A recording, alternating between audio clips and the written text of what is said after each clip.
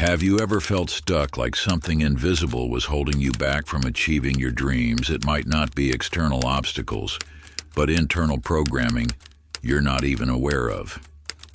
Let's dive deep into the scientific and practical methods for reprogramming your subconscious, unlocking the true pathway to your dream life.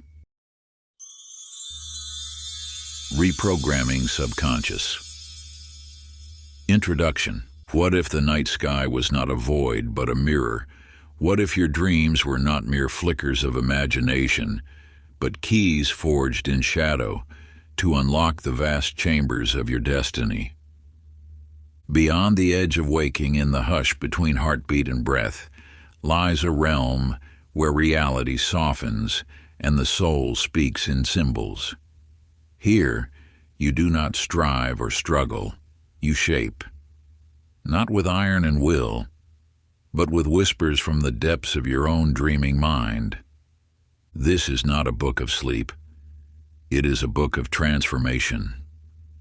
Within these pages, you will walk among the hidden architects of existence, the fisherman who casts for thoughts as if they were stars, the merchant who weighs desire against fear upon invisible scales, the potter who molds not clay but the substance of the self.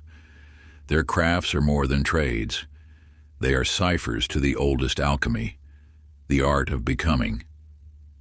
Each story is a doorway, each symbol a seed. Let them take root in the dark soil of your subconscious, and they will blossom into wisdom that outlives the night. These are not idle tales. They are spells, waiting for breath, waiting for you. Step through. The loom is empty and longs for your thread. The forge glows faintly and hungers for your fire. The stars lean closer, listening for your name. For you are not only a dreamer, you are the weaver of worlds, the silent maker of miracles, the hidden hand that shapes tomorrow. But before we begin, please hit the like button and let me know where in the world you're watching from today. It's always fascinating seeing who's joining us from around the world. Part 1. The Foundations of Subconscious Reprogramming. Chapter 1. The Fisherman's Net. In the misty dawn hours along an ancient shoreline where waves whispered secrets to waiting souls, there lived a fisherman named Michael Rodriguez. Unlike others who cast their nets blindly into the waters, Michael had learned the sacred art of selective catching from his grandmother, keeper of forgotten wisdom. Each morning before first light, he would wade into the silver-touched waters, his specially woven net gleaming with strands of copper and gold. "The sea is like the mind," he would say to those who wondered at his abundant catches, teeming with thoughts both dark and light. The secret lies not in catching everything, but in choosing what to keep. Other fishermen mocked his peculiar methods, the way he would hold his net up to the rising sun, examining each thread as if reading ancient scripture. But they could not deny his results. While they hauled in mixed catches of both valuable and worthless fish, Michael's net always seemed to contain exactly what was most precious. One day, a struggling fisherman asked him to share his secret. Michael smiled and held up his shimmering net. "Notice how some threads are copper, catching thoughts that glitter, but hold no true worth. The golden threads catch only what nurtures the soul. Just as I choose which strands to strengthen in my net, you must learn to weave discernment into your consciousness." He demonstrated how certain thoughts, like poisonous fish, could slip through the copper mesh, while life-giving ones were caught in the gold. "Your mind is casting nets every moment," he explained. "But are you catching thoughts that nourish or deplete you? This wisdom reaches across time to you now. Your consciousness is a net cast into infinite waters. Through careful practice, you can strengthen the golden threads that catch thoughts of abundance, wisdom, and power, while allowing thoughts of lack, doubt, and fear to slip away. Practice. Before sleep tonight, visualize your own golden net of consciousness. See it shimmering with divine light, designed to catch only thoughts that serve your highest good. Feel how naturally limiting thoughts slip through while empowering ones are gently caught and held. Let this network through your dreams, filtering and purifying your mental waters until only gold remains. Success. Hypnosis. My mind naturally catches thoughts that serve my highest good. I effortlessly release what no longer serves me. Each night my consciousness filters pure wisdom from infinite waters. I am affirmations. I am the master of my mental waters. I am skilled in the art of divine discernment. I am attracting only thoughts of highest value. I am purifying my consciousness with each breath. Let the ancient fisherman's wisdom work through your sleeping mind, teaching you the sacred art of selective thought-catching until your consciousness becomes a net of pure gold. Chapter 2. The Merchant's Scale. In the bustling markets of an ancient desert city, where spice-laden air mingled with the chants of traders, there worked a peculiar merchant named Jessica Martinez. Unlike others who rushed to trade, she began each day by carefully balancing her brass scale with tiny weights of sun-polished copper. "A scale that leans even slightly," she would say, watching the delicate arms settle into perfect equilibrium, "speaks false measures into existence." Her stall, marked by hanging crystals that caught the dawn light, attracted those seeking more than mere goods. While other merchants shouted their wares, Jessica worked in contemplative silence. Before each transaction, she would close her eyes and take 3 measured breaths, one for the conscious desire, one for the hidden fear beneath it, and one for the perfect balance between them. One scorching afternoon, a wealthy trader brought her a pouch of precious gems. "I've heard you know the true weight of things," he said. Jessica nodded and placed a single ruby on her scale. But instead of reaching for her weights, she asked, "What drives you to seek its value?" The trader spoke of profit, but Jessica held up her hand. "That is the conscious weight," she said, adjusting one arm of the scale. "Now speak of what you fear to lose." As he revealed his deeper anxieties, she balanced the other arm. "See how the scale finds peace when both sides are acknowledged? This wisdom flows now to you across centuries. Your mind is an eternal scale, constantly weighing conscious desires against subconscious fears. True power comes not from suppressing either side, but from finding the sacred point of equilibrium between them." Practice. As you prepare for sleep tonight, visualize your own golden scale. On one arm, place your deepest desires. On the other, the fears that oppose them. Breathe slowly, inhaling to lift, exhaling to settle, until you feel the perfect balance point. Let this equilibrium carry into your dreams, teaching your sleeping mind the art of perfect harmony. Success. Hypnosis. My mind naturally finds perfect balance in all things. Each breath brings me closer to divine equilibrium.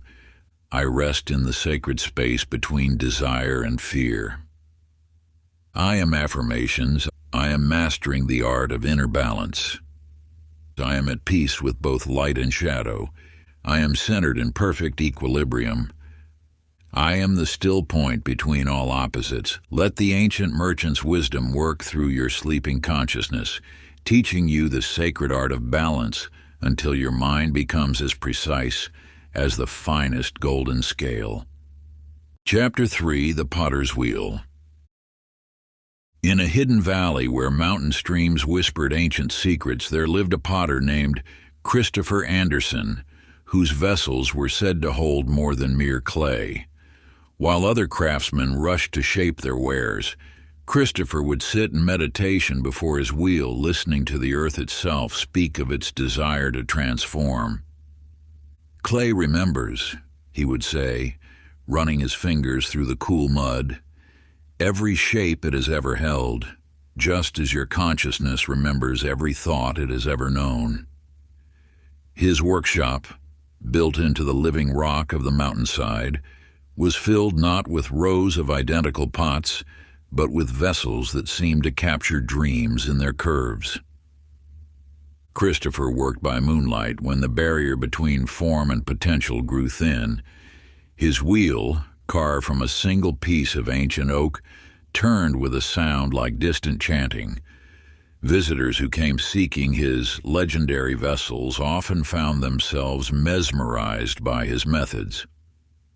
One night, a young apprentice watched as Christopher placed a misshapen vessel back on the wheel. "Why not start anew?" the youth asked. "Because," Christopher replied, his hands already coaxing new form from chaos, "transformation requires not destruction but patience. See how the clay yields to gentle persistence." As the wheel turned, Christopher's hands remained steady. "Your consciousness is like this clay," he explained, holding the shape of old thoughts until new pressure is applied.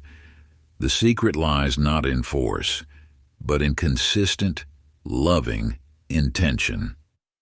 Under his touch, the twisted vessel slowly bloomed into perfect symmetry. This wisdom spirals to you now across ages. Your mind is eternal clay upon the wheel of existence, ready to be shaped by the gentle pressure of new awareness. Each thought leaves its impression, but no shape is final until it's fired in the kiln of conviction. Practice. As you drift towards sleep, imagine your consciousness as sacred clay upon the celestial wheel. Feel how old thought forms soften under the warm hands of new intention. Let the wheel turn slowly, each revolution bringing your mind closer to its highest expression. Trust that even seeming flaws can be reformed with patient wisdom. Success hypnosis and my mind yields easily to positive transformation. Each night reshapes my consciousness with divine intention. I am eternally moldable, eternally new. I am affirmations.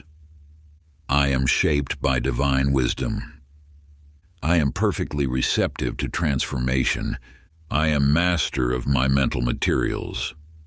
I am constantly evolving into higher forms. Let the ancient potter's wisdom work through your sleeping mind, teaching you the sacred art of conscious reshaping until your thoughts flow as smoothly as water and hold form as surely as earth. Chapter 4. The Weaver's Loom. In a mountain monastery, where dawn mists wove silver threads through ancient cedar trees, there lived a weaver named Amanda Taylor, whose tapestries were said to capture more than mere images. While others created simple patterns, Amanda's works seemed to pulse with living energy, each thread humming with sacred vibration. Her loom, crafted from wood struck by lightning and blessed by wandering mystics, stood before a window that caught the first rays of morning light.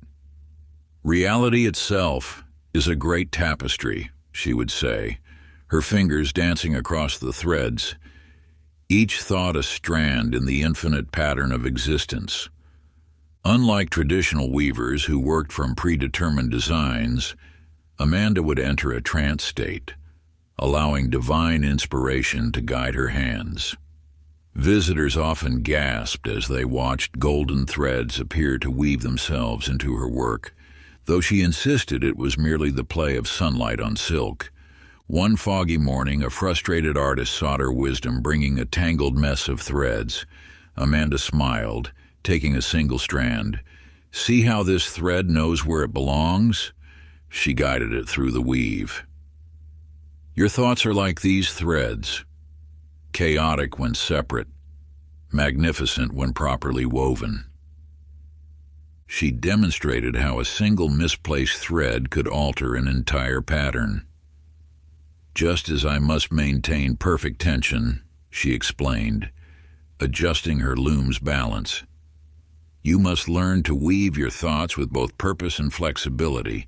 Under her touch, even the tangled threads found their perfect place in the greater design.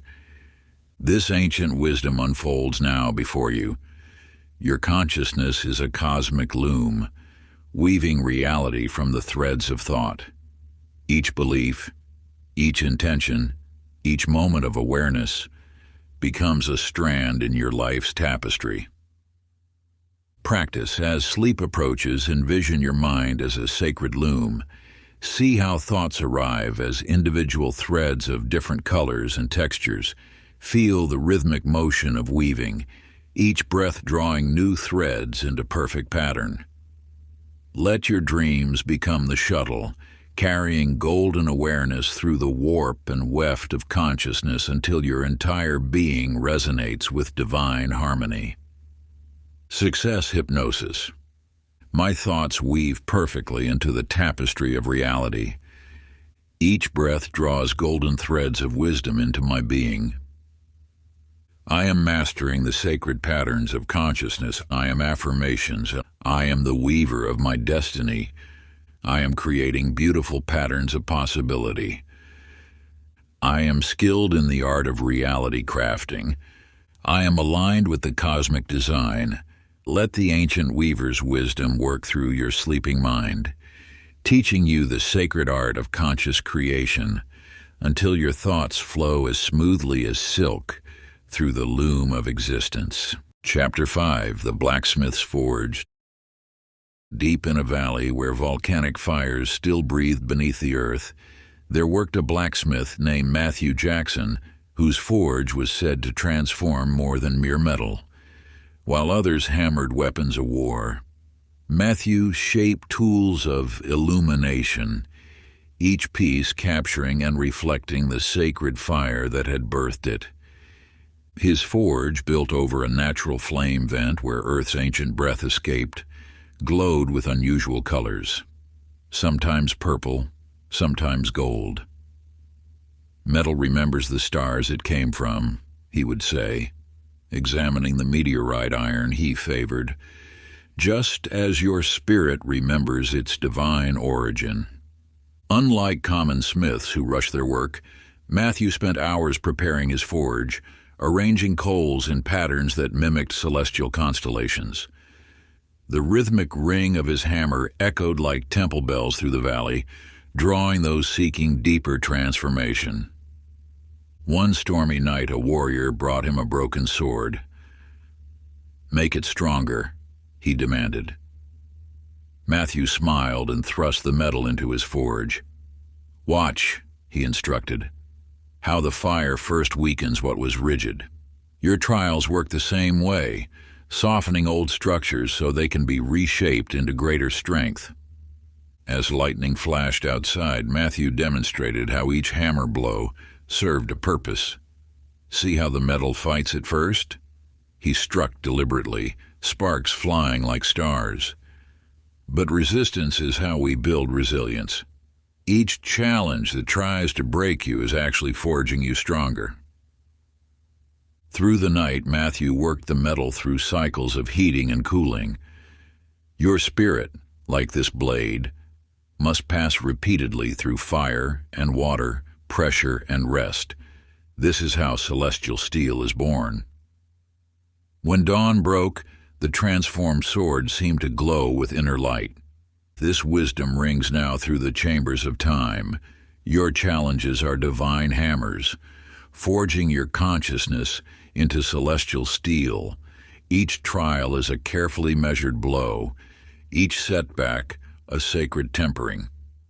Practice as you enter sleep's forge tonight.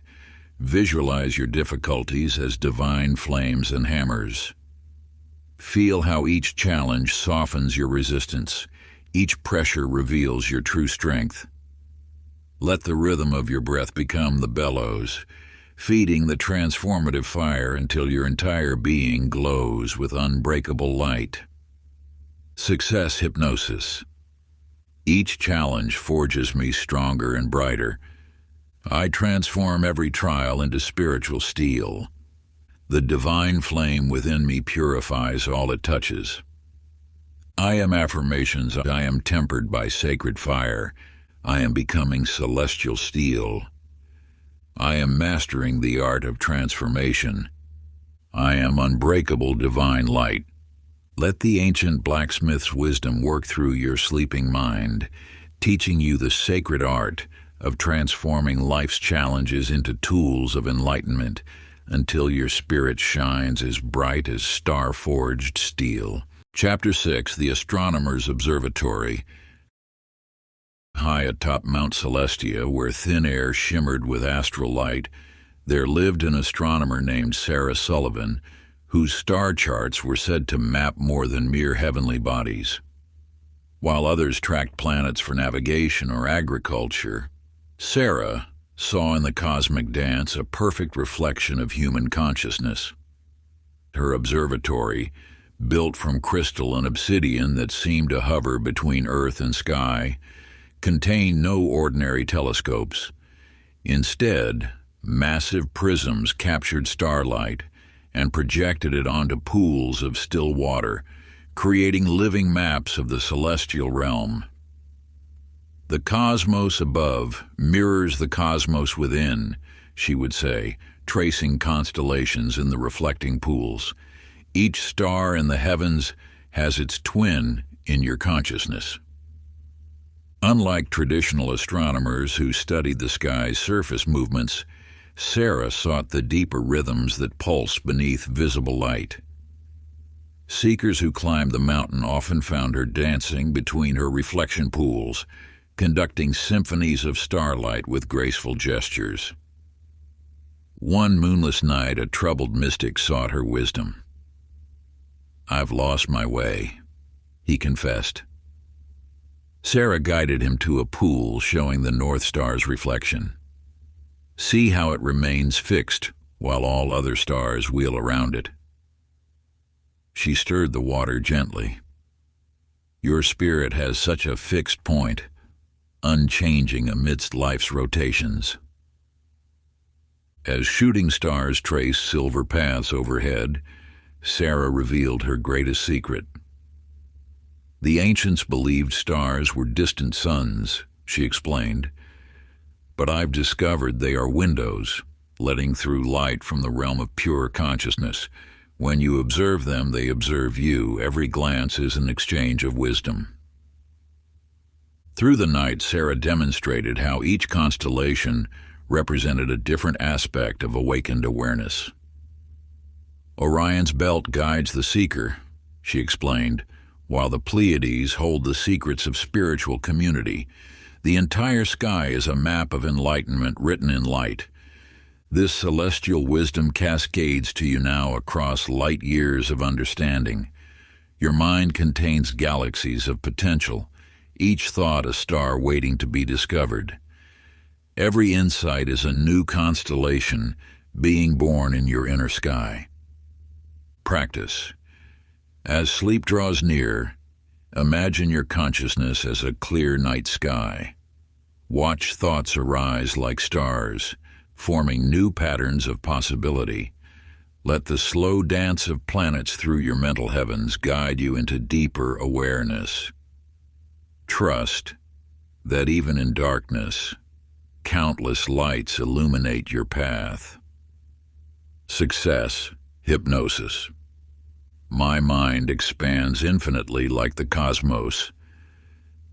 Each thought shines with celestial brilliance, and I navigate expertly through inner space. I'm affirmations that I am vast as the night sky. I am illuminated by cosmic wisdom. I am in perfect orbital harmony. I am guided by inner starlight.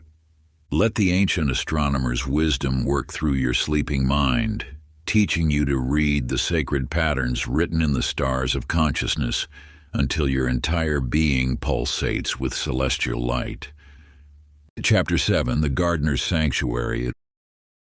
In a hidden valley where perpetual spring blessed the earth, there lived a gardener named Joshua Martinez, whose plants were said to grow not just from soil, but from pure consciousness.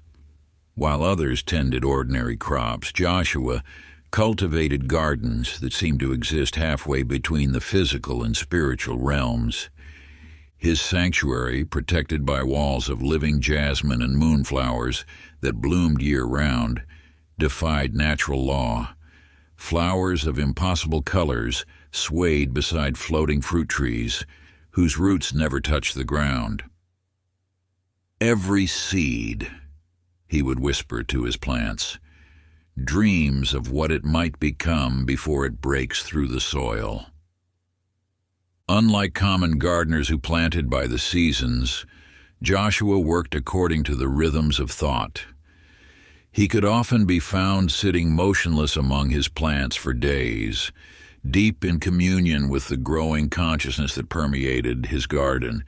One drought season, a desperate farmer sought his counsel. Joshua smiled and picked up a single seed. "See how tiny it appears?" He placed it in the farmer's palm. "Yet within its heart lies an entire forest. Your desires are like these seeds, small in the present, vast in potential." Through demonstration, Joshua revealed how each plant required different conditions. "Some thoughts need darkness to germinate," he explained, burying a glowing seed deep in the earth. "Others require the storm's fury, or the moon's gentle touch. The wise gardener knows when to act and when to wait." As twilight painted the garden in ethereal hues, Joshua shared his deepest wisdom. "Your mind is a sacred soil," he taught, "and your attention is the water that gives life. Whatever you tend will grow, be it flowers of enlightenment or weeds of worry." This ancient wisdom blossoms now in your consciousness. Your thoughts are seeds of future realities, each one containing infinite potential. Every moment of attention waters these seeds. Every belief feeds their roots. Practice. As you drift toward sleep, imagine your mind as a limitless garden. Plant seeds of intention in its fertile soil. Feel how each breath waters these spiritual seeds, how each moment of awareness provides light for their growth. Let your dreams become the sacred season where wisdom blooms in unexpected ways.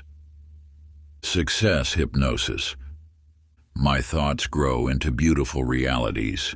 I cultivate gardens of infinite possibility. Each seed of intention blossoms perfectly. I am affirmations, and I am the master gardener of my mind. I am nurturing seeds of greatness. I am growing in divine harmony. I am forever in spiritual bloom. Let the ancient gardener's wisdom work through your sleeping mind, teaching you the sacred art of conscious cultivation until your entire being flourishes with enlightened purpose. Chapter 8, The Scribe's Chamber. Deep beneath Alexandria's great library, in chambers lit by eternal flames that never dimmed, worked a scribe named Stephanie Rodriguez, whose quill was said to write not just on papyrus, but directly on the fabric of reality. While others merely copied texts, Stephanie's writing seemed to vibrate with living power that transformed those who read it. Her chamber, walls lined with scrolls that emitted a subtle golden glow, held secrets beyond mere words. The ink she used was crafted from starlight and morning dew, and her quills came from birds that flew between worlds. "Each letter we write," she would say, examining her tools, "echoes through the chambers of eternity." Unlike ordinary scribes who worked mechanically, Stephanie understood that true power came through sacred repetition. She would write the same phrase thousands of times, each iteration carrying deeper meaning until the words seemed to float off the page and dance in the air. One night, a frustrated scholar brought her a text he couldn't understand. Stephanie smiled and dipped her quill. "Watch," she instructed, writing the same phrase 77 times. "See how each repetition reveals a new layer? Your mind works the same way. Through devoted practice, mysteries unveil themselves." As midnight oil burned in floating brass bowls, Stephanie demonstrated how certain phrases, when written with pure intention, could reshape reality itself. The universe, she explained, is constantly writing its story. When we align our writing with its sacred script, we become co-authors of creation. Through the night, she revealed how each sacred text contained 7 layers of meaning. "The surface tells one tale," she said, her quill never ceasing, "but beneath lie worlds within worlds. Through repetition, we sink deeper into truth, until words become windows to the infinite." This wisdom flows now through her timeless quill to you. Your thoughts are sacred scripts being written on the parchment of consciousness. Each repetition sinks them deeper into your being. Each practice writes them more clearly on reality's page. Practice. As sleep approaches, imagine your mind as blank parchment. Choose one sacred truth and write it repeatedly in your consciousness. Feel each repetition sink deeper, each iteration growing more powerful. Let your dreams become scrolls where wisdom writes itself in letters of light. Success hypnosis. Each thought I repeat transforms into reality. My mind is sacred parchment for divine writing. I author my destiny with conscious intention. I am affirmations. I am the sacred scribe of my reality. I am writing my highest truth. I am mastering divine repetition. I am eternal wisdom embodied. Let the ancient scribe's wisdom work through your sleeping mind, teaching you the sacred art of conscious inscription until your entire being becomes a living book of enlightenment. Chapter 9, The Baker's Dawn. In the eternal city of Byzantium, where spice-laden winds carried whispers of ancient mysteries, there lived a baker named David Anderson, whose bread was said to transform not just the body, but the very essence of those who ate it. While others baked for sustenance, David's loaves seemed to carry dreams within their crusty shells. His bakery, in twisted alleyways that seemed to shift in the pre-dawn darkness, held ovens built from stones taken from sacred temples. The fires never died, tended by invisible hands that kept the coals eternally glowing. "Dough is like consciousness," he would say, kneading with rhythmic precision. "It transforms most powerfully in darkness and silence." Unlike common bakers who worked by day, David performed his sacred craft in the deepest hours of night. Seekers would find him moving like a shadow between his mysterious ovens, humming ancient songs that made the bread rise faster than nature should allow. One moonlit night, a sleepless mystic sought his wisdom. David smiled and pressed his fingers into rising dough. "Feel how it responds to touch," he instructed. "Like the sleeping mind, it needs periods of rest between workings. Push too hard, and it resists. Work with gentle patience, and it transforms itself." As nightbirds called their secret songs, David revealed the mysteries of nocturnal alchemy. "The hours before dawn are sacred," he explained, shaping loaves with practiced grace. While the world sleeps, consciousness becomes soft and pliable, ready to be shaped by intention. Through the darkness, he demonstrated how each loaf required different handling. Some thoughts need gentle warmth to rise, he taught. Others require intense heat to transform. The wise baker knows the temperature of truth needed for each awakening. This timeless wisdom rises now in your understanding. Your mind is sacred dough being kneaded by divine hands. Each night a chance for profound transformation. Every dream is a new loaf, taking shape in the ovens of consciousness. Practice. As you approach sleep, imagine your mind as warm, living dough. Feel divine wisdom working through you like gentle kneading hands. Let each breath be like heat causing spiritual rising. Allow your dreams to become sacred ovens where transformation bakes to perfection. Success hypnosis. My consciousness rises like perfect dough. I transform completely in sacred darkness. Each dawn reveals my renewed essence. I am affirmations. I am perfectly timed transformation. I am rising to my highest potential. I am baking divine wisdom into being. I am the sacred bread of awakening. Let the ancient baker's wisdom work through your sleeping mind, teaching you the sacred art of nocturnal transformation until your entire being becomes a perfect loaf of enlightenment. Chapter 10. The Dancer's Temple.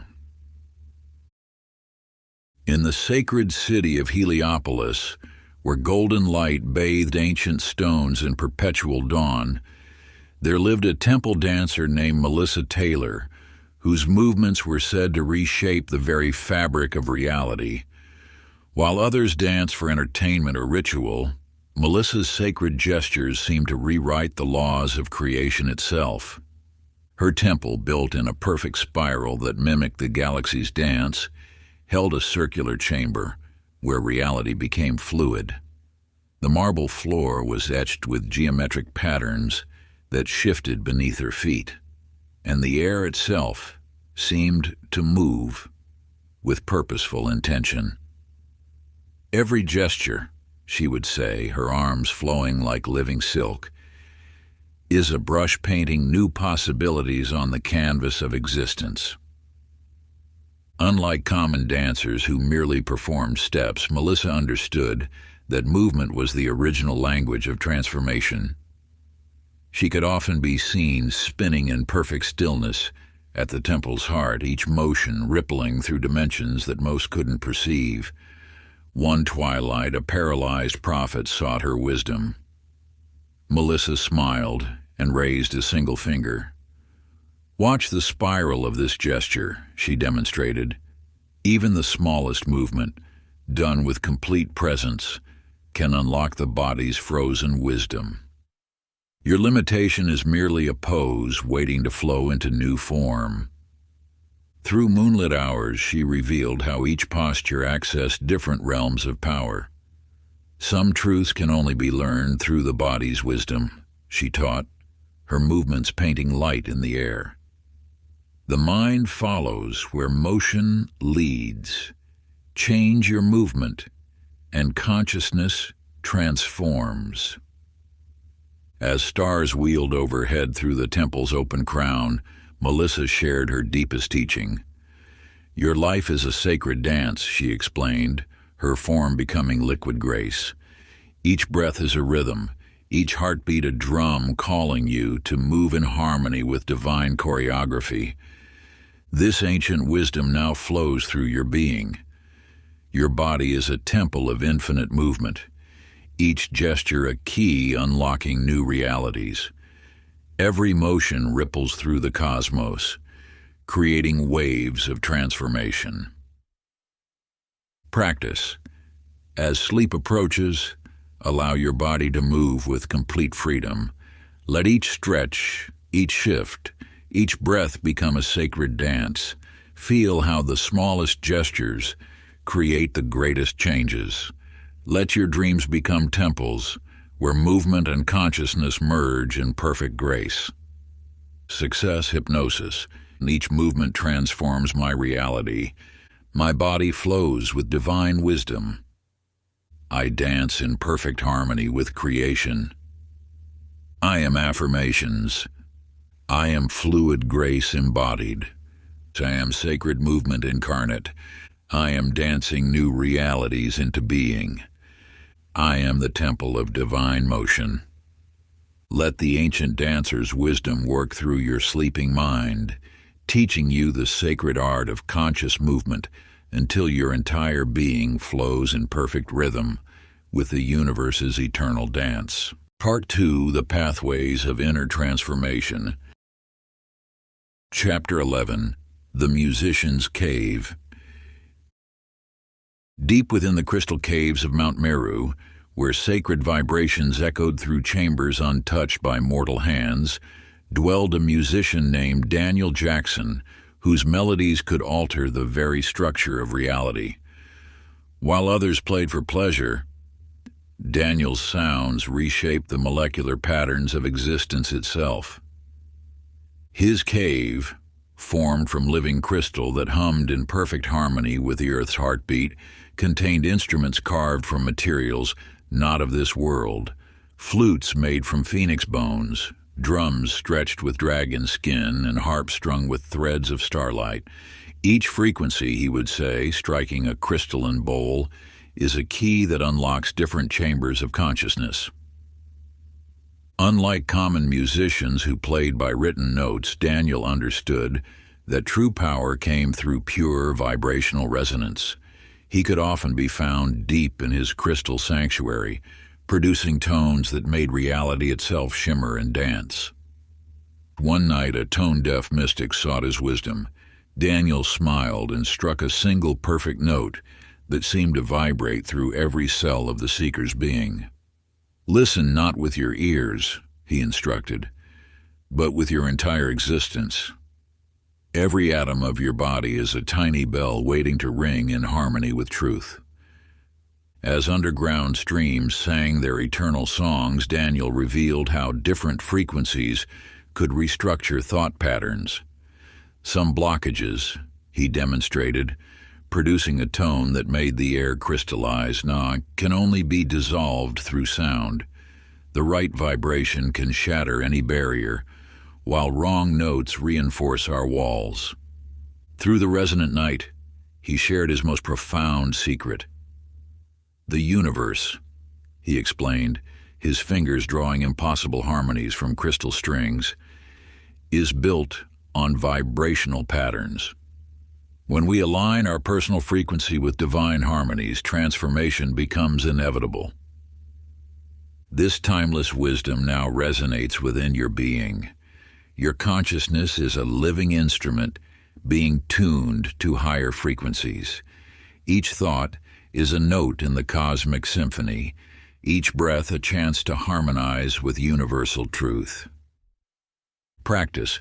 As sleep approaches, allow your entire being to become a sacred instrument. Feel divine vibrations flowing through you like living music. Let each breath become a perfect tone. Allow your dreams to become crystal caves where sound and consciousness merge in perfect harmony. Success hypnosis. Each frequency aligns me with divine truth. I vibrate in harmony with universal wisdom. My consciousness resonates with perfect peace. I am affirmations that I am divine harmony incarnate. I am perfectly tuned to truth. I am a living instrument of light. I am cosmic resonance embodied.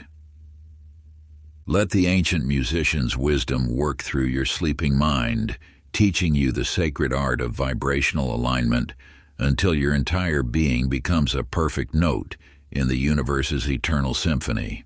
Chapter 12, The Architect's Vision. In the sacred city of Ur, where ziggurats pierced the vault of heaven, lived an architect named Nicole Sullivan, whose designs were said to bridge the realms of matter and spirit. While others built mere structures, Nicole's temples created spaces where reality itself could be reshaped, and her workshop, perched atop the highest ziggurat, was a chamber of impossible geometries, where walls seemed to breathe and angles defied natural law. Golden cords stretched between copper poles traced sacred patterns in 3 dimensions. "Every line," she would say, adjusting a suspended crystal, "is a thread in the tapestry of creation." Unlike common builders who worked with only stone and wood, Nicole understood that space itself was the true building material. She could often be found tracing complex patterns in sanctified sand, her designs causing subtle ripples in the fabric of existence.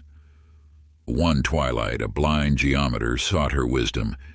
Nicole smiled and guided his hands along an invisible structure in the air.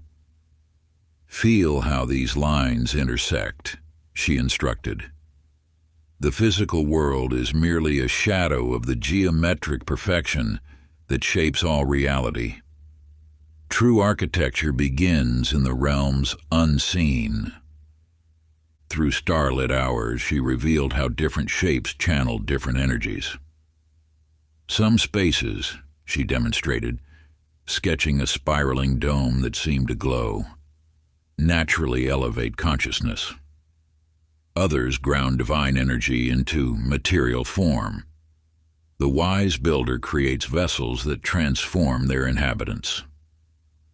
As constellations wheeled overhead through her workshop's open ceiling, Nicole shared her deepest teaching. "Your life," she explained, her fingers weaving light into living blueprints, "is a temple under constant construction. Every thought is a cornerstone, every intention a sacred arch reaching toward heaven. This eternal wisdom now builds within your understanding. Your consciousness is a living temple being shaped by divine geometry. Every moment is a chance to refine your inner architecture, every breath an opportunity to expand your spiritual space. Practice as sleep approaches. Imagine your mind as a sacred blueprint unfolding. Feel divine geometry arranging itself into perfect patterns within you. Let each breath expand your inner temple. Allow your dreams to become workshops where consciousness and sacred structure merge in perfect harmony. Success hypnosis, and every thought builds my temple of transformation. I am architecting my highest reality. Divine geometry shapes my perfect life. I am affirmations. I am the master builder of my destiny. I am sacred geometry in motion, and I am constructing heaven on earth. I am the living temple of light. Let the ancient architect's wisdom work through your sleeping mind, teaching you the sacred art of conscious construction until your entire being becomes a perfect temple of awakened possibility." Chapter 13. The Jeweler's Workshop. In the hidden valley of Kashmir, where ancient mines yielded stones of mystical power, lived a master jeweler named Robert Martinez, whose eyes could see into the very soul of crystals. While others merely cut gems for beauty, Robert understood that each stone was a frozen piece of divine consciousness waiting to be awakened. His workshop, carved from a single massive crystal, held secrets passed down from the first ones who taught humans to speak with stones. Rainbow light danced through prisms suspended from the ceiling, creating geometric patterns that shifted like living mandalas. "Every gem," he would say, holding a rough diamond to the light, "is a thought of the divine made manifest." Unlike common craftsmen who saw only surface sparkle, Robert could perceive the inner fire of each crystal's potential. He worked not with ordinary tools, but with instruments of pure light, cutting away illusion to reveal eternal truth. One moonless night, a merchant brought him the blackest diamond ever found, believing it worthless. Robert smiled and placed it on a velvet cloth woven with starlight. "Watch closely," he whispered, sending a beam of pure consciousness into the stone's heart. Slowly, like a dawn breaking through storm clouds, brilliant light began radiating from within the diamond's depths. Through the crystal-lit hours, he revealed how each facet reflected different aspects of truth. Some wisdom, he demonstrated, rotating a gem that seemed to contain entire universes, can only be accessed by finding the perfect angle of perception. What appears dark from one view blazes with light from another. As his crystal workshop hummed with ancient power, Robert shared his most guarded teaching. "Your thoughts," he explained, his hands moving with surgical precision, "are like uncut gems. Each holds infinite potential but must be shaped with unwavering attention and polished with the cloth of patience. This crystalline wisdom now illuminates your understanding. Your mind is a sacred jewel, being faceted by divine intention. Every thought can be refined into perfect clarity, every moment an opportunity to reveal inner radiance." Practice. As sleep approaches, imagine your consciousness as a precious gem being polished by starlight. Feel divine clarity washing away all impurities. Let each breath add new facets of understanding. Allow your dreams to become crystal caves where thought and light merge in perfect brilliance. Success hypnosis. Each thought reveals more inner radiance. I shine with perfect clarity and purpose. Divine light polishes my consciousness pure. I am affirmations. I am a perfect crystal of consciousness. I'm radiating divine clarity. I am cutting away all illusion. I am pure light manifested. Let the ancient jeweler's wisdom work through your sleeping mind, teaching you the sacred art of conscious crystallization until your entire being becomes a flawless gem of awakened potential. Before we get into the next chapter, you can download a free ebook version of this audiobook using the link in the pinned comment below this video. Chapter 14. The Navigator's Ship.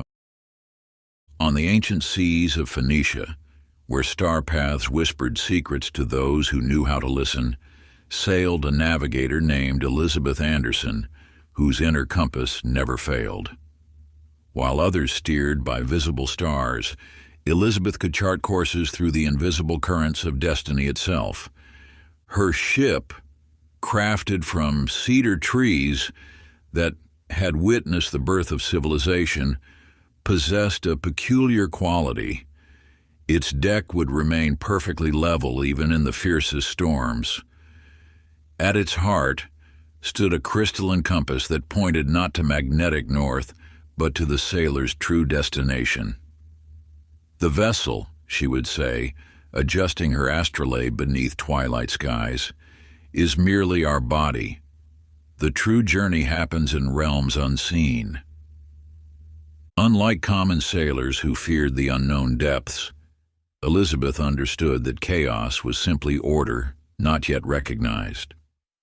She could often be found at her captain's wheel during the darkest nights, when most ships sought harbor, reading messages in the patterns of waves beneath starless skies. One storm-racked evening, a lost merchant vessel sought her guidance through treacherous waters. Elizabeth smiled and produced a curious instrument, a bowl of quicksilver that somehow remained still, despite the heaving seas. "Watch the surface," she instructed. "Just as this liquid finds perfect balance amidst chaos, your mind can remain centered through life's fiercest tempests." Through the thunderous night, she revealed how different winds serve different purposes. Some storms, she demonstrated, steering directly into a massive wave that parted like curtains before her bow, exist not to sink us, but to drive us toward shores we fear to seek. The wise sailor uses resistance to power transformation.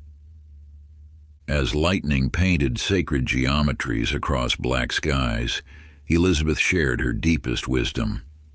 "Your life," she explained, her hands steady on the wheel, "is an ocean of infinite possibility. Every thought sets a new course, every belief raises different winds. The art lies not in avoiding storms, but in learning to dance with them." Practice. As sleep approaches, imagine your consciousness as a sacred vessel on eternal seas. Feel divine currents guiding you toward your highest destiny. Let each breath adjust your inner compass. Allow your dreams to become oceans where intention and destiny merge in perfect navigation. Success. Hypnosis. Each challenge steers me toward greater triumph. I navigate life's waters with perfect wisdom. Divine guidance shows me my true course. I am affirmations. I am the master of my destiny's voyage. I am perfectly aligned with divine direction. I am sailing toward my highest good. I am the captain of infinite possibility. Let the ancient navigator's wisdom work through your sleeping mind, teaching you the sacred art of conscious direction until your entire being becomes a perfect compass pointing toward awakened destiny. Chapter 15. The Librarian's Scrolls. In the vast library of Alexandria, where wisdom from 1,000 civilizations converged like tributaries into an ocean of knowledge, worked a peculiar librarian named John Taylor. While others merely stored scrolls, John could hear the whispers of ancient wisdom speaking between the lines of every text. His domain was the deepest chamber of the library's labyrinth, a circular room where scrolls seemed to float in midair, suspended by threads of golden light. Crystalline spheres hung from the domed ceiling, each containing what appeared to be living memories. "Knowledge," he would say, plucking an ethereal thread that made all nearby scrolls hum in harmony, "is never truly lost. It simply awaits the right seeker." Unlike common scholars who read with their eyes, John had mastered the art of absorbing wisdom through all his senses. He could often be found in the pre-dawn hours, eyes closed, fingers dancing across papyrus surfaces as if playing an instrument of pure understanding. One windswept evening, a blind philosopher sought his counsel.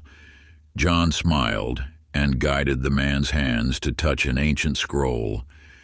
"Feel how the knowledge pulses," he whispered. "Every truth ever discovered lives in the eternal library of consciousness. We need only learn to access its catalogs." Through candlelit hours, he revealed his system of wisdom organization. Some memories, he demonstrated, arranging floating scrolls into intricate patterns, can only be accessed through the doorways of others. The mind is a living library where every thought connects to infinite related wisdom. As sacred oils burned in copper lamps, John shared his most guarded teaching. "Your consciousness," he explained, weaving threads of light between suspended texts, "contains every secret ever known. Each memory is a key, each experience a gateway to universal understanding." Practice. As sleep approaches, imagine your mind as a vast library of infinite wisdom. See golden threads connecting every memory to universal knowledge. Let each breath open new chambers of understanding. Allow your dreams to become reading rooms where personal experience and cosmic wisdom merge in perfect clarity. Success. Hypnosis. Each thought unlocks new chambers of wisdom. I access the eternal library of knowledge. Divine understanding flows through my mind. I am affirmations. I am the keeper of infinite wisdom. I am connected to all knowledge. I am reading the book of existence. I am the living library of truth. Let the ancient librarian's wisdom work through your sleeping mind, teaching you the sacred art of conscious cataloging until your entire being becomes a perfect archive of awakened understanding. Chapter 16. The Healer's Garden. In the mist-shrouded valleys of ancient Tibet, where sacred plants whispered their secrets to those who knew how to listen, lived a remarkable healer named Heather Rodriguez. Unlike other healers who worked only with physical herbs, Heather understood that each plant was a bridge between thought and manifestation. Her healing garden, carved into mountain terraces that spiraled like a cosmic serpent, contained specimens that seemed to glow with inner light. Rainbow-hued butterflies danced between flowers that bloomed in impossible colors. "Every ailment," she would say, touching a shimmering leaf that pulsed in response, "begins first as a thought before manifesting in the body." Unlike common herbalists who merely dried plants for tea, Heather could perceive the consciousness within each growing thing. She worked not with simple remedies, but with the living intelligence of the plant realm, teaching her patients how to align their thoughts with nature's healing wisdom. One frost-touched dawn, a man suffering from the weight of ancient sorrows sought her help. Heather led him to a luminous blue flower that seemed to weep drops of starlight. "Watch closely," she whispered, placing the man's hand near the plant. The flower turned toward his palm, its petals releasing a soft song that made his tears flow freely for the first time in years. Through the dew-kissed morning, she revealed how different thoughts required different healing approaches. Some wounds, she demonstrated, gathering herbs that changed color in response to negative emotions, can only be healed by first acknowledging their existence. What we resist will persist until we learn its lesson. As her garden hummed with vital force, Heather shared her most sacred teaching. "Your mind," she explained, weaving a crown of flowers that seemed to pulse with conscious light, "is the ultimate healing herb. Every positive thought releases medicine more powerful than any plant I grow." Practice. As sleep approaches, imagine your consciousness as a sacred healing garden. Feel divine restoration flowing through every cell. Let each breath plant seeds of perfect health. Allow your dreams to become fertile soil where thought and healing merge in perfect harmony. Success. Hypnosis. Each thought nurtures my perfect well-being. I am healing more deeply with every breath. Divine health flows through my entire being. Affirmations. I am a garden of healing thoughts. I am perfectly restored and renewed, and I am growing in radiant health. I am nature's healing wisdom embodied. Let the ancient healer's wisdom work through your sleeping mind, teaching you the sacred art of conscious restoration until your entire being becomes a perfect expression of vibrant wholeness. Chapter 17. The Clockmaker's Tower. High above the ancient city of Damascus, where time itself seemed to flow differently in the rarefied air, stood a mysterious tower where Jason Sullivan crafted devices that measured more than mere hours. Unlike ordinary clockmakers who tracked the sun's journey, Jason understood that time was merely the heartbeat of transformation. His workshop, perched at the tower's summit, defied normal physics. Countless timepieces adorned the walls, each moving to its own rhythm, some racing forward, others flowing backward, while certain special ones seemed to capture eternal moments in crystallized stillness. Time, he would say, adjusting a mechanism that tracked the phases of consciousness rather than the moon, is not a river that carries us, but an ocean we can learn to navigate. One peculiar mechanism dominated the chamber's center, a grand chronometer whose face displayed spiraling patterns that shifted like living mandalas. Instead of numbers, it bore ancient symbols that glowed with inner light. Each tick released a note that resonated with the human soul's natural frequency of transformation. During a rare celestial alignment, a merchant seeking to make better use of his days climbed the tower's 1,000 steps. Jason smiled and revealed a pocket watch unlike any other. "Observe," he whispered, opening its crystal face. Inside, tiny galaxies spun in perfect synchronization with the merchant's heartbeat. Every person has their own sacred timing. The secret lies not in having more time, but in aligning with your soul's natural rhythm. Through the starlit hours, he demonstrated how different moments held different potentials for change. Some transformations, he explained, adjusting a mechanism that seemed to bend light itself, can only occur during specific windows of cosmic opportunity. The wise seeker learns to recognize these precious moments and dance with their timing. As midnight approached, Jason shared his most guarded wisdom. "Your consciousness," he revealed, illuminating a timepiece that reflected the merchant's thoughts in its face, "exists beyond time's normal flow. Each moment of awareness is a gear in the grand mechanism of your awakening." Practice. As sleep approaches, imagine your mind as a sacred chronometer. Feel divine timing orchestrating your perfect transformation. Let each breath align you with cosmic rhythms. Allow your dreams to become timeless spaces where intention and opportunity merge in perfect synchronization. Success hypnosis. Each moment carries me toward greater awakening. I flow in perfect harmony with divine timing. Universal rhythms guide my transformation.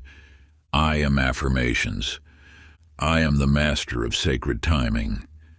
I am perfectly aligned with cosmic cycles. I am flowing in divine synchronicity. I am eternal consciousness expressing through time. Let the ancient clockmaker's wisdom work through your sleeping mind, teaching you the sacred art of temporal awareness until your entire being becomes a perfect instrument of divine timing. Chapter 18, The Mirror Maker's Studio.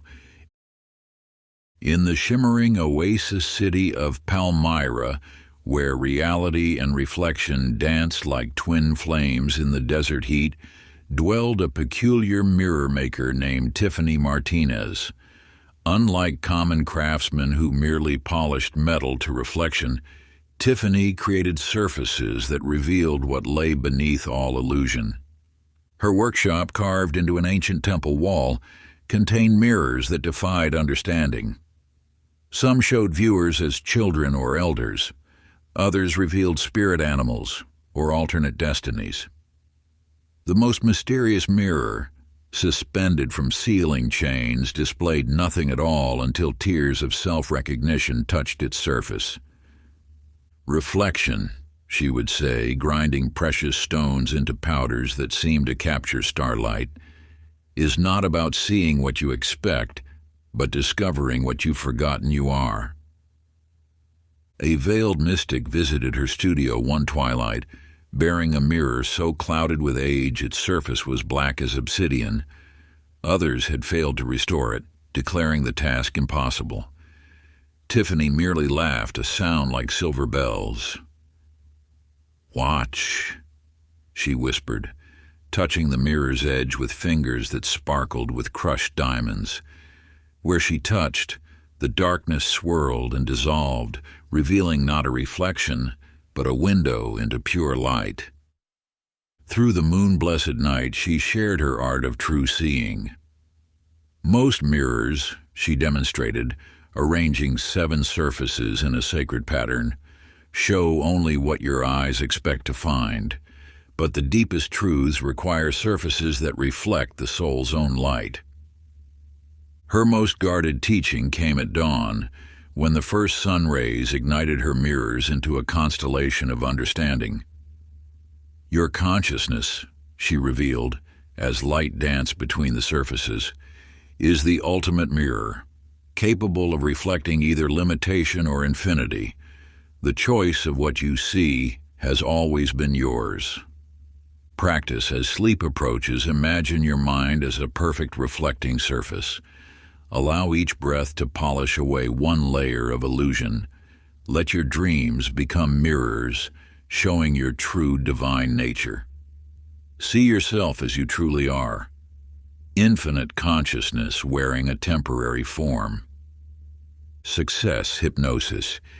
Each reflection reveals my deeper truth.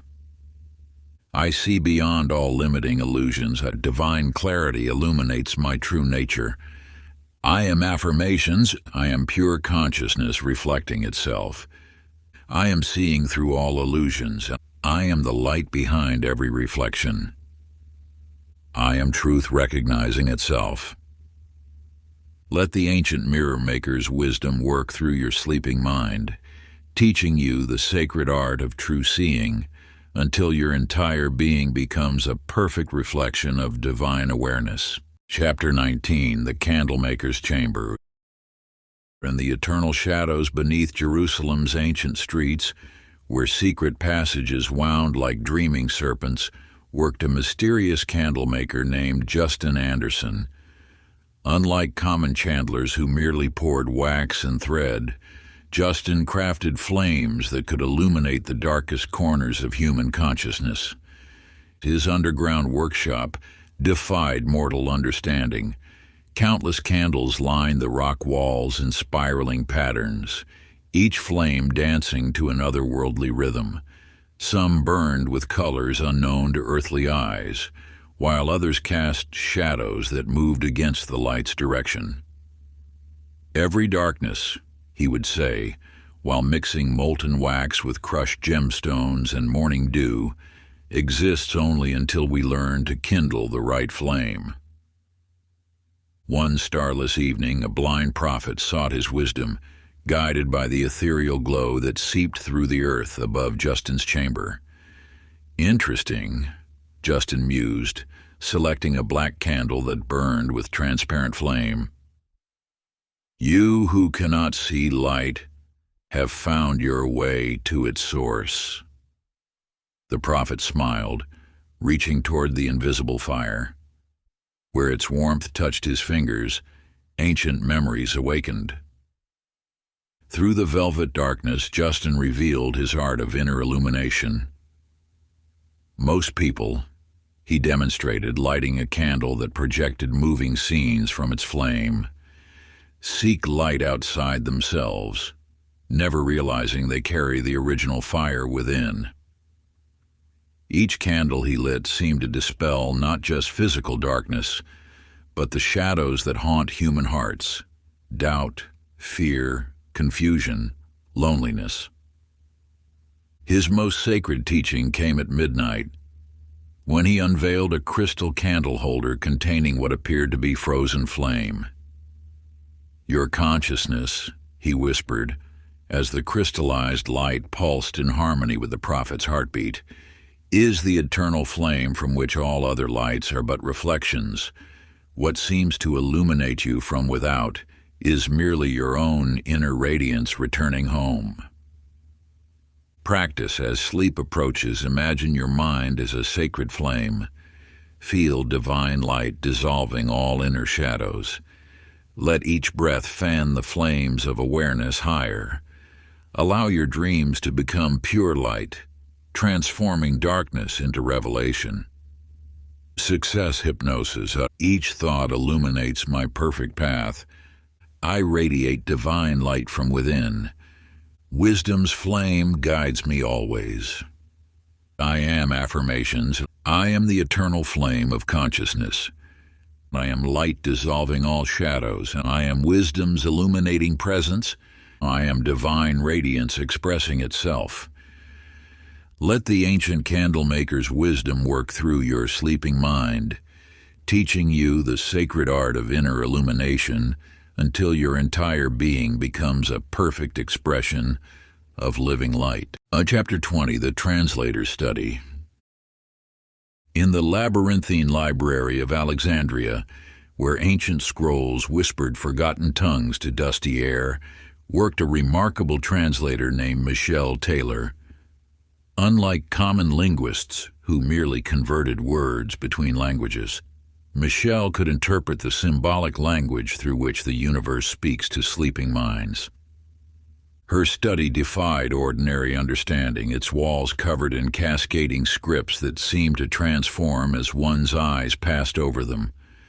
Shelves held tablets inscribed with dream symbols from every civilization, some carved in moonstone that glowed with inner meaning, others etched on plates of smoke-dark obsidian that revealed their secrets only to closed eyes. Languages, she would say while transcribing characters that shifted like desert mirages, are merely the surface ripples of deeper currents flowing through all consciousness. A mute oracle visited her chamber one twilight, bearing a scroll written in tears that had crystallized into silvery glyphs.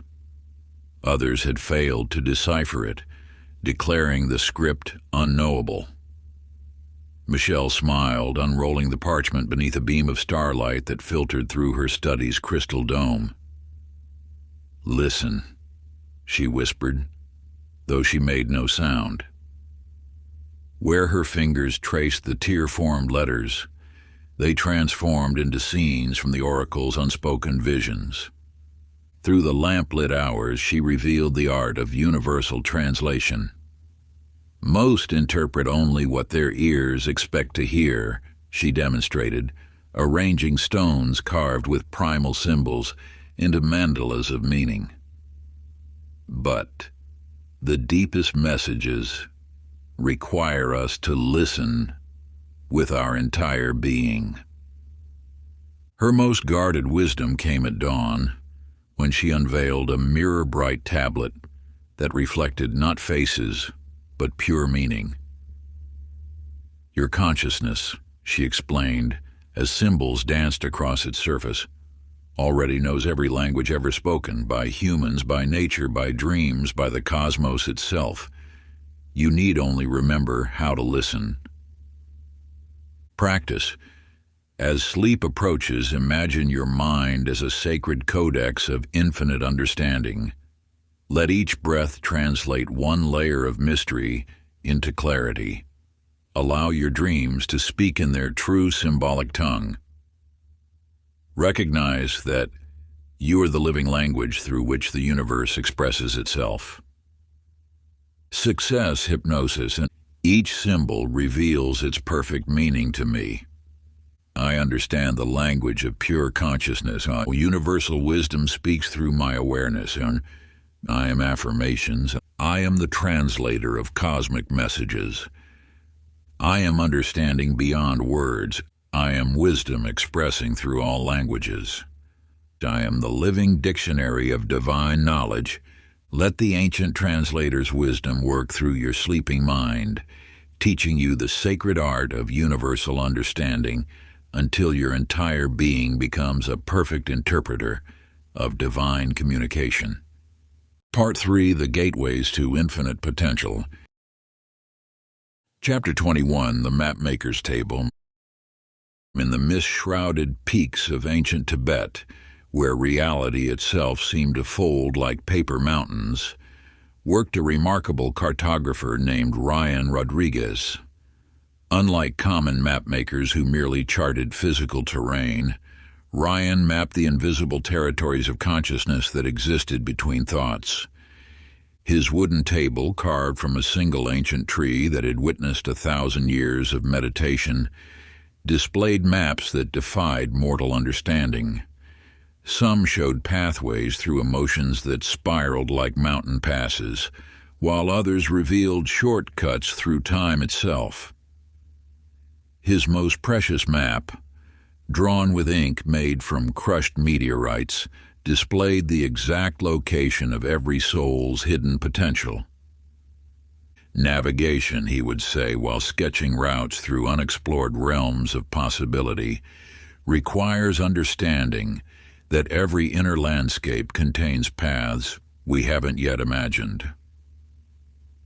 A lost pilgrim found his workshop one twilight carrying a map so old its edges had worn to stardust. Others had failed to read it, declaring its territories mythical. Ryan merely nodded, spreading the ancient parchment beneath crystals that hummed with Earth's deepest frequencies.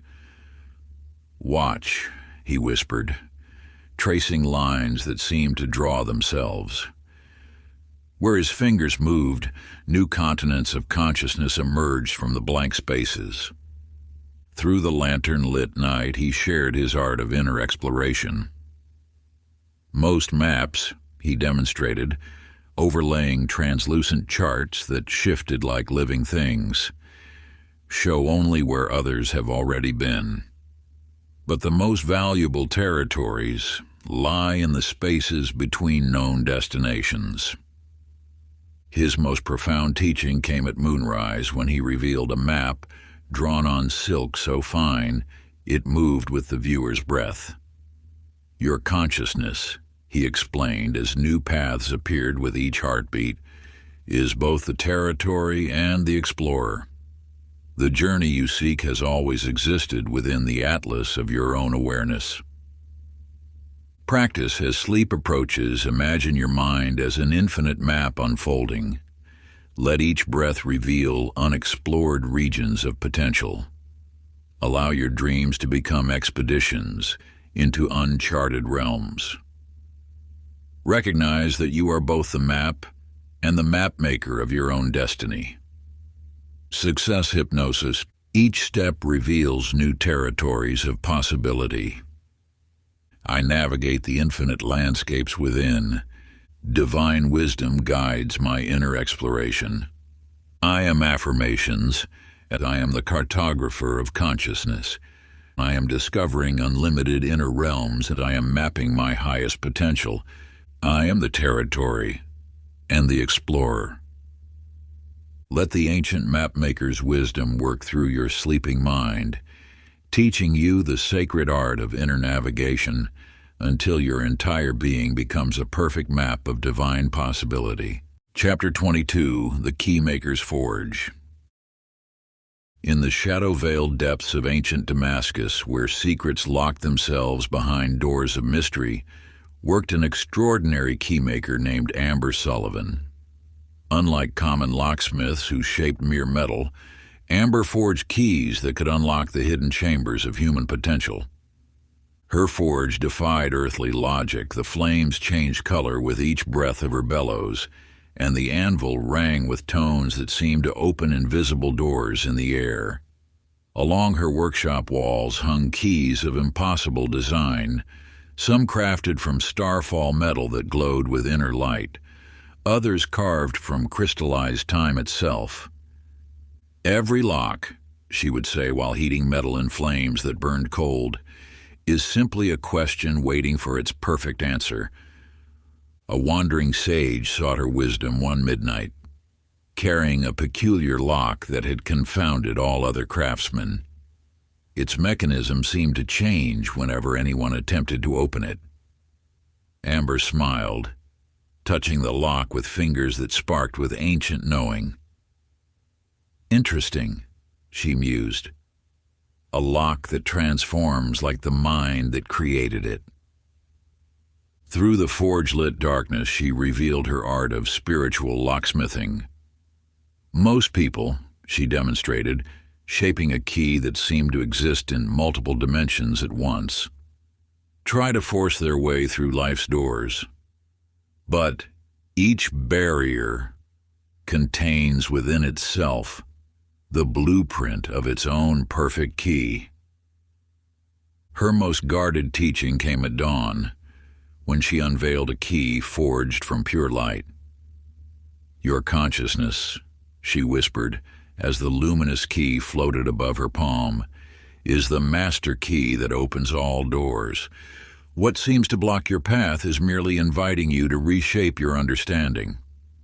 Practice as sleep approaches. Imagine your mind as a sacred forge. Let each breath temper the master key of your awareness. Allow your dreams to unlock hidden chambers of possibility. Feel yourself becoming the key that opens every door in the mansion of existence. Success hypnosis. Each challenge reveals its perfect solution to me. I unlock infinite potential with ease, or divine wisdom opens all doors before me. I am affirmations. I am the master key of consciousness.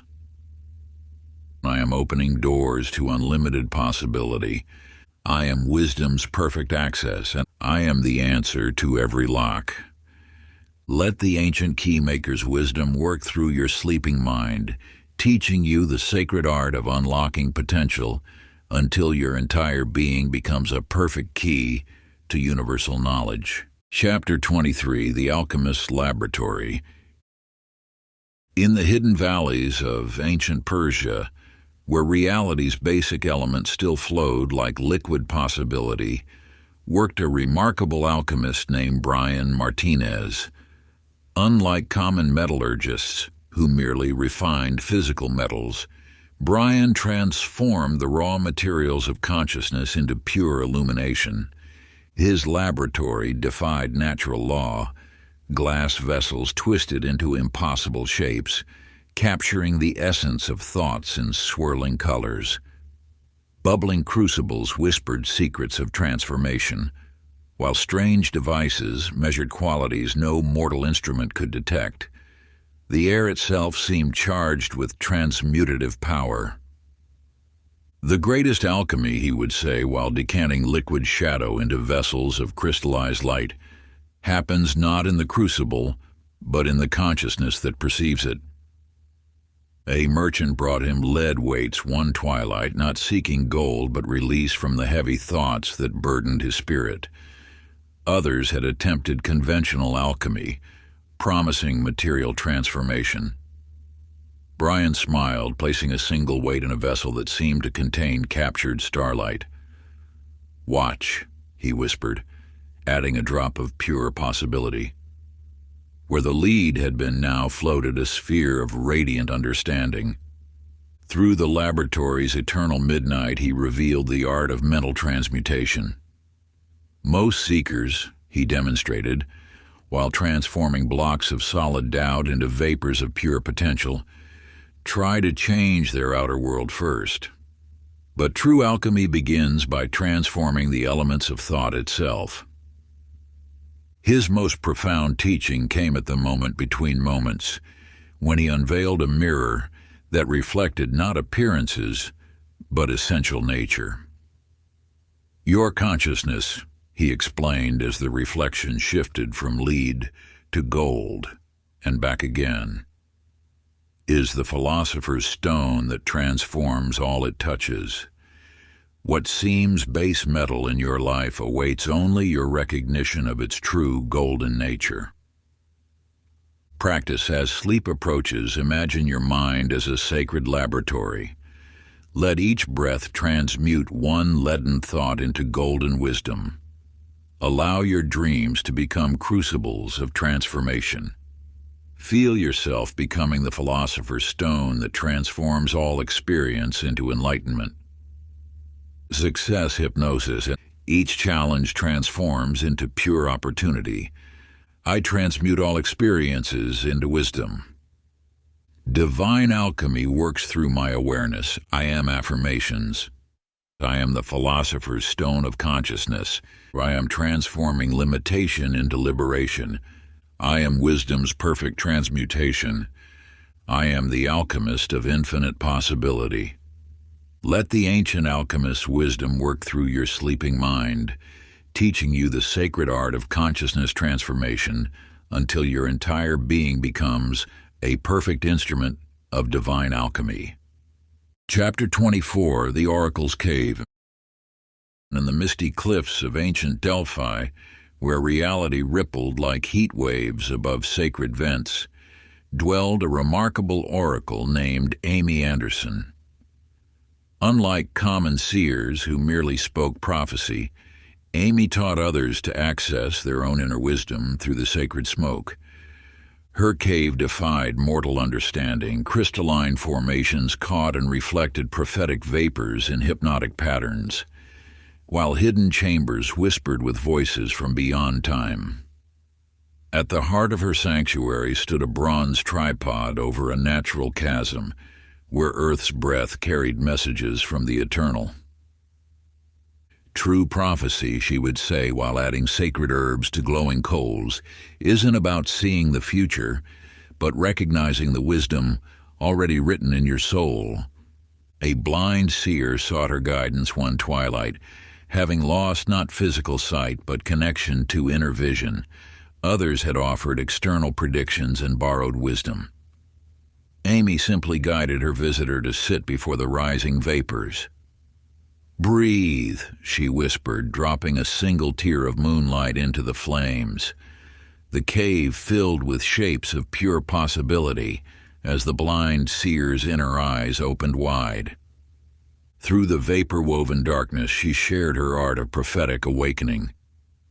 Most seekers, she demonstrated while reading patterns in the sacred smoke, search outside themselves for answers. But every soul carries within it an oracle, more ancient than these stones. Her deepest teaching emerged at the threshold of dawn, when she revealed a mirror of polished obsidian that showed not reflections, but soul truth. "Your consciousness," she explained, as images of past, present, and future danced across its surface, "is the original oracle. What seems hidden from you awaits only the right question to reveal itself." Practice. As sleep approaches, imagine your mind as a sacred cave of prophecy. Let each breath carry you deeper into inner knowing. Allow your dreams to become messengers of wisdom. Feel yourself becoming the oracle that bridges eternal truth with present understanding. Success hypnosis. Each moment reveals divine guidance perfectly. I access infinite wisdom with clarity. Sacred knowledge flows through my awareness. I am affirmations, or I am the oracle of consciousness. I am accessing limitless inner wisdom. I am truth's perfect vessel. I am the bridge between eternal and now. Let the ancient oracle's wisdom work through your sleeping mind, teaching you the sacred art of inner sight until your entire being becomes a perfect channel for divine knowledge. Chapter 25, The Bridge Builder's Gorge.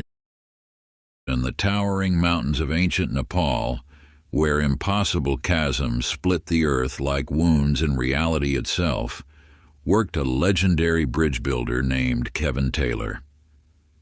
Unlike common engineers who merely spanned physical gaps, Kevin constructed bridges between what was and what could be. His workshop perched on the edge of the infinite gorge, a mystical chasm so deep its bottom vanished into swirling mists of possibility. Strange tools lined his walls, crafted from materials that seemed to exist in multiple realities at once. His measuring rods calculated distances in dreams as well as stone. "A bridge," he would say, while sketching plans in ink that shimmered between dimensions, "is not built of wood and rope, but of unwavering conviction that 2 points can connect." A merchant sought his help one twilight, desperate to bridge the gap between his current struggles and envisioned success. Others had suggested conventional paths and mundane solutions. Kevin smiled, unrolling a blueprint that seemed to map the merchant's very thoughts. "Watch," he whispered, as ghostly arches began materializing in the air, spanning not distance but probability. Through the mist-shrouded gorge, he revealed his art of consciousness construction. Most seekers, he demonstrated while anchoring ethereal cables into the bedrock of belief. Try to leap across their chasms in a single bound, but lasting bridges are built one stone of certainty at a time. His most profound teaching came at midnight, when he unveiled a model bridge crafted from pure potential. Your consciousness, he explained as the structure shifted and flowed like liquid starlight, is the master architect of reality. What seems an impassable gulf requires only your willingness to build the crossing. Practice as sleep approaches. Imagine your mind as a sacred construction site. Let each breath lay another stone in the bridge between your present and your vision. Allow your dreams to become the blueprints of possibility. Feel yourself becoming the bridge that connects all points of potential. Success hypnosis. Each step brings my vision closer to reality. I build pathways to infinite possibility. Divine architecture flows through my planning. I am affirmations. I am the bridge between now and destiny. I am connecting all points of potential. I am wisdom's perfect architect. I am the spans across all chasms. Let the ancient bridge builder's wisdom work through your sleeping mind, teaching you the sacred art of gap crossing until your entire being becomes a perfect bridge to your highest destiny. Chapter 26. The Stormcaller's Mountain. High in the windswept peaks of ancient Tibet, where tempests danced between earth and sky, dwelled a remarkable stormcaller named Rachel Rodriguez. Unlike common weather watchers who merely predicted storms, Rachel learned to harness the raw power of nature's fury for inner transformation. Her mountain sanctuary defied description. Crystalline spires drew lightning from clear skies, while wind-carved chambers hummed with the voices of approaching storms. At the pinnacle stood her meditation platform, suspended between raging clouds and solid stone, where she taught others to embrace their inner tempests. True power, she would say while conducting symphony with swirling clouds, comes not from controlling the storm, but from becoming one with its wild nature. A monastery's worth of monks once sought her wisdom, having grown weary of suppressing their turbulent emotions through rigid discipline. Others had preached only calm and stillness. Rachel laughed, her voice mixing with distant thunder. "Watch," she called as she stepped into a forming whirlwind. Where panic should have been, perfect peace radiated from her centered presence in chaos. Through howling gales and stinging rain, she revealed her art of storm mastery. Most seekers, she demonstrated while dancing between lightning bolts, try to banish their inner storms, but these tempests are pure power awaiting direction. Her deepest teaching came during a perfect maelstrom, when she showed how to find the eye of any storm. Your consciousness, she explained as wind and rain swirled harmlessly around her still form, is both thunder and silence, lightning and darkness, chaos and order, united in divine dance. Practice. As sleep approaches, imagine your mind as a sacred mountaintop. Let each breath draw your inner storms higher, transforming emotional turbulence into pure creative force. Allow your dreams to become the sky where all storms dance freely. Feel yourself becoming both the tempest and the peace at its heart. Success hypnosis. Each challenge amplifies my inner power. I transform all turmoil into pure energy. Divine force flows through my being. I am affirmations. I am the master of inner storms. I am transforming chaos into power. I am wisdom's perfect conductor. I am both tempest and stillness. Let the ancient stormcaller's wisdom work through your sleeping mind, teaching you the sacred art of emotional alchemy until your entire being becomes a perfect channel for divine power. Chapter 27: The Firewalker's Path. In the volcanic valleys of ancient Hawaii, where rivers of molten earth painted the night with amber light, lived a remarkable firewalker named Stephen Martinez. Unlike common mystics who merely preached courage, Stephen taught others to transform their fears into fuel for transformation through the sacred art of coal walking. His training ground sprawled across obsidian fields still warm from the earth's heart. Geometric patterns of glowing coals formed labyrinths of light, while carved basalt totems marked stations of progressive challenge. At the center blazed the Master's Path, 40 feet of white-hot coals that separated seekers from their highest potential. Fear, he would say while stoking the sacred fires, is not your enemy, but your escort, leading you directly to your next evolution.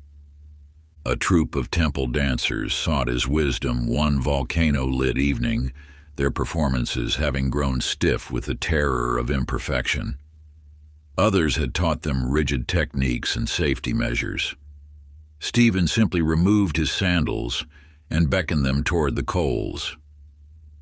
"Watch," he whispered, then walked across the burning path with the fluid grace of flowing lava.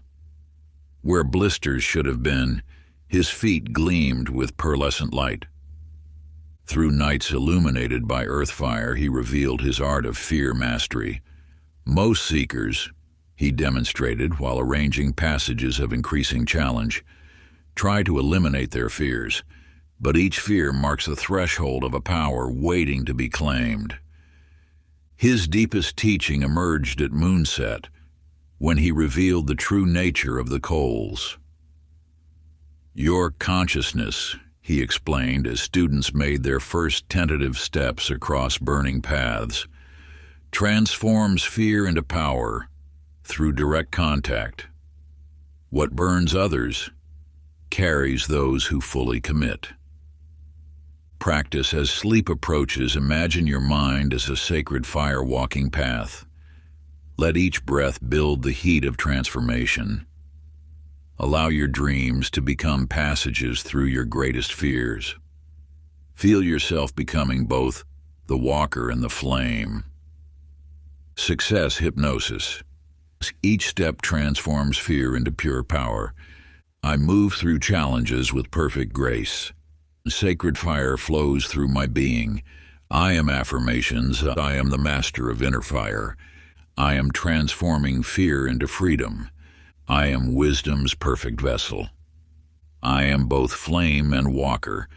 Let the ancient firewalker's wisdom work through your sleeping mind, teaching you the sacred art of fear transformation until your entire being becomes a perfect channel for unstoppable courage. Chapter 28: The Water Diviner's Desert.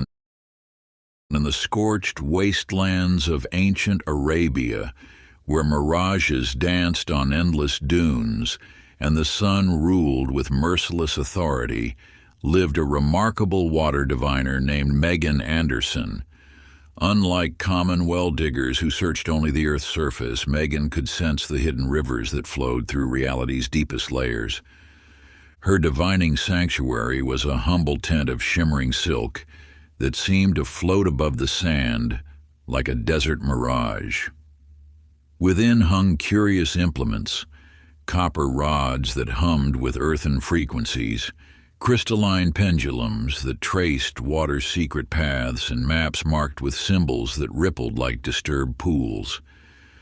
Water, she would say while trailing her fingers through invisible currents, doesn't vanish in the desert. It simply flows beneath what eyes can see, waiting for those wise enough to sense its song.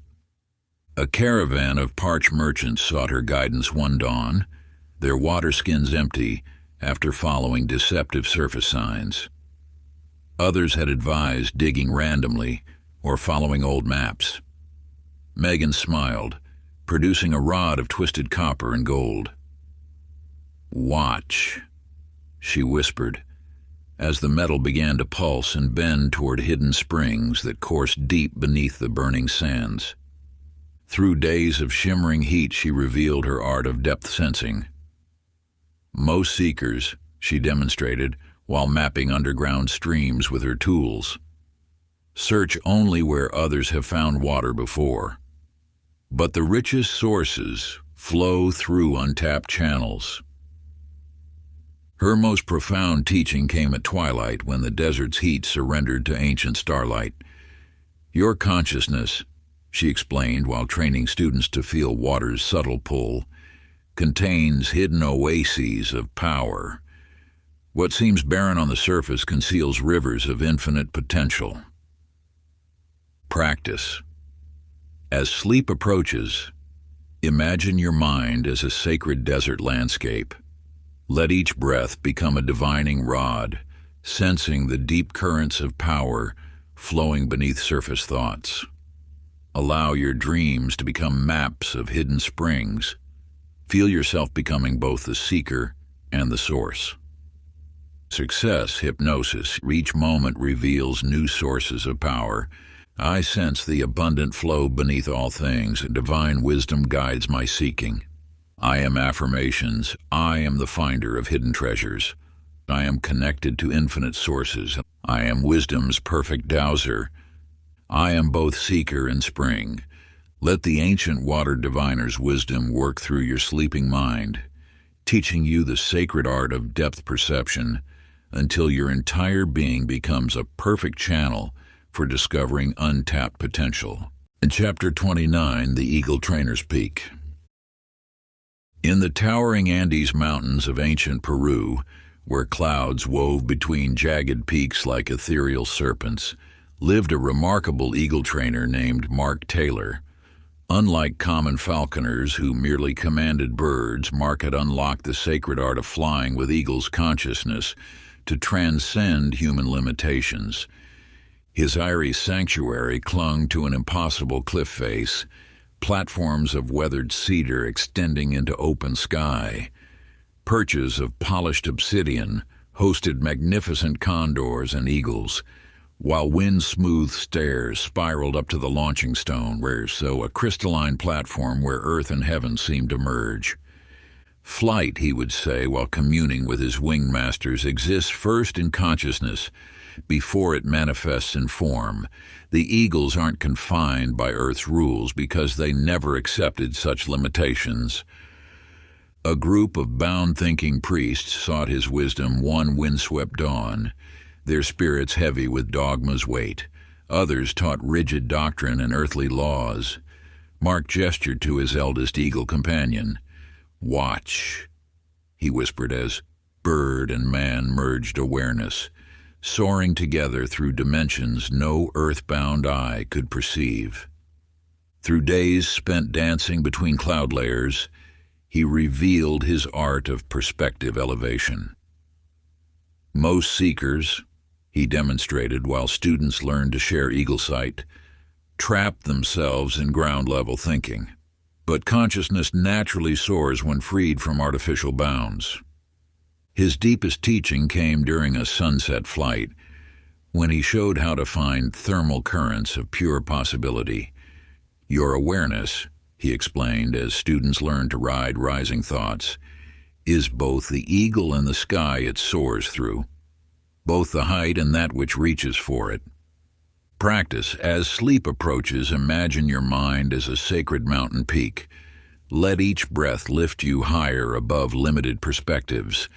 Allow your dreams to become flights through pure potential. Feel yourself becoming both the soaring eagle and the limitless sky. Success hypnosis. Each thought lifts me to new heights of being. I see life from the eagle's perspective. Divine wisdom guides my ascension. I am affirmations. I am the master of elevated consciousness. I am soaring beyond all limitations. I am wisdom's perfect vessel. I am both flight and freedom. Let the ancient eagle trainer's wisdom work through your sleeping mind, teaching you the sacred art of consciousness elevation until your entire being becomes a perfect channel for unlimited potential. Chapter 30, The Cave Painter's Gallery. Deep within the sacred caverns of ancient Australia, where ochre walls held memories older than time itself, lived a remarkable cave artist named Kimberly Rodriguez. Unlike common painters who merely decorated surfaces, Kimberly had mastered the mystical art of bringing desires into reality through living pigments drawn from the earth's own dreams. Her gallery was a vast network of crystalline chambers, each wall a canvas where reality itself seemed to blur and shift. She worked with paints ground from meteor dust, ceremonial ochres passed down through millennia, and mysterious pigments that seemed to glow with their own inner light. The cave walls, she would say while mixing her sacred colors, are the membrane between what is and what could be. Each stroke of color is a thread pulling possibility into existence. A tribe of struggling visionaries sought her wisdom one moonless night, their dreams fading like morning mist. Others had taught visualization and positive thinking. Kimberly simply dipped her fingers in stardust paint. "Watch," she whispered, then touched the cave wall. Where her fingers met stone, images began to move and breathe, stepping into reality like children emerging from morning fog. Through nights illuminated by phosphorescent paintings, she revealed her art of reality creation. Most seekers, she demonstrated while teaching students to mix living pigments, try to force their desires into being. But manifestation is an art of gentle invitation, letting what could be seep through the walls of what is. Her deepest teaching emerged at dawn, when the cave paintings seemed most alive. "Your consciousness," she explained as students made their first tentative marks, "is both the artist and the cave wall. What you paint with conviction becomes the reality you inhabit." Practice. As sleep approaches, imagine your mind as a sacred cave gallery. Let each breath mix new colors of possibility. Allow your dreams to become living paintings that step into reality. Feel yourself becoming both the artist and the masterpiece. Success hypnosis. Each thought paints new realities into being. I create with the power of ancient wisdom. Divine artistry flows through my hands. I am affirmations. I am the master of conscious creation. I am painting my perfect reality. I am wisdom's sacred artist. I am both painter and canvas. Let the ancient cave painter's wisdom work through your sleeping mind, teaching you the sacred art of reality creation until your entire being becomes a perfect channel for manifesting dreams into existence. Part 4, Masters of Perception. Chapter 31, The Rope Walker's Chasm. High in the mist-shrouded peaks of ancient Nepal, where bottomless chasms split the world like wounds in reality itself, lived a legendary rope walker named Timothy Sullivan. Unlike common acrobats who merely entertain crowds, Timothy had mastered the sacred art of walking the invisible line between doubt and faith. His training ground was a heart-stopping gorge where ancient ropes, woven from mountain hemp and blessed with centuries of prayers, spanned impossible distances through swirling mists. Prayer flags fluttered like rainbow wings, while brass bells marked distances that seemed to defy mortal crossing. "The rope," he would say while preparing his students, "is not what truly holds you up. It is the perfect balance between fear's wisdom and faith's wings that keeps you from falling." A group of conflicted seekers found him one dawn, their hearts torn between earthly caution and spiritual calling, Others taught blind faith or rigid skepticism. Timothy simply tied a blindfold of silk. "Watch," he whispered, then stepped onto the swaying rope, dancing between worlds while chanting ancient mantras that seemed to weave an invisible net beneath him. Through days suspended above the void, he revealed his art of sacred balance. Most seekers, he demonstrated while teaching students to feel the rope with bare feet, fall by leaning too far toward either doubt or belief. But wisdom walks the razor's edge between. His most profound teaching came during twilight crossings, when reality itself seemed as thin as the rope. "Your path," he explained, while guiding trembling students across the abyss, "is neither the leap of blind faith nor the paralysis of doubt. It is the dance of perfect balance between." Practice as sleep approaches. Imagine your mind as a sacred rope spanning infinity. Let each breath find perfect equilibrium between grounding and soaring. Allow your dreams to become exercises in divine balance. Feel yourself becoming both the walker and the way. Success hypnosis. Each step brings perfect balance to my being. I walk with confidence between extremes, and divine wisdom guides my every movement. I am affirmations. I am the master of perfect equilibrium. I am balanced in all circumstances. I am wisdom's perfect expression. I am both journey and destination. Let the ancient rope walker's wisdom work through your sleeping mind, teaching you the sacred art of balance until your entire being becomes a perfect channel for harmonizing all opposing forces. Chapter 32. The Gem Cutter's Workshop. In the secret valleys of ancient Sri Lanka, where raw gems slept in earthen wombs waiting to reveal their inner fire, lived a legendary gem cutter named Christina Martinez. Unlike common jewelers who merely shape stones for beauty, Christina had mastered the sacred art of cutting away all that obscured a being's true essence. Her workshop was carved from a single massive crystal, its faceted walls reflecting infinite possibilities of light. Sacred geometry patterns lined the floor, each angle precisely aligned to cosmic mathematics. Her tools were fashioned from star metal, singing with ethereal tones as they released the light trapped within rough stones. "Every being," she would say while studying a raw diamond, "contains perfect brilliance within. The art lies not in creating beauty, but in precisely removing everything that hides it." A group of seekers still rough with attachment found her one twilight, their potential obscured by layers of false identity. Others taught addition and accumulation. Christina lifted a clouded crystal.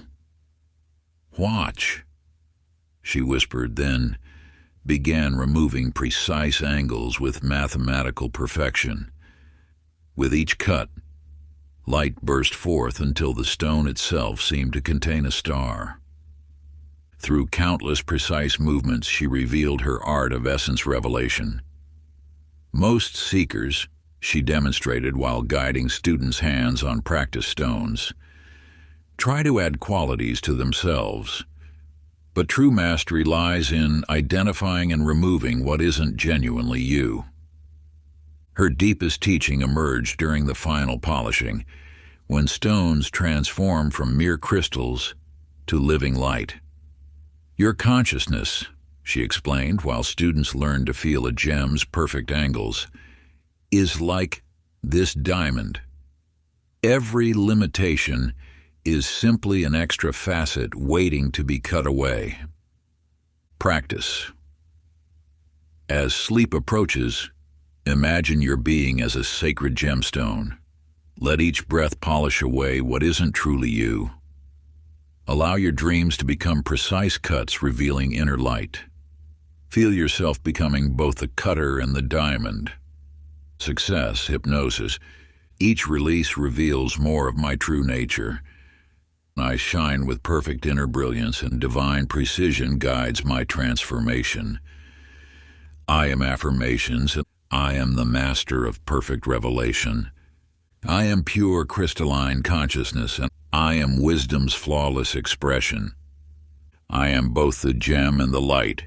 Let the ancient gem cutter's wisdom work through your sleeping mind, teaching you the sacred art of essence revelation until your entire being becomes a perfect channel for divine light. Chapter 33, The Wind Listener's Tower. In the remote highlands of ancient Mongolia, where wind-carved peaks pierce the clouds like nature's own towers, lived a remarkable wind listener named Sean Anderson. Unlike common weather watchers who merely predicted storms, Sean had mastered the sacred art of hearing the whispered guidance carried on every breeze. His sanctuary was a mysterious spiral tower built by forgotten architects, its countless windows and hollow chambers creating an intricate symphony of aerial voices. Wind chimes crafted from sky iron hung at precise intervals, each tone corresponding to an ancient truth waiting to be heard.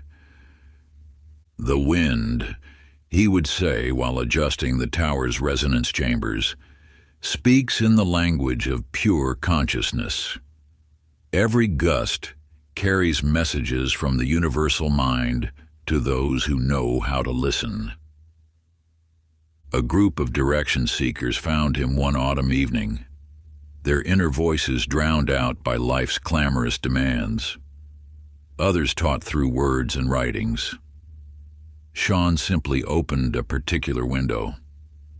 "Listen," he whispered, then adjusted crystal resonators until the wind's random howls transformed into clear, melodic guidance.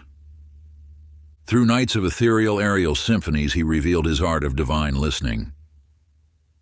Most seekers, he demonstrated while teaching students to attune their ears, try to force wisdom to speak louder. But true guidance comes when you learn to silence everything that isn't the wind's voice. His most profound teaching emerged during the pre-dawn hours, when the world's breath was softest. Your intuition, he explained as students learned to distinguish between ordinary thoughts and wind-carried wisdom, is like these breezes, always speaking, rarely heard, endlessly patient. Practice as sleep approaches. Imagine your mind as a sacred wind tower. Let each breath align your inner chambers to cosmic currents. Allow your dreams to become exercises in perfect listening. Feel yourself becoming both the tower and the wind. Success hypnosis. Each breath attunes me to divine guidance. I hear wisdom in life's gentle whispers. Universal truth speaks through my being. I am affirmations. I am the master of inner listening. I am attuned to cosmic wisdom. I am divine guidance embodied. I am both receiver and message. Let the ancient wind listener's wisdom work through your sleeping mind, teaching you the sacred art of hearing guidance until your entire being becomes a perfect channel for universal truth. Chapter 34, The Moon Reader's Circle. In the mist-veiled mountains of ancient Tibet, where sacred pools mirrored celestial mysteries like liquid silver, lived a legendary moon reader named Brittany Taylor. Unlike common astrologers who merely tracked lunar phases, Brittany had mastered the sacred art of aligning human transformation with cosmic rhythms. Her sanctuary was a ring of 13 pools carved into living stone, each basin capturing moonlight at precise angles throughout the lunar cycle. Ancient symbols etched around the pool's edges formed a calendar older than written history, marking the optimal moments for every type of spiritual transformation. "The moon's phases," she would say while trailing her fingers through the glowing water, "are nature's own instruction manual for timing our inner changes. Every phase holds a different transformative power. A group of impatient seekers found her one twilight, their hearts burning with desire for instant enlightenment. Others promised quick results through forceful methods. Brittany simply gestured to a pool reflecting the crescent moon. "Watch," she whispered, then demonstrated how certain spiritual practices flourished or faltered depending on lunar timing. Through cycles of waxing and waning light, she revealed her art of celestial alignment.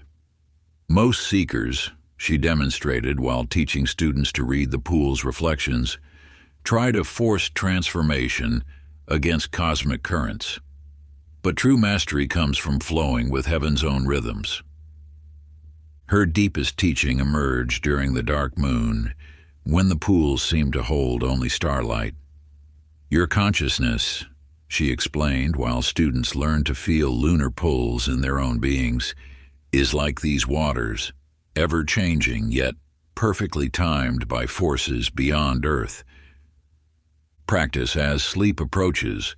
Imagine your mind as a sacred pool reflecting moonlight. Let each breath align with cosmic rhythms. Allow your dreams to become exercises in perfect timing. Feel yourself becoming both the water and the light. Success hypnosis. Each phase brings perfect transformation timing. I flow naturally with universal rhythms. Divine timing guides my evolution. I am affirmations. I am the master of sacred timing. I am aligned with cosmic cycles, and I am wisdom's perfect rhythm. I am both mirror and moonlight. Let the ancient moon reader's wisdom work through your sleeping mind, teaching you the sacred art of timing until your entire being becomes a perfect channel for celestial transformation. Chapter 35, The Maze Walker's Labyrinth.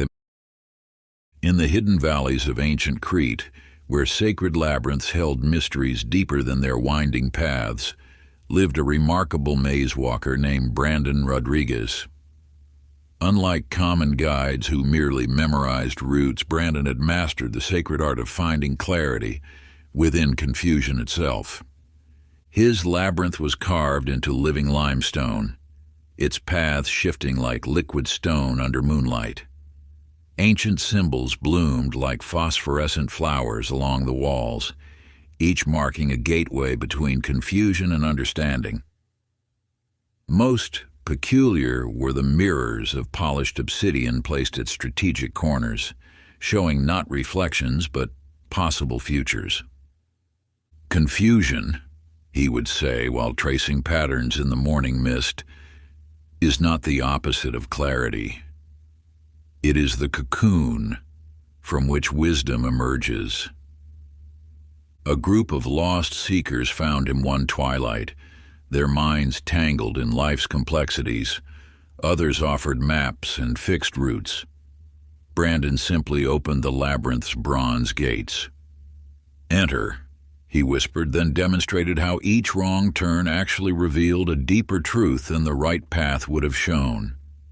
Through moonlit wanderings and starlit revelations, he revealed his art of navigating uncertainty. Most seekers, he demonstrated while leading students through apparently endless corridors, try to eliminate confusion, but true mastery comes from learning to dance with it. His most profound teaching emerged when students finally understood that the labyrinth's center was not a place, but a state of being. Your mind, he explained, while showing how to read the living patterns in stone, is like this maze. Its very complexity holds the key to transcendent simplicity. Practice. As sleep approaches, imagine your thoughts as a sacred labyrinth. Let each breath illuminate another turn in the path. Allow your dreams to become exercises in perfect navigation. Feel yourself becoming both the walker and the maze. Success hypnosis. Each step through confusion leads to greater clarity. I find divine guidance in life's complexities, and uncertainty reveals my deepest wisdom. I am affirmations. I am the master of sacred navigation. I am clarity born from confusion. I am wisdom's perfect pathfinder. I am both the journey and the destination. Let the ancient maze walker's wisdom work through your sleeping mind, teaching you the sacred art of finding clarity until your entire being becomes a perfect channel for divine guidance through life's mysteries. Chapter 36, The Sand Reader's Beach. Along the mystical shores of ancient Arabia, where eternal tides carved messages in countless grains of sand, lived a remarkable pattern reader named Samantha Sullivan. Unlike common fortune tellers who used fixed symbols, Samantha had mastered the sacred art of reading the ever-shifting language written by wind and wave upon the shore. Her sanctuary was a hidden cove where three currents met, creating intricate mandalas in the sand that transformed with each passing moment. Ancient stones marked with spiral glyphs stood like silent guardians, focusing the cosmic forces that wrote wisdom in temporary temples of sand. The beach, she would say while studying the dawn-painted patterns, is Earth's own scroll of transformation. Every tide erases the old to make space for new revelation. A group of progress-seeking students found her one evening, frustrated by their inability to measure spiritual growth. Others offered rigid benchmarks and fixed goals. Samantha simply pointed to where waves retreated from shore. "Watch," she whispered, then demonstrated how each wave's pattern told the story of its journey from deep water to beach. Through cycles of ebb and flow, she revealed her art of reading life's shifting signs. Most seekers, she demonstrated while teaching students to interpret sand ripples, try to grasp permanent markers of progress, but true growth is written in patterns of constant change. Her deepest teaching emerged during the midnight tide, when phosphorescent plankton made the waves glow like liquid starlight. "Your consciousness," she explained, while students learned to see meaning in temporary forms, "is like these sands, constantly rearranged by divine forces into messages meant just for you." Practice as sleep approaches. Imagine your mind as a sacred shore where wisdom writes itself in sand. Let each breath flow like gentle waves. Allow your dreams to become exercises in perfect pattern reading. Feel yourself becoming both the beach and the tide. Success hypnosis. Each change reveals divine messages to me. I read wisdom in life's shifting patterns. Universal truth flows through constant change. I am affirmations, and I am the master of sacred interpretation. I am aligned with eternal rhythms. I am wisdom's perfect reader. I am both the message and the medium. Let the ancient sand reader's wisdom work through your sleeping mind, teaching you the sacred art of recognizing progress until your entire being becomes a perfect channel for understanding transformation's subtle signs. Chapter 37, The Crystal Singer's Cavern. Deep beneath the Ural Mountains, where ancient crystals held the frequencies of creation itself, lived a remarkable sound healer named Jeremy Martinez.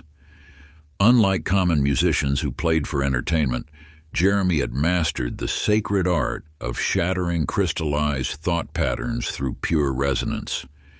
His sanctuary was a vast cathedral cavern where giant quartz crystals grew like frozen symphonies from floor to ceiling. Most extraordinary was the central crystal, a massive clear column that hummed with a note so pure it could dissolve centuries of mental stagnation in a single sustained tone. Each thought pattern, he would say while running a moistened finger along a crystal's edge, has its own crystalline structure, and like any crystal, it can be transformed through the perfect frequency. A group of seekers found him one dawn, their minds rigid with ancient beliefs that no longer served them. Others suggested force or logic to break old patterns. Jeremy simply touched the master crystal. "Listen," he whispered, then demonstrated how certain sounds could cause seemingly solid structures to dissolve and reform. Through octaves of crystalline song, he revealed his art of vibrational transformation. Most seekers, he demonstrated while teaching students to find their crystal-shattering voice, try to break old patterns with more thinking. But true freedom comes from finding the resonance that makes transformation inevitable. His deepest teaching emerged when students discovered that their own bodies were crystalline structures of thought. "Your consciousness," he explained, while showing how to direct sound through mental formations, "is like these caves. Its patterns seem solid until the perfect note reveals their fluid nature. Practice as sleep approaches. Imagine your limiting beliefs as crystals in a sacred cave. Let each breath become a pure tone. Allow your dreams to become exercises in perfect resonance. Feel yourself becoming both the singer and the song." Success hypnosis. Each pure tone dissolves my limitations. I vibrate in harmony with transformation. Divine frequencies reshape my reality. I am affirmations. I am the master of sacred sound. I am pure transformative resonance. I am wisdom's perfect frequency. I am both the crystal and the song. Let the ancient crystal singer's wisdom work through your sleeping mind, teaching you the sacred art of vibrational transformation until your entire being becomes a perfect channel for consciousness-altering frequencies. Chapter 38, The Shadow Dancer's Grove. In the forbidden forests of ancient Macedonia, where moonlight and shadow performed their eternal dance, lived a remarkable night mystic named Aaron Anderson. Unlike common performers who sought the spotlight, Aaron had mastered the sacred art of dancing with darkness itself, transforming rejected aspects of consciousness into sources of power.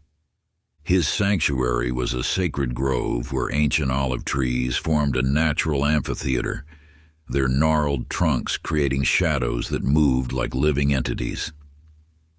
Most extraordinary were the obsidian pools scattered throughout, each reflecting not just darkness but the hidden faces of those who dared to look deeply. "Our shadows," he would say while moving through patches of darkness and light, "are not our enemies, but our forgotten teachers. Each holds a gift wrapped in fear's dark paper." A group of seekers found him one twilight, each running from their own darkness. Others taught suppression or battle against the shadow self. Aaron simply stepped into the deepest patch of darkness. "Watch," he whispered, then demonstrated how to move in perfect partnership with his own shadow, transforming feared movements into demonstrations of grace. Through dusk's deepening embrace, he revealed his art of shadow integration. Most seekers, he demonstrated, while teaching students to dance with their reflected darkness, try to banish their shadows. But true power comes from learning to lead them in life's grand dance. His most profound teaching emerged when students realized that their shadows grew smaller as they moved toward their light source. "Your feared aspects," he explained, while showing how to turn shadow shapes into allies, "are like these dancing darknesses. Their size depends entirely on where you stand in relation to your light." Practice as sleep approaches. Imagine your fears as shadows in a sacred grove. Let each breath invite another shadow to dance. Allow your dreams to become exercises in perfect partnership with your darkness. Feel yourself becoming both the dancer and the shadow. Success hypnosis. Each shadow holds a sacred gift for me. I transform darkness into divine power. My feared aspects become my greatest allies. I am affirmations. I am the master of sacred integration. I am unity of light and shadow. I am wisdom's perfect dancer. I am both the darkness and the light.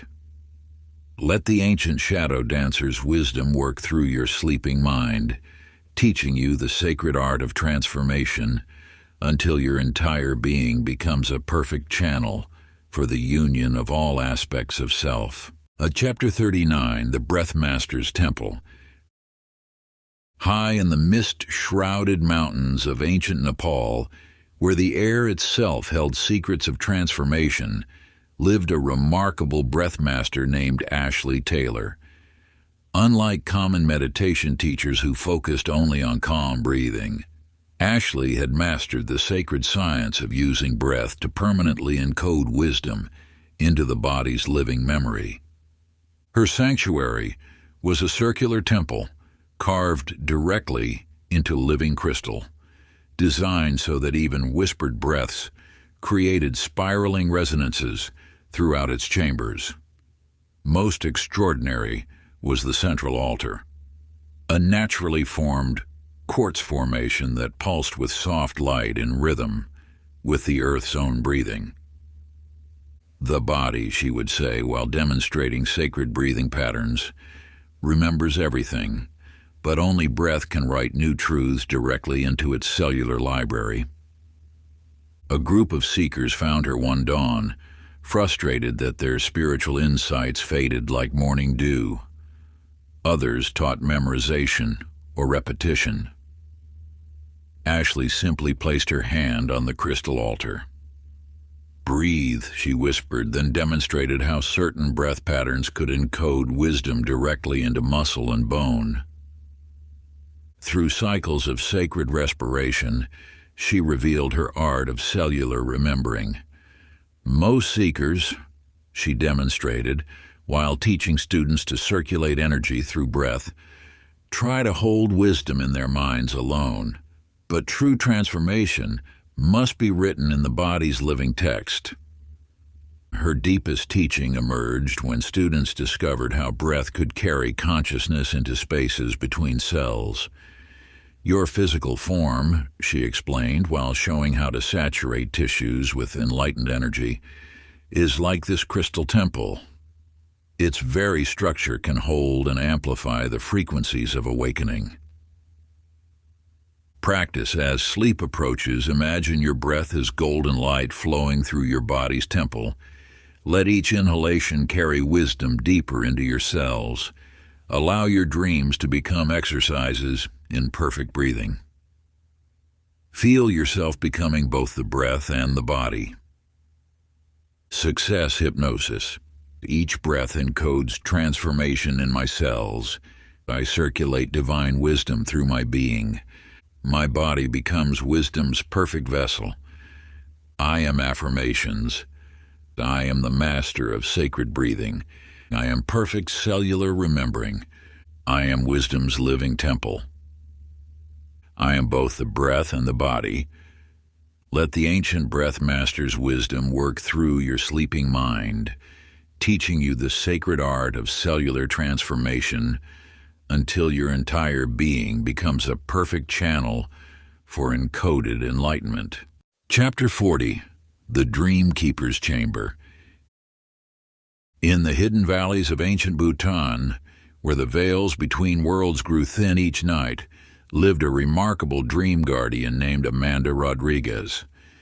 Unlike common mystics who interpreted dreams after waking, Amanda had mastered the sacred art of programming the sleeping mind to solve life's deepest mysteries.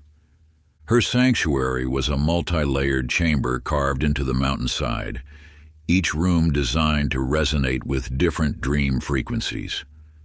Most extraordinary was the central dreaming pool, a still mirror of water that reflected not just images, but possibilities from infinite probable futures. Dreams, she would say while dropping sacred herbs into her meditation tea, are not mere night stories, but portals into the quantum field of all solutions. We must learn to plant the right seeds before sleep. A group of seekers found her one dusk, their minds tangled with seemingly impossible problems. Others suggested harder thinking or outside counsel. Amanda simply gestured to the dreaming pool. "Watch," she whispered, then demonstrated how to cast specific questions into the water, programming the night's journey before it began. Through evening's deepening mysteries, she revealed her art of dream navigation. Most seekers, she demonstrated while teaching students to create dream maps, wait for random dreams to offer guidance. But true wisdom comes from learning to plant precise questions in fertile night soil. Her most profound teaching emerged when students discovered they could actually shape their dream landscapes before sleep. "Your sleeping mind," she explained, while showing how to craft dream scenarios, "is like this sacred pool. It will reflect whatever patterns you cast upon it with clear intention." Practice as sleep approaches. Imagine your question or challenge as a shimmering seed. Plant it deliberately in the fertile soil of your dream mind. Allow your night journey to become a guided quest for specific wisdom. Feel yourself becoming both the dreamer and the dream. Success hypnosis. Each night brings perfect solutions. I navigate my dreams with clear purpose. My sleeping mind solves all mysteries. I am affirmations. I am the master of sacred dreaming. I am perfect dream navigation. I am wisdom's sleeping vessel. I am both the question and answer. Let the ancient dream keeper's wisdom work through your sleeping mind, teaching you the sacred art of nocturnal programming until your entire being becomes a perfect channel for solution-manifesting dreams. Part 5, Alchemy of the Spirit. Chapter 41, The Compass Maker's Shop. In the misty harbors of ancient Phoenicia, where sailors learned to read the secret language of stars, lived a remarkable compass maker named Matthew Sullivan. Unlike common craftsmen who forged ordinary navigation tools, Matthew had mastered the sacred art of creating instruments that could detect one's highest destiny. His workshop perched on wind-worn cliffs overlooking the great sea, filled with rare lodestones and mysterious metals that seemed to hum with their own inner music. Most extraordinary was his testing chamber, a perfectly circular room where every compass revealed not just magnetic north, but the true spiritual pole of each seeker's soul. Direction, he would say while carefully magnetizing sacred needles, isn't just about knowing where you are. It's about recognizing where your highest self is calling you to journey. A group of lost souls found him one stormy evening, each feeling pulled in countless conflicting directions. Others offered maps or fixed destinations. Matthew simply placed a blank compass face before them. "Observe," he whispered, then demonstrated how each person's presence caused the needle to point toward their unique spiritual north. Through Tempest's wild energy, he revealed his art of inner alignment. Most seekers, he demonstrated while teaching students to attune their personal lodestones, try to follow others' directions, but true navigation comes from calibrating your own internal compass to resonate with your highest good.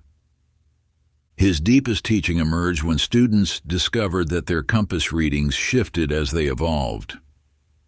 Your spiritual orientation, he explained while showing how to read subtle needle movements, is like the living sea. Its currents change as you grow, always guiding you toward your next horizon of becoming. Practice. As sleep approaches, imagine a sacred compass in your heart center. Let its needle respond to your soul's magnetic truth. Allow your dreams to become exercises in perfect navigation. Feel yourself becoming both the compass and the destination. Success hypnosis. Each moment guides me toward my highest good. I navigate life's waters with perfect wisdom. My inner compass always points true north. I am affirmations. I am the master of sacred direction. I am perfect inner guidance, or I am wisdom's true north. I am both the journey and the destination. Let the ancient compass maker's wisdom work through your sleeping mind, teaching you the sacred art of spiritual navigation until your entire being becomes a perfect channel for divine direction. Chapter 42. The Tide Reader's Shore. Along the ancient Mediterranean coast of Phoenicia, where azure waves whispered timeless secrets to patient listeners, lived a remarkable tide reader named Sarah Martinez. Unlike common fortune-tellers who read palms or stars, Sarah had mastered the sacred art of interpreting life's natural rhythms through the ocean's endless dance. Her sanctuary was a crescent-shaped cove of smoothly worn stones, where mystical currents created patterns found nowhere else along the shore. Most extraordinary was her reading pool, a natural basin in the rocks that reflected the tide's messages in ways only she could decode. Change, she would say while trailing her fingers through the sacred waters, follows patterns as regular as the ocean's breath. Fighting the tide exhausts you. Learning to flow with it transforms you. A group of frustrated seekers found her one evening, each struggling against life's currents. Others advised pushing harder or giving up. Sarah simply gestured to where waves met shore. "Watch closely," she whispered, then demonstrated how each wave's retreat prepared the way for the next advance. Through moonlit teachings, she revealed her art of rhythm reading. Most seekers, she demonstrated while showing students how to detect subtle water patterns, try to force their timing. But true mastery comes from learning to dance with the natural rhythms of transformation. Her deepest wisdom emerged when students discovered how their own inner tides mirrored the ocean's cycles. Your consciousness, she explained while teaching them to read the water's secret script, is like this eternal sea. It moves in perfect patterns of ebb and flow, each retreat gathering strength for the next surge forward. Practice as sleep approaches. Imagine yourself beside the sacred shore. Let each wave's rhythm align with your breath. Allow your dreams to become exercises in perfect timing. Feel yourself becoming both the tide and the shore. Success hypnosis. Each cycle carries me closer to mastery. I flow effortlessly with life's rhythms. My timing aligns with universal wisdom. I am affirmations. I am the master of sacred timing. I am perfect rhythmic flow. I am wisdom's eternal tide. I am both the wave and the shore. Let the ancient tide reader's wisdom work through your sleeping mind, teaching you the sacred art of cyclical transformation until your entire being becomes a perfect channel for nature's divine timing. Chapter 43. The Star Mapper's Observatory. High in the mountains of ancient Persia, where celestial bodies trace their eternal dance closest to Earth, lived a remarkable star mapper named Joshua Anderson. Unlike common astronomers who merely charted celestial positions, Joshua had discovered the sacred art of reading the cosmic choreography that shapes human consciousness. His observatory was a seven-sided tower of polished obsidian, each wall precisely aligned with different stellar gates. Most extraordinary was the central mapping chamber, its domed ceiling made of crystalline sheets that magnified the heavens while revealing normally invisible stellar threads connecting stars to souls. The cosmos above, he would say, while adjusting his sacred astrolabe, moves in perfect harmony with the universe within. Your thoughts follow the same divine patterns as the stars themselves. A group of scattered minds found him one clear night, their thoughts as chaotic as shooting stars. Others suggested meditation or focus exercises. Joshua simply pointed to the wheeling constellations overhead. "Observe," he whispered, then demonstrated how each person's mental patterns precisely mirrored specific stellar movements. Through night's transparent wisdom, he revealed his art of cosmic alignment. Most seekers, he demonstrated while teaching students to track celestial currents, try to force their thoughts into rigid patterns. But true clarity comes from allowing your mind to move in natural orbits like the stars themselves.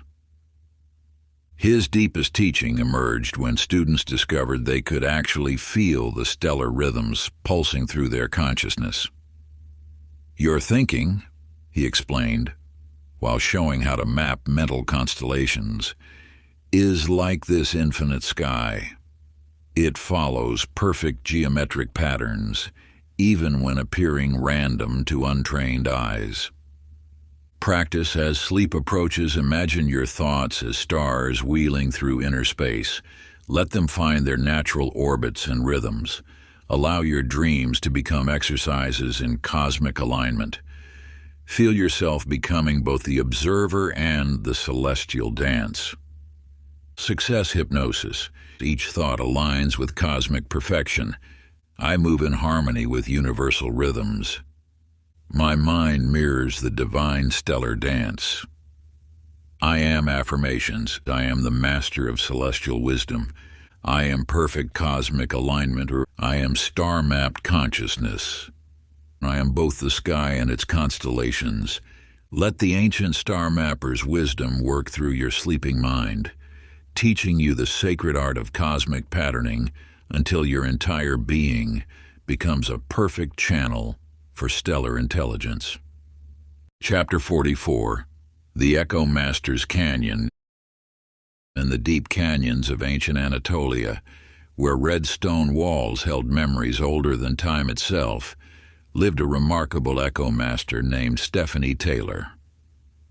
Unlike common sound workers who merely played with reflected noise, Stephanie had mastered the sacred art of using echoes to reveal the hidden dialogues between conscious and subconscious minds. Her sanctuary was a mysterious curved canyon where 7 different echoes would answer each call, each reflection revealing a deeper layer of inner truth. Most extraordinary was her echo chamber, a natural amphitheater where the sound waves spiraled in ways that could unlock the voice of one's sleeping wisdom. "Every question," she would say while positioning seekers at precise points among the rocks, "already contains its answer. The echo simply reveals what your deeper self already knows." A group of uncertain souls found her one twilight, each struggling to hear their inner guidance. Others advised meditation or divination. Stephanie simply led them to different points in her canyon. "Listen carefully," she whispered, then demonstrated how each person's spoken doubt returned, transformed into crystal clarity. Through stone-carved acoustics, she revealed her art of echo dialogue. Most seekers, she demonstrated while teaching students to shape their calls, try to force answers from outside. But true guidance comes from learning to hear how your own wisdom echoes back to you. Her deepest teaching emerged when students discovered that different tones revealed different levels of inner knowing. Your consciousness, she explained while showing them to interpret subtle sound variations, is like this ancient canyon. Each level reflects back exactly what you need to hear, if you learn to listen properly. Practice. As sleep approaches, imagine yourself in the sacred canyon. Let each thought echo through its depths. Allow your dreams to become exercises in perfect listening. Feel yourself becoming both the call and its answer. Success hypnosis. Each question carries its perfect answer. I hear my inner wisdom with clarity. My consciousness reflects perfect truth. I am affirmations. I am the master of inner dialogue. I am perfect sacred resonance, and I am wisdom's true echo. I am both the voice and its answer. Let the ancient echo master's wisdom work through your sleeping mind, teaching you the sacred art of inner listening until your entire being becomes a perfect channel for divine dialogue. Chapter 45, The Volcano Walker's Crater.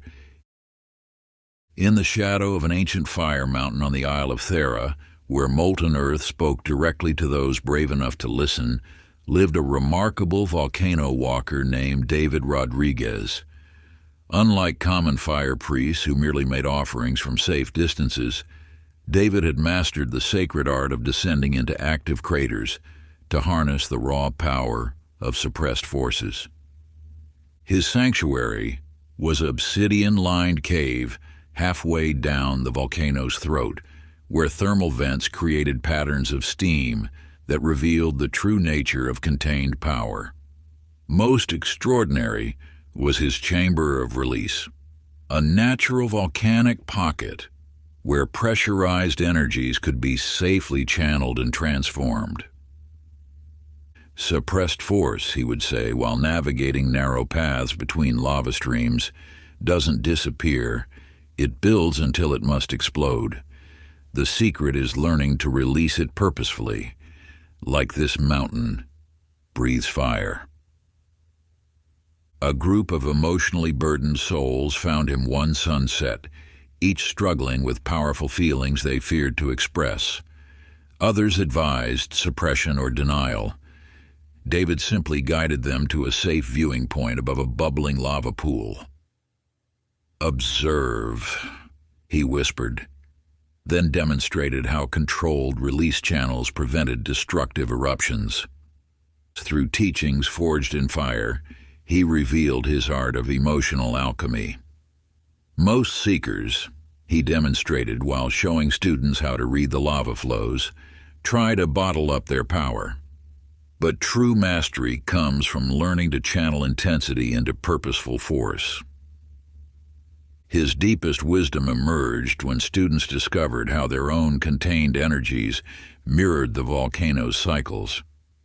Your spirit, he explained while teaching them to direct thermal currents, is like this eternal mountain dew. Its power must flow freely but with conscious guidance rather than chaotic explosion. Practice. As sleep approaches, imagine yourself in the sacred crater. Let each breath release contained pressure safely. Allow your dreams to become exercises in perfect emotional alchemy. Feel yourself becoming both the volcano and its master. Success hypnosis. Each release transforms into pure power. I channel my forces with perfect control. My intensity becomes my greatest strength. I am affirmations. I am the master of sacred fire. I am perfect emotional flow. I am wisdom's eternal flame. I am both the power and its channel. Let the ancient volcano walker's wisdom work through your sleeping mind, teaching you the sacred art of force mastery until your entire being becomes a perfect conductor of transformative power. Chapter 46, The Icebreaker's Frozen Lake. In the far northern reaches of ancient Scandia, where winter's grip held lakes in crystal stillness for months at a time, lived a remarkable icebreaker named Melissa Sullivan. Unlike common ice harvesters who merely cut blocks for storage, Melissa had mastered the sacred art of shattering frozen barriers between current reality and dormant potential. Her sanctuary was a mysterious frozen lake where the ice formed in perfect geometric patterns, each layer representing a different stratum of human limitation. Most extraordinary was her breakthrough basin, a sheltered cove, where she could demonstrate how even the thickest barriers shattered with precisely applied force. "The nature of ice," she would say, while testing thickness with her ceremonial staff, "is to trap what flows beneath. Yet within its very structure lie the exact points that, when struck, release everything frozen in stasis." A group of stagnant souls found her one crystal dawn, each feeling trapped beneath layers of their own making. Others advised waiting for spring's thaw. Melissa simply guided them onto the sacred ice. "Watch carefully," she whispered, then demonstrated how a single precise strike could create spreading lines of liberation. Through teachings cold as starlight, she revealed her art of breakthrough geometry. Most seekers, she demonstrated while showing students how to read ice patterns, try to break free with random force. But true liberation comes from finding the exact point where minimum effort creates maximum effect. Her deepest wisdom emerged when students discovered how their own barriers mirrored the lake's frozen layers. "Your potential," she explained while teaching them to identify breakthrough points, "is like the living water beneath this ice, ever moving, ever free, simply waiting for the precise moment and method of release." Practice. As sleep approaches, imagine yourself at the sacred lake. Let each breath locate the exact points where breakthrough is possible. Allow your dreams to become exercises in perfect pattern recognition. Feel yourself becoming both the ice and its liberator. Success hypnosis. Each barrier reveals its breaking point. I find the perfect path to freedom. My limitations dissolve with sacred precision. I am affirmations that I am the master of breakthrough. I am perfect liberation. I am wisdom's eternal flow. I am both the ice and its shattering. Let the ancient icebreaker's wisdom work through your sleeping mind, teaching you the sacred art of barrier dissolution until your entire being becomes a perfect channel for unlimited potential. Chapter 47. The Lightning Catcher's Tower. High atop Mount Karanos, where storm clouds gathered like ancient gods in council, lived a remarkable lightning catcher named Daniel Martinez. Unlike common weather watchers who fled from celestial fire, Daniel had mastered the sacred art of capturing lightning's raw creative force and transforming it into lasting illumination. His sanctuary was a copper-crowned tower that rose above the storm line, its spiral architecture designed to harness heaven's power. Most extraordinary was his inspiration chamber, a crystalline room where captured lightning transformed into pure creative energy that could be stored in special vessels. Lightning, he would teach, while preparing his collection rods, is not just nature's fire.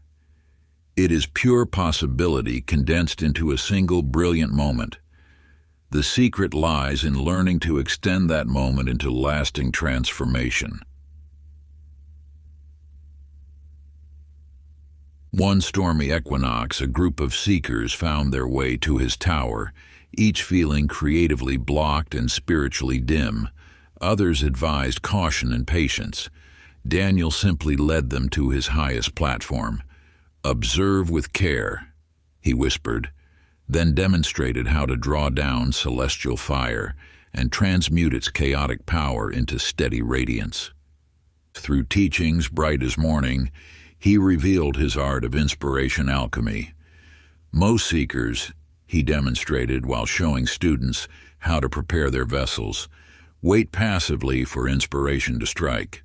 But true mastery comes from learning to actively call down the fire of creation and preserve its essence.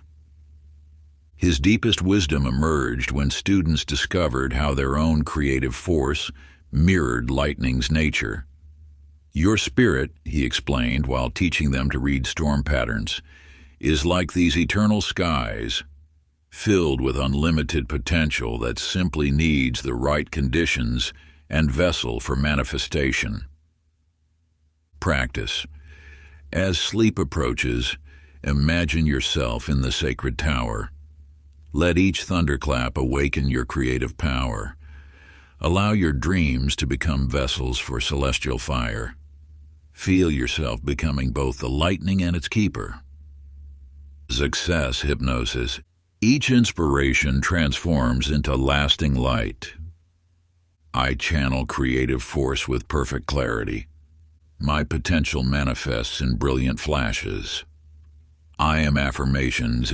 I am the master of celestial fire. I am perfect creative flow. I am wisdom's eternal spark.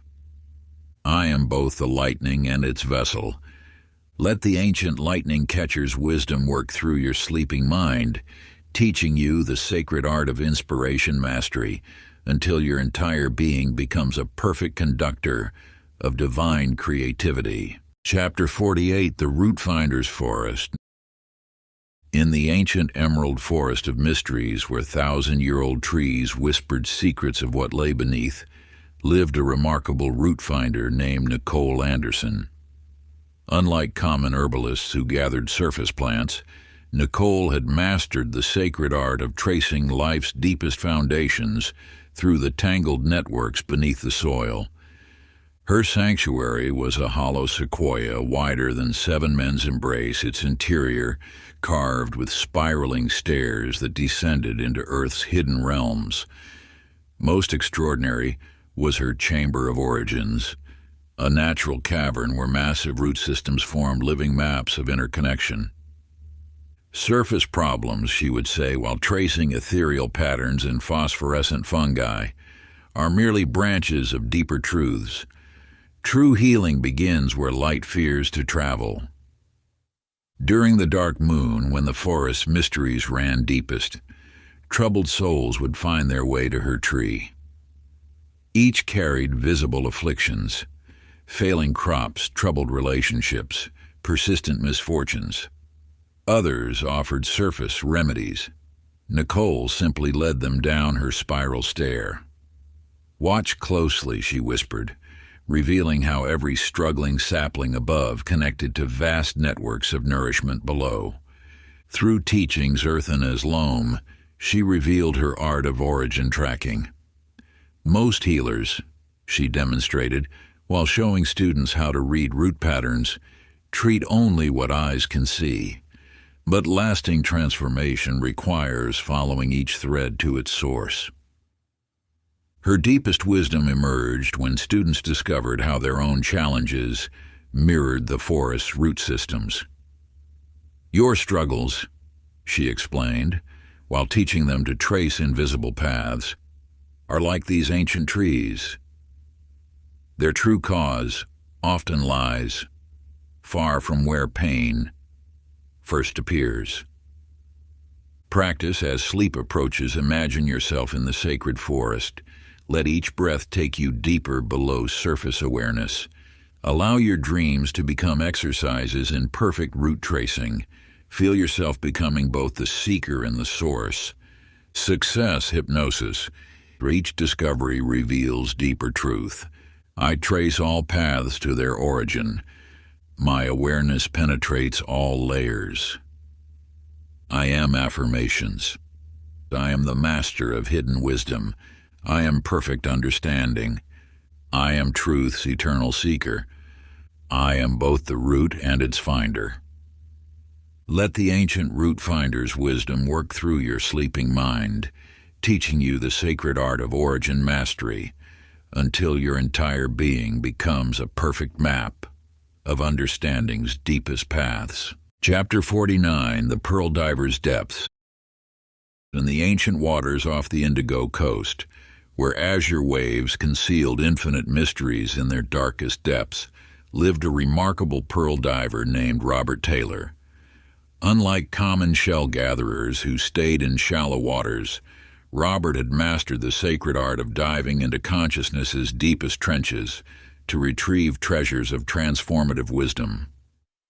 His sanctuary was a hidden grotto accessible only during the lowest tides, its walls adorned with rare pearls that seemed to glow with inner light. Most extraordinary was his chamber of hidden treasures, a submerged cave where he taught students to discover the precious gifts buried in their own depths.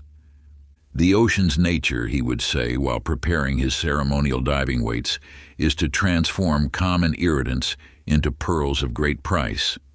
Your consciousness works the same way, but you must be willing to dive deep enough to find its treasures.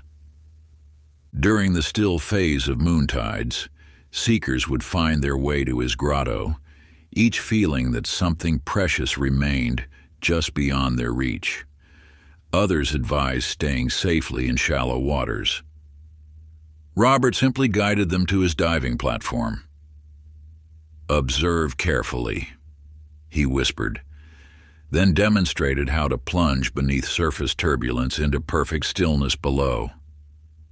Through teachings fluid as water, he revealed his art of depth mastery. Most seekers, he demonstrated while showing students how to read oceanic currents, paddle anxiously on the surface of awareness. But true discovery requires surrendering to the pull of deeper waters. His deepest wisdom emerged when students discovered how their own consciousness mirrored the ocean's layers. Your true self, he explained while teaching them to navigate pressure changes, is like these eternal waters. Everything you seek already exists within, simply waiting for you to dive deep enough to claim it. Practice. As sleep approaches, imagine yourself at the sacred grotto. Let each breath take you deeper into your own waters. Allow your dreams to become exercises in perfect pearl finding. Feel yourself becoming both the diver and the treasure. Success, hypnosis, each descent reveals new wisdom. I navigate all depths with ease, and my discoveries transform my reality. I am affirmations. I am the master of inner depths. I am perfect discovery. I am wisdom's eternal diver. I am both the pearl and its finder. Let the ancient pearl diver's wisdom work through your sleeping mind, teaching you the sacred art of depth mastery until your entire being becomes a perfect vessel for consciousness's hidden treasures. Chapter 50. The Prism Keeper's Chamber. In the crystalline caverns beneath Mount Iris, where light itself came to learn its true nature, lived a remarkable prism keeper named Elizabeth Rodriguez. Unlike common crystal workers who merely admired pretty reflections, Elizabeth had mastered the sacred art of splitting pure intention into infinite manifestations through the ancient science of spiritual refraction.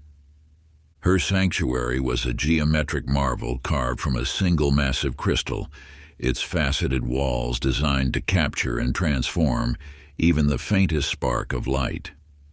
Most extraordinary was her rainbow chamber, a dodecahedral room where a single pure thought could birth 1,000 possibilities.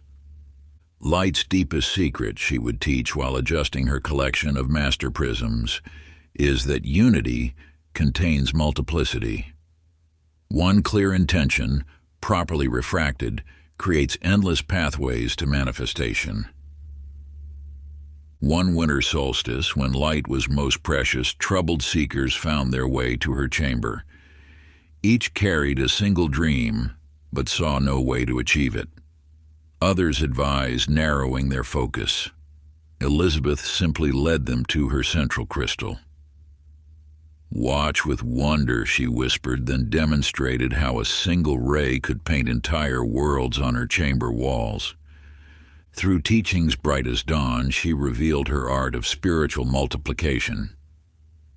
Most seekers, she demonstrated, while arranging crystalline formations, believe they must choose just one path. But mastery comes from learning to split your light into every possible angle of approach. Her deepest wisdom emerged when students discovered how their own consciousness mirrored light's properties. Your dreams, she explained while teaching them to read rainbow patterns, are like these eternal rays, pure potential, waiting to be divided into infinite possibilities, each containing the whole. Practice. As sleep approaches, imagine yourself in the sacred chamber. Let each breath become pure light within. Allow your dreams to split into rainbow pathways of possibility. Feel yourself becoming both the light and its prism. Success hypnosis. Each intention multiplies into endless paths. I manifest through infinite channels, or my potential expands in all directions. I am affirmations. I am the master of pure potential. I am perfect manifestation, and I am wisdom's eternal light, and I am both the ray and its prism. Let the ancient prism keeper's wisdom work through your sleeping mind, teaching you the sacred art of multiplication mastery until your entire being becomes a perfect crystal of infinite possibility. Part 6, Realms of Infinite Flow. Chapter 51, The Pendulum Reader's Study. In the timeless observatory of cycles, where cosmic rhythms revealed their deepest mysteries, lived a remarkable pendulum reader named John Sullivan. Unlike common timekeepers who tracked only surface patterns, John had mastered the sacred art of reading life's hidden oscillations through his collection of mystical pendulums carved from celestial metals. His sanctuary was a circular chamber where dozens of pendulums swung in mesmerizing harmony, each suspended from golden chains that seemed to pierce the very fabric of time. Most extraordinary was his synchronicity sphere, an octagonal room where 7 master pendulums traced the invisible patterns governing all existence. The secret of mastery, he would say while setting a crystalline pendulum in motion, lies not in forcing change, but in discovering the natural rhythm already carrying you toward your destiny. During the equinox, when cosmic forces balanced perfectly, seekers found their way to his observatory. Each felt trapped in cycles of frustration, unable to break free. Others advised fighting against life's swings.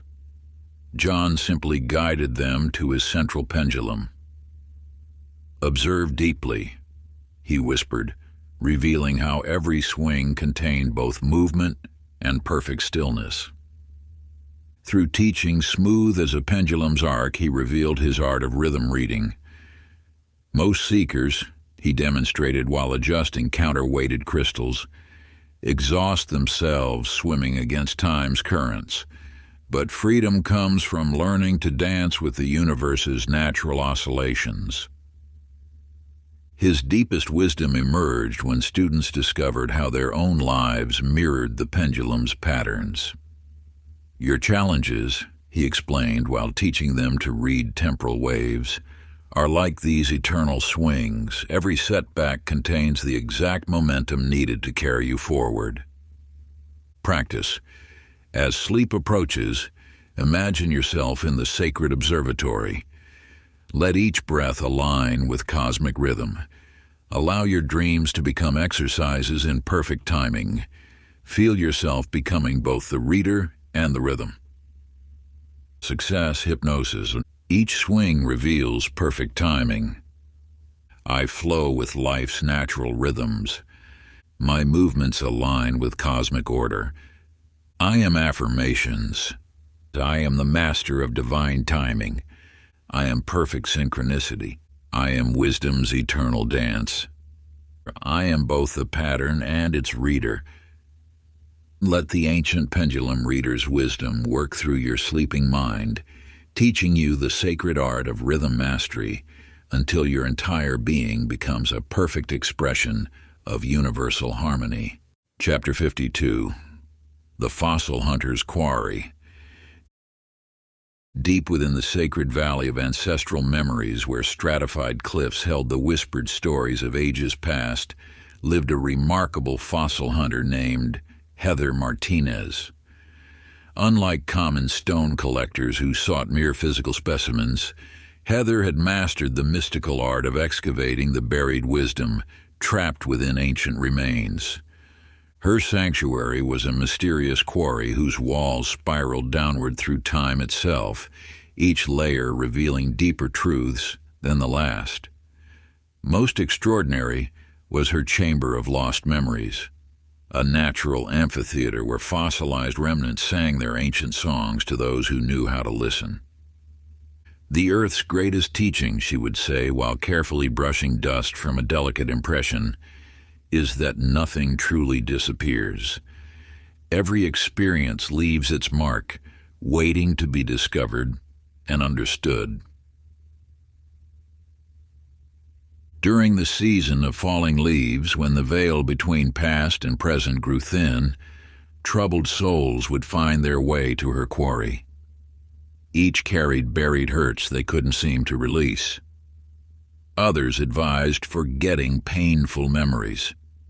Heather simply led them to her wall of ancient impressions. "Look beyond the surface," she whispered, demonstrating how each fossil told a story of transformation. Through teachings gentle as shifting sand, she revealed her art of spiritual archaeology. Most seekers, she demonstrated while carefully separating layers of stone, try to bury their pain deeper. But healing comes from learning to excavate with reverence and understanding. Her deepest wisdom emerged when students discovered how their own consciousness contained fossilized treasures. "Your challenges," she explained, while teaching them to read the stories in stone, "are like these ancient remains. Each holds a precious lesson waiting to be uncovered with caring hands." Practice. As sleep approaches, imagine yourself in the sacred quarry. Let each breath move you deeper through time's layers. Allow your dreams to become gentle excavations of wisdom. Feel yourself becoming both the discoverer and the discovered. Success hypnosis. Each layer reveals hidden wisdom. I transform pain into precious insight. My past holds treasures of understanding. I am affirmations. I am the master of inner archaeology. I am perfect discovery, and I am wisdom's eternal explorer. I am both the seeker and the found. Let the ancient fossil hunter's wisdom work through your sleeping mind, teaching you the sacred art of inner excavation until your entire being becomes a perfect vessel for transforming buried pain into precious wisdom. Chapter 53, The Silk Spinner's Workshop. In the misty valleys of the celestial mountains, where moonlight danced on dewdrops like liquid pearls, lived a remarkable silk spinner named Jason Anderson. Unlike common thread makers who worked only with physical fibers, Jason had mastered the sacred art of spinning wisdom from the raw silk of human experience. His workshop was a temple of transformation, where crystalline spindles hung from gossamer strands that seemed to capture starlight itself. Most extraordinary was his wisdom wheel, an ancient spinning device said to have been carved from the wood of the first tree of knowledge. "Life's greatest secret," he would say, while drawing out impossibly fine threads of golden light, "is that every experience, no matter how tangled or rough, contains a thread of pure wisdom waiting to be spun." During the autumn spinning season, when spider webs gleamed with profound teachings, troubled souls sought his guidance. Each carried knotted masses of difficult experiences, seeing only chaos. Others advised cutting away painful threads. Jason simply guided them to his sacred wheel. "Watch closely," he whispered, demonstrating how even the coarsest fiber could become luminous when properly spun. Through teachings delicate as silk yet strong as steel, He revealed his art of wisdom spinning. Most seekers, he demonstrated while working his wheel with practiced grace, try to discard their challenging experiences. But mastery comes from learning to spin every moment into golden understanding. His deepest wisdom emerged when students discovered how their own lives contained precious fibers of insight. Your struggles, he explained while teaching them to read the patterns in thread, are like these raw cocoons. Each holds a strand of pure gold waiting to be revealed through gentle transformation. Practice. As sleep approaches, imagine yourself in the sacred workshop. Let each breath become a golden thread of wisdom. Allow your dreams to spin your experiences into radiant understanding. Feel yourself becoming both the spinner and the spun. Success hypnosis. Each moment spins into golden wisdom. I transform experience into enlightenment. My challenges become threads of light. I am affirmations. I am the master of divine transformation. I am perfect understanding. I am wisdom's eternal thread. I am both the weaver and the woven. Let the ancient silk spinner's wisdom work through your sleeping mind, teaching you the sacred art of transformation until your entire being becomes a perfect tapestry of enlightened understanding. Chapter 54, The Honey Harvester's Hive. In the sacred valley of golden light, where wild roses whispered ancient secrets to passing bees, lived a remarkable honey harvester named Tiffany Taylor. Unlike common beekeepers who sought only sweet rewards, Tiffany had mastered the mystical art of transforming life's stings into pure spiritual nectar. Her sanctuary was a temple of transmutation, where crystal hives hummed with divine frequencies, each hexagonal chamber storing wisdom distilled from challenging experiences. Most extraordinary was her alchemist's hive, a towering structure of pure golden honeycomb where even the most bitter trials could be transformed into enlightened understanding. Nature's greatest teaching, she would say, while gently lifting a frame dripping with liquid light, is that every sting carries within it the potential for sweetness. The bee that wounds you also makes the honey. During the summer solstice, when flowers offered their deepest essence to the sacred bees, wounded souls found their way to her apiaries. Each carried the pain of past stings, seeing only hurt. Others advised avoiding life's sharp edges. Tiffany simply guided them to her observation hive. "Watch with your heart," she whispered, revealing how the bees transform bitter pollen into golden ambrosia. Through teachings smooth as flowing honey, she revealed her art of sweet transmutation. Most seekers, she demonstrated while working with her golden allies, try to protect themselves from all pain, but wisdom comes from learning to extract the nectar hidden within every sting. Her deepest teaching emerged when students discovered how their own trials contained hidden sweetness. Your wounds, she explained while showing them how to read wisdom in honeycomb patterns, are like these busy bees. Each painful encounter carries precious gold waiting to be revealed through sacred alchemy. Practice. As sleep approaches, imagine yourself in the sacred apiary. Let each breath resonate with the hive's healing hum. Allow your dreams to extract sweetness from past stings. Feel yourself becoming both the harvester and the honey. Success hypnosis, and each sting transforms into golden wisdom. I discover sweetness within every trial. My challenges yield precious nectar. I am affirmations. I am the master of sweet transformation. I am perfect alchemy. I am wisdom's eternal flow. I am both the bee and the honey. Let the ancient honey harvester's wisdom work through your sleeping mind, teaching you the sacred art of transmutation until your entire being becomes a perfect vessel for transforming life's stings into golden enlightenment. Chapter 55, The Rainmaker's Plateau. High upon the sacred mesa of infinite skies, where clouds gathered to whisper their secrets, lived a remarkable rainmaker named Justin Rodriguez. Unlike common weather watchers who merely predicted storms, Justin had mastered the mystical art of dancing with the very essence of transformation.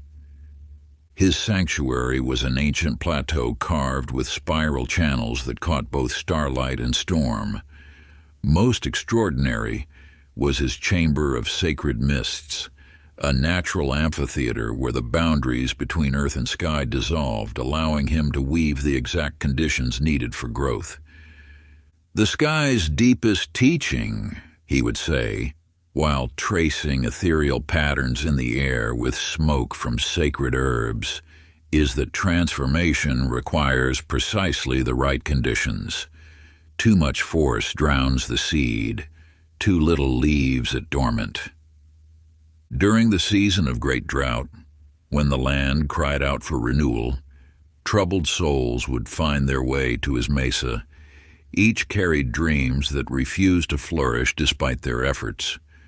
Others advised forcing growth through sheer will. Justin simply led them to his spiral channels. "Observe the dance," he whispered, demonstrating how gentle invitation drew forth more power than desperate demands. Through teachings fluid as windblown mist, he revealed his art of condition creation. Most seekers, he demonstrated while weaving intricate patterns with smoke and gesture, try to force their dreams into being, but manifestation comes from learning to summon the perfect storm of circumstances. His deepest wisdom emerged when students discovered how their own consciousness could become a sacred mesa. "Your aspirations," he explained while teaching them to read the messages in cloud formations, "are like sleeping seeds. Each requires specific conditions to awaken into full expression." Practice. As sleep approaches, imagine yourself upon the ancient plateau. Let each breath become a prayer of perfect timing. Allow your dreams to summon the exact conditions needed for your growth. Feel yourself becoming both the rainmaker and the storm. Success hypnosis. Each moment brings perfect conditions. I create the climate of transformation. My dreams manifest in divine timing. I am affirmations, and I am the master of sacred conditions. I am perfect timing. I am wisdom's eternal dance. I am both the rain and the storm. Let the ancient rainmaker's wisdom work through your sleeping mind, teaching you the sacred art of manifestation until your entire being becomes a perfect vessel for creating the conditions that transform dreams into reality. Chapter 56, The Bone Reader's Circle. In the Valley of Ancestral Whispers, where ancient remains spoke their timeless truths, lived a remarkable bone reader named Michelle Sullivan. Unlike common fortune-tellers who read superficial signs, Michelle had mastered the sacred art of interpreting the wisdom written in humanity's oldest archive, our bones. Her sanctuary was a circular chamber carved from living limestone, where carefully arranged skeletal patterns told stories of transformation across generations.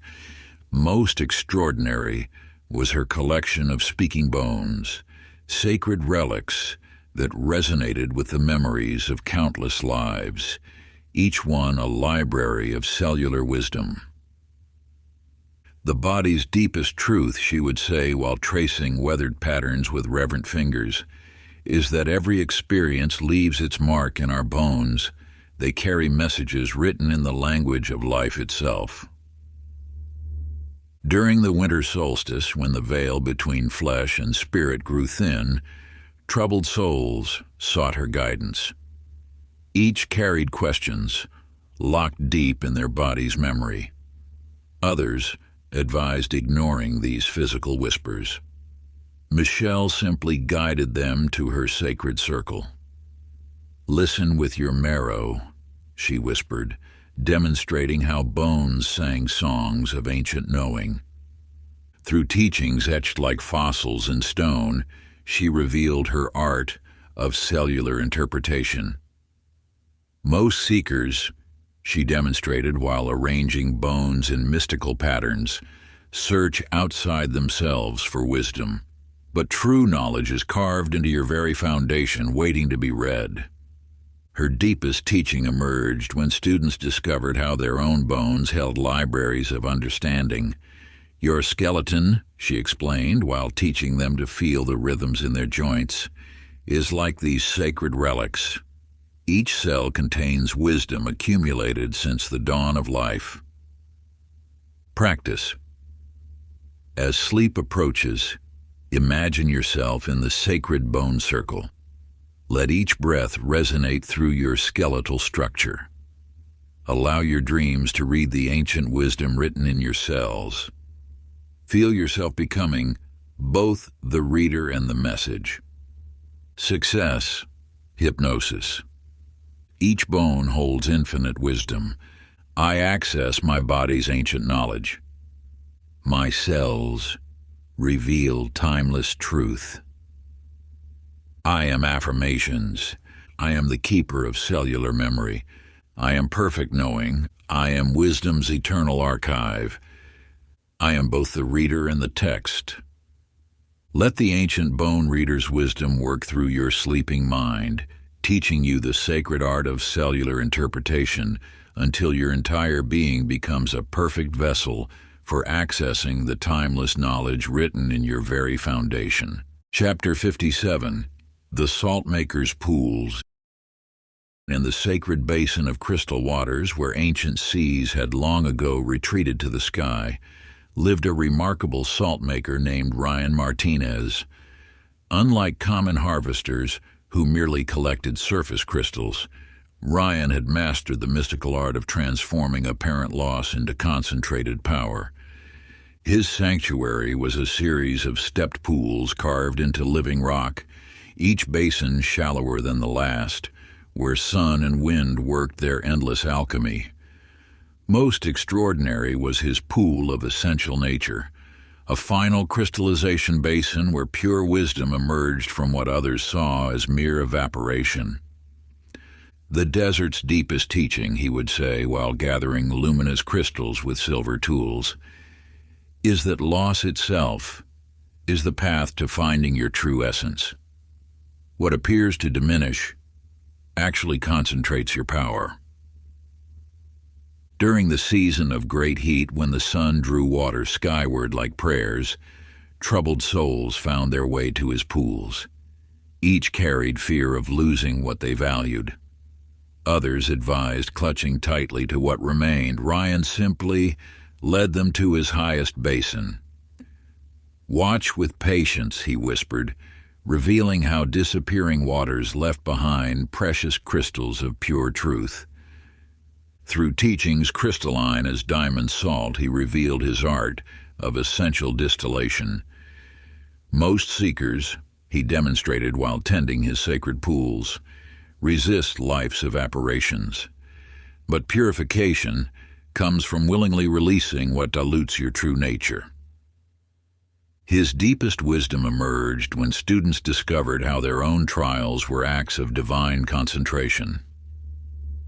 "Your challenges," he explained while showing them how to read wisdom in crystalline patterns, "are like these evaporating pools. Each apparent loss reveals more of your essential self." Practice. As sleep approaches, imagine yourself beside the sacred pools. Let each breath release what dilutes your power. Allow your dreams to distill your purest essence. Feel yourself becoming both the salt maker and the crystal. Success. Hypnosis. Each loss reveals my true essence. Rao, I welcome divine distillation. My challenges concentrate my power.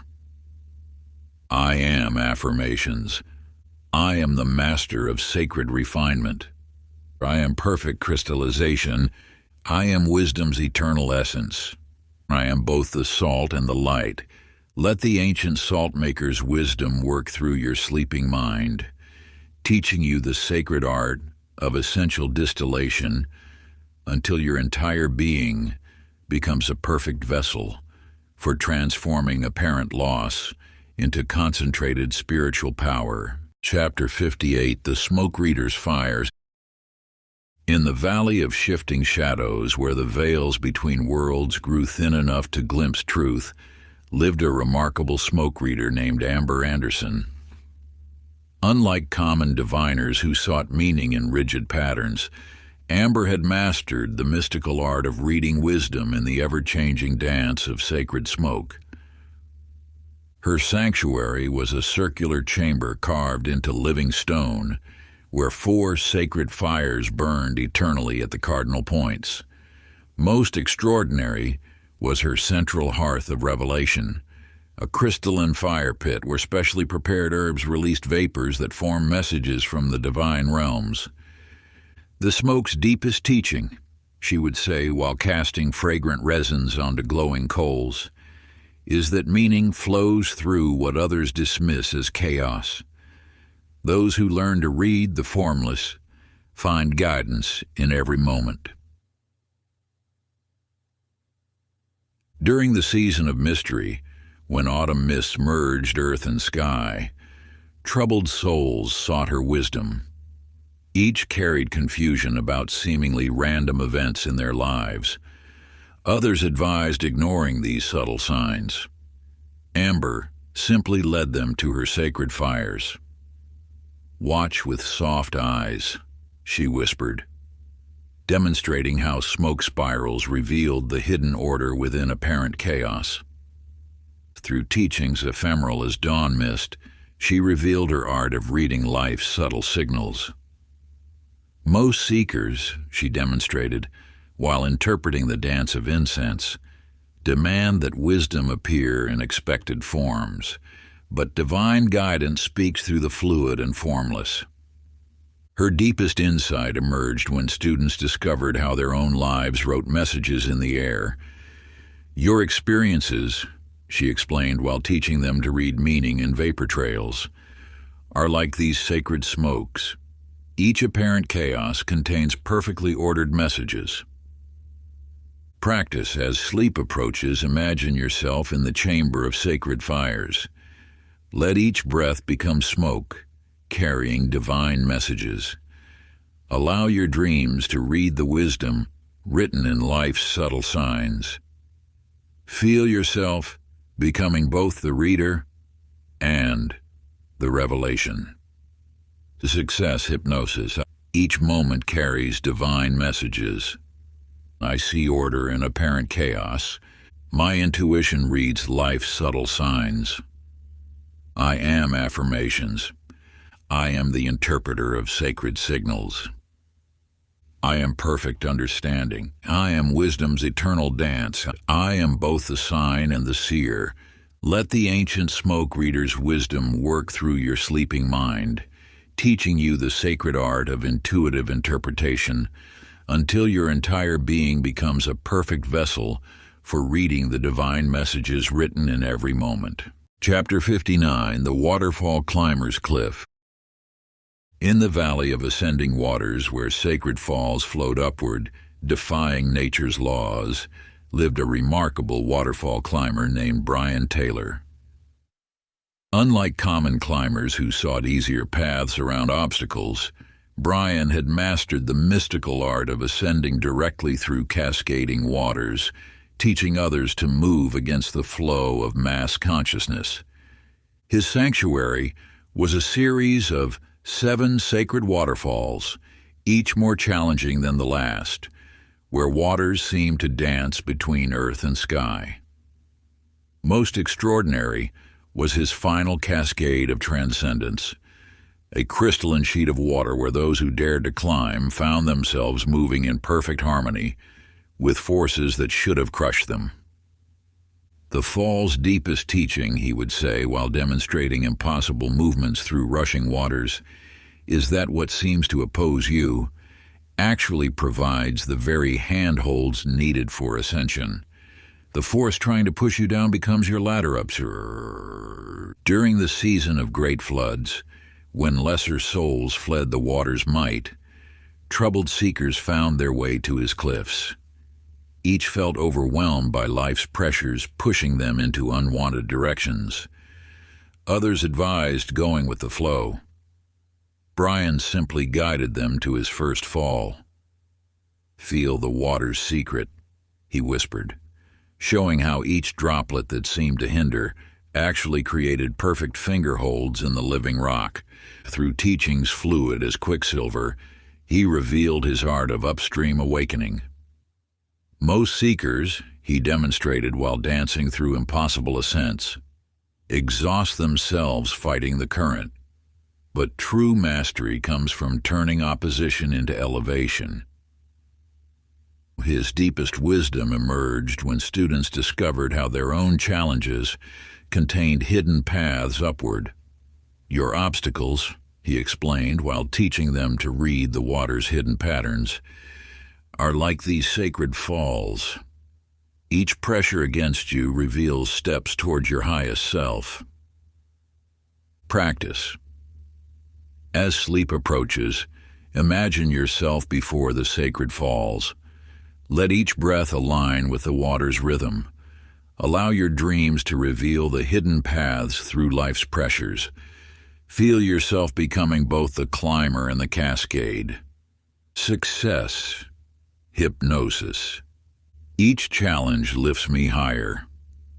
I transform opposition into elevation. My obstacles reveal my path. I am affirmations. I am the master of ascending waters. I am perfect harmony with force, and I am wisdom's eternal climber. I am both the water and the way. Let the ancient waterfall climber's wisdom work through your sleeping mind, teaching you the sacred art of ascending through opposition until your entire being becomes a perfect vessel for transforming life's pressures into pathways of transcendence. Chapter 60, The Spiral Walker's Tower.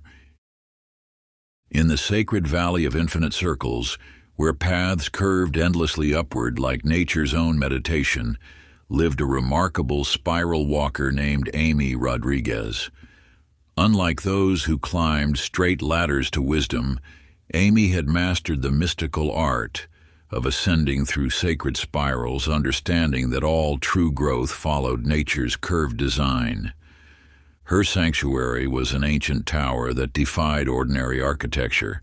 It contained no stairs, only a smooth, spiraling ramp that wound its way to enlightenment. Most extraordinary was the golden spiral chamber at its peak, a room where the very walls flowed in perfect Fibonacci sequence, revealing the mathematical poetry of existence. The spiral's deepest teaching, she would say while gracefully walking her circular path, is that progress never moves in straight lines. What appears to bring you back to the same point actually lifts you to a higher turn of understanding. During the season of cycles, when celestial bodies trace their own sacred spirals across the night sky, troubled souls sought her wisdom. Each felt frustrated by life's apparent circles, seeing themselves returning to old lessons. Others advised seeking straight paths forward. Amy simply invited them onto her spiral walkway.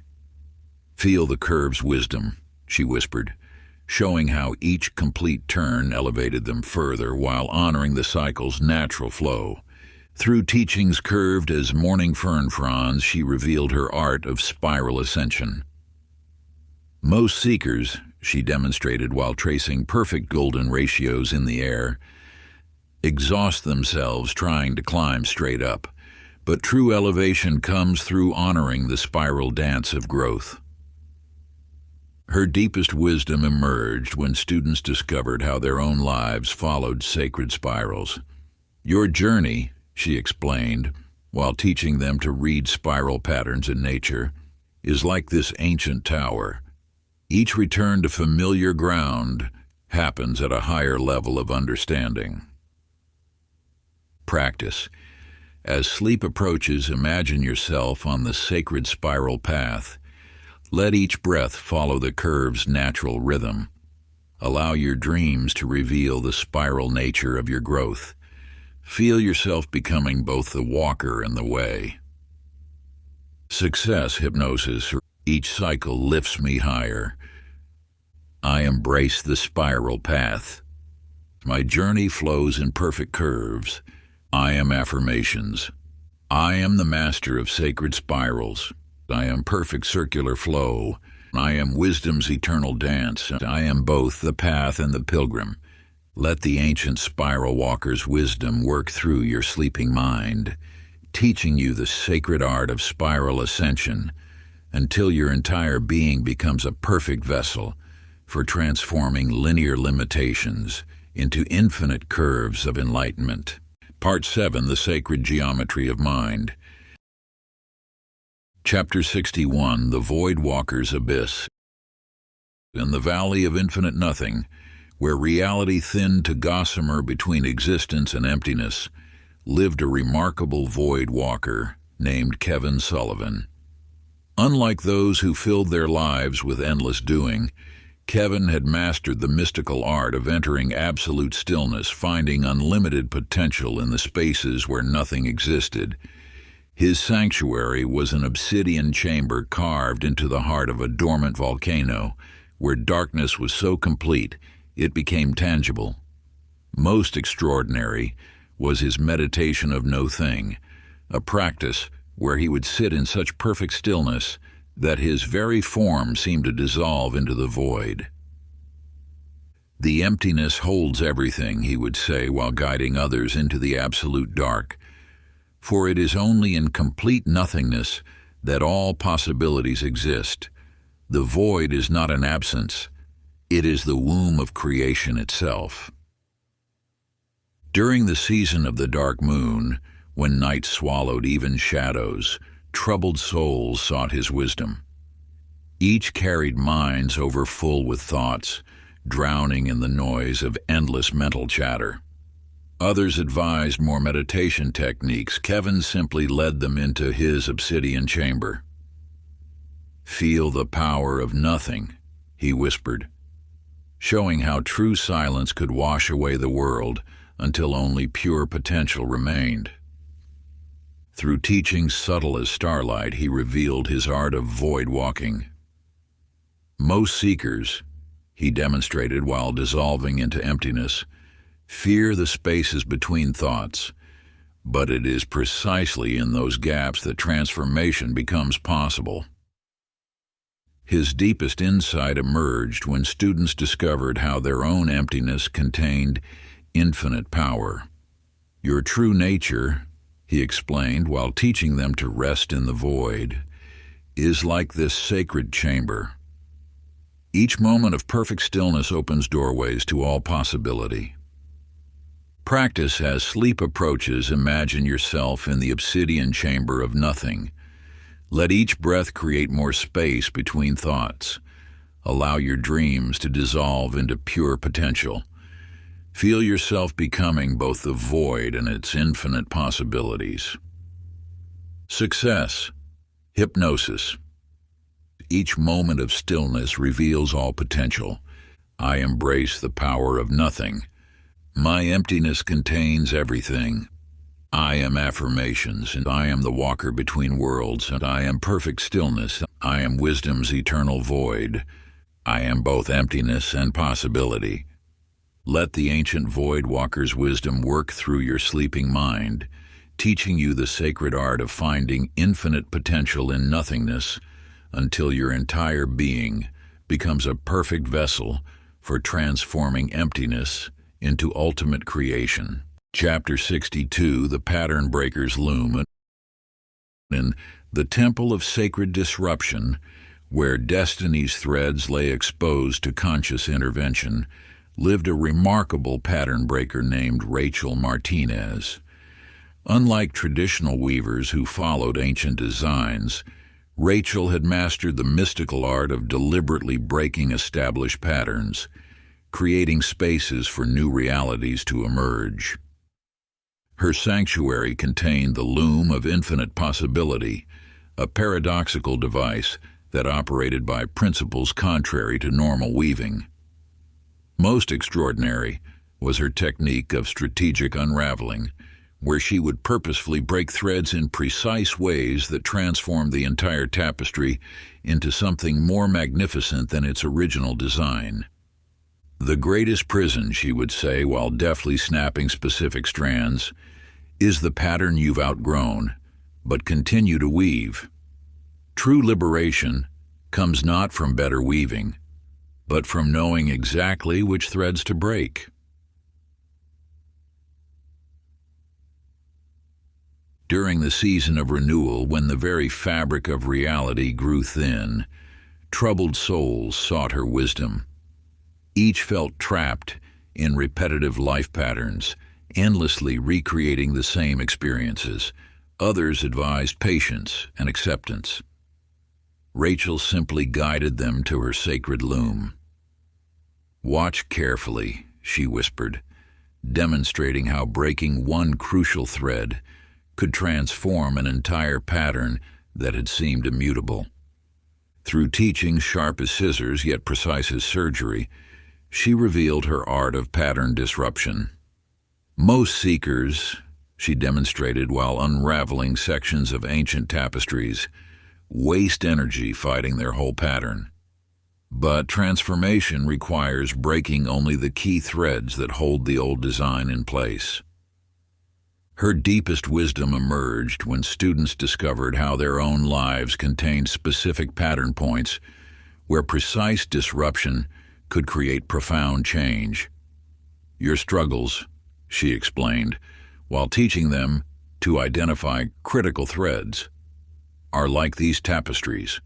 Each pattern can be transformed by breaking exactly the right connections." Practice. As sleep approaches, imagine yourself before the pattern breaker's loom. Let each breath identify one thread of limitation in your life's tapestry.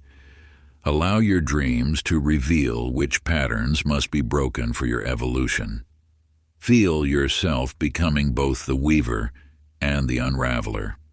Success hypnosis, and each disruption creates new possibility.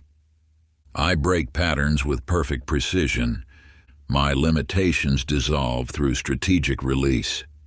I am affirmations that I am the master of sacred disruption. I am perfect pattern transformation. I am wisdom's eternal breaker. I am both the thread and the scissors. Let the ancient pattern breaker's wisdom work through your sleeping mind, teaching you the sacred art of strategic disruption until your entire being becomes a perfect vessel for transforming old limitations into new possibilities through the precise breaking of outgrown patterns. Chapter 63, The Silence Keeper's Monastery. High in the whisperless mountains, where even the wind learned to move without sound, lived a remarkable silence keeper named Stephen Anderson. Unlike the chanting monks or meditation masters, Stephen had mastered something far more profound, the art of absolute stillness, where transformation emerged from perfect quiet. His sanctuary was the monastery of sacred silence, an ancient stone structure designed to capture and amplify stillness itself. Most extraordinary was the chamber of perfect quiet, a room so precisely constructed that it seemed to draw silence from other dimensions, creating a void where even thoughts grew still. True silence, he would write in sand trays, never speaking aloud, is not the absence of sound, but the presence of something far more powerful. It is the foundation upon which all creation rests. During the month of hushed snow, when winter's blanket muffled the world, troubled souls sought his guidance. Each arrived drowning in life's constant noise, the endless chatter of minds, the clamor of emotions, the roar of worldly demands. Others prescribed more meditation or mantras. Stephen simply led them to his silent chamber, placing a finger to his lips. Then he would light a single candle and point to how its flame stood perfectly still in the profound quiet. Through teachings transmitted without words, he revealed the three depths of silence. First was outer silence, the simple cessation of noise. Second was inner silence, the stilling of thoughts. But third and most precious was what he called living silence, in the state where silence itself became a tangible force of transformation. His deepest wisdom emerged when students discovered how silence was not empty but full, pregnant with all possibility, alive with unspoken power. Silence, his handwritten teachings revealed, is not something you create. It is something you allow to find you. Practice. As sleep approaches, imagine yourself in the chamber of perfect quiet. Let each breath draw you deeper into living silence. Allow your dreams to unfold in absolute stillness. Feel yourself becoming both the silence and its keeper. Success, hypnosis. Each moment of quiet transforms me. I embrace the power of perfect stillness. My silence contains infinite wisdom. I am affirmations. I am the keeper of sacred silence. I am perfect stillness embodied. I am wisdom's quiet vessel. I am both the silence and its guardian. Let the ancient silence keeper's wisdom work through your sleeping mind, teaching you the sacred art of transformation through stillness, until your entire being becomes a perfect vessel for the living power of absolute quiet. Chapter 64. The Memory Palace Builder. In the valley of infinite recollection, where time flowed like liquid crystal through halls of living memory, dwelt a remarkable architect named Megan Taylor. Unlike common builders who worked with stone and wood, Megan crafted magnificent structures from pure remembrance, teaching others to rebuild their past into bridges toward their desired future.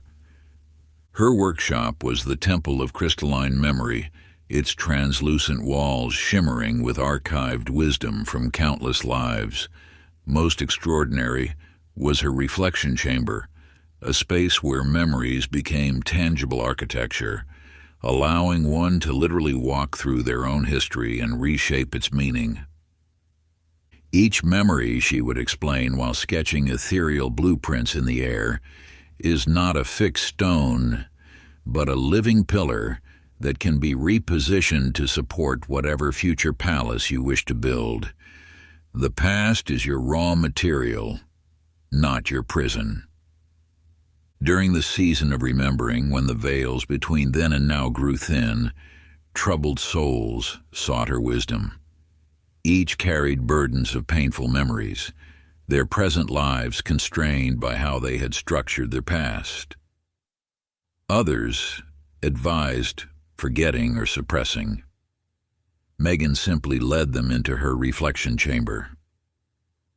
"Watch carefully," she whispered, demonstrating how to take a painful memory and transform it into a foundation stone of strength. Through teachings precise as sacred geometry, yet fluid as dreams, she revealed her art of memory architecture. Most seekers, she demonstrated while reconstructing chambers of remembrance, try to demolish their difficult past. But true mastery lies in learning to rebuild it into supporting structures for your emerging self. Her deepest insight emerged when students discovered how their memories could be consciously reshaped without denying their truth. Your past, she explained while teaching them to craft memory palaces, is like clay in the hands of your present awareness. Each experience can be resculpted to serve your highest becoming. Practice as sleep approaches. Imagine yourself in the temple of crystalline memory. Let each breath illuminate another chamber of your past. Allow your dreams to reshape these spaces into pillars of power. Feel yourself becoming both the architect and the living palace of your own transformation. Success hypnosis. Each memory strengthens my future vision. I build wisdom from all experience, so my past empowers my becoming. I am affirmations. I am the master architect of memory. I am perfect reconstruction. I am wisdom's eternal builder. I am both the palace and its creator. Let the ancient memory builder's wisdom work through your sleeping mind, teaching you the sacred art of transforming your past into magnificent structures of possibility until your entire being becomes a perfect palace of conscious evolution. Chapter 65, The Energy Surgeon's Clinic. In the valley of ethereal healing, where the boundaries between spirit and matter dissolved like morning mist, dwelt a remarkable energy surgeon named Mark Rodriguez. Unlike traditional healers who worked with herbs and poultices, Mark wielded invisible scalpels of pure consciousness, excising limiting beliefs with the precision of a master physician. His sanctuary was the clinic of sacred operation, its walls crafted from crystalline light that pulsed with the heartbeat of the universe. Most extraordinary was his theater of transformation, a chamber where beliefs became visible as glowing threads in the body's energy field, allowing him to perform his mystic surgeries with perfect accuracy. Each limitation, he would explain while preparing his ethereal instruments, is like a tumor in your energy body, feeding on your life force. True healing requires not meditation alone, but precise spiritual surgery. During the season of deep cleansing, when the veils between seen and unseen grew transparent, troubled souls sought his wisdom. Each carried invisible wounds, false beliefs that had become malignant growths in their energy field. Others prescribed gentle remedies and slow healing. Mark simply guided them to his sacred operating theater. "Be still," he whispered, demonstrating how to locate the exact point where a limiting belief had anchored itself in their spiritual anatomy. Through movements delicate as dewdrops yet powerful as lightning, he revealed his art of energetic surgery. Most healers, he demonstrated while wielding blades of pure light, try to heal the whole field at once, but mastery lies in finding the precise knot where limitation has rooted and extracting it with perfect precision. His deepest wisdom emerged when students discovered how their energy bodies held specific points where surgical intervention could create instant transformation. "Your struggles," he explained, while teaching them to wield the subtle scalpel, "are like these energetic growths. Each can be removed cleanly when you know exactly where to cut." Practice as sleep approaches. Imagine yourself in the theater of transformation. Let each breath illuminate the energy blockages in your field. Allow your dreams to perform precise spiritual surgery. Feel yourself becoming both the surgeon and the healed. Success hypnosis. Each precise cut releases my potential. I remove limitation with perfect accuracy. My energy field radiates pure health. I am affirmations, and I am the master of sacred surgery. I am perfect energetic healing. I am wisdom's eternal physician. I am both the scalpel and the light, and let the ancient energy surgeon's wisdom work through your sleeping mind, teaching you the sacred art of precise spiritual surgery until your entire being becomes a perfect vessel for transformation through the exact removal of limiting beliefs. Chapter 66, The Time Walker's Portal. In the eternal valley, where past and future danced as one, lived an extraordinary time walker named Kimberly Sullivan. Unlike common mystics who merely meditated on time's flow, Kimberly had discovered ancient doorways between moments, portals through which one could step into the eternal now, where all transformation becomes possible. Her sanctuary was the timeless temple, its spiraling architecture defying linear progression, each corridor simultaneously ancient and newborn. Most remarkable was the Chamber of Infinite Moments, a sacred space where time pooled like liquid starlight, allowing visitors to wade into any instant of existence. Time, she would say while tracing infinity symbols in shimmering temporal dust, is not a river flowing in one direction, but an ocean in which we can swim freely. Your present moment is a portal to all possibility.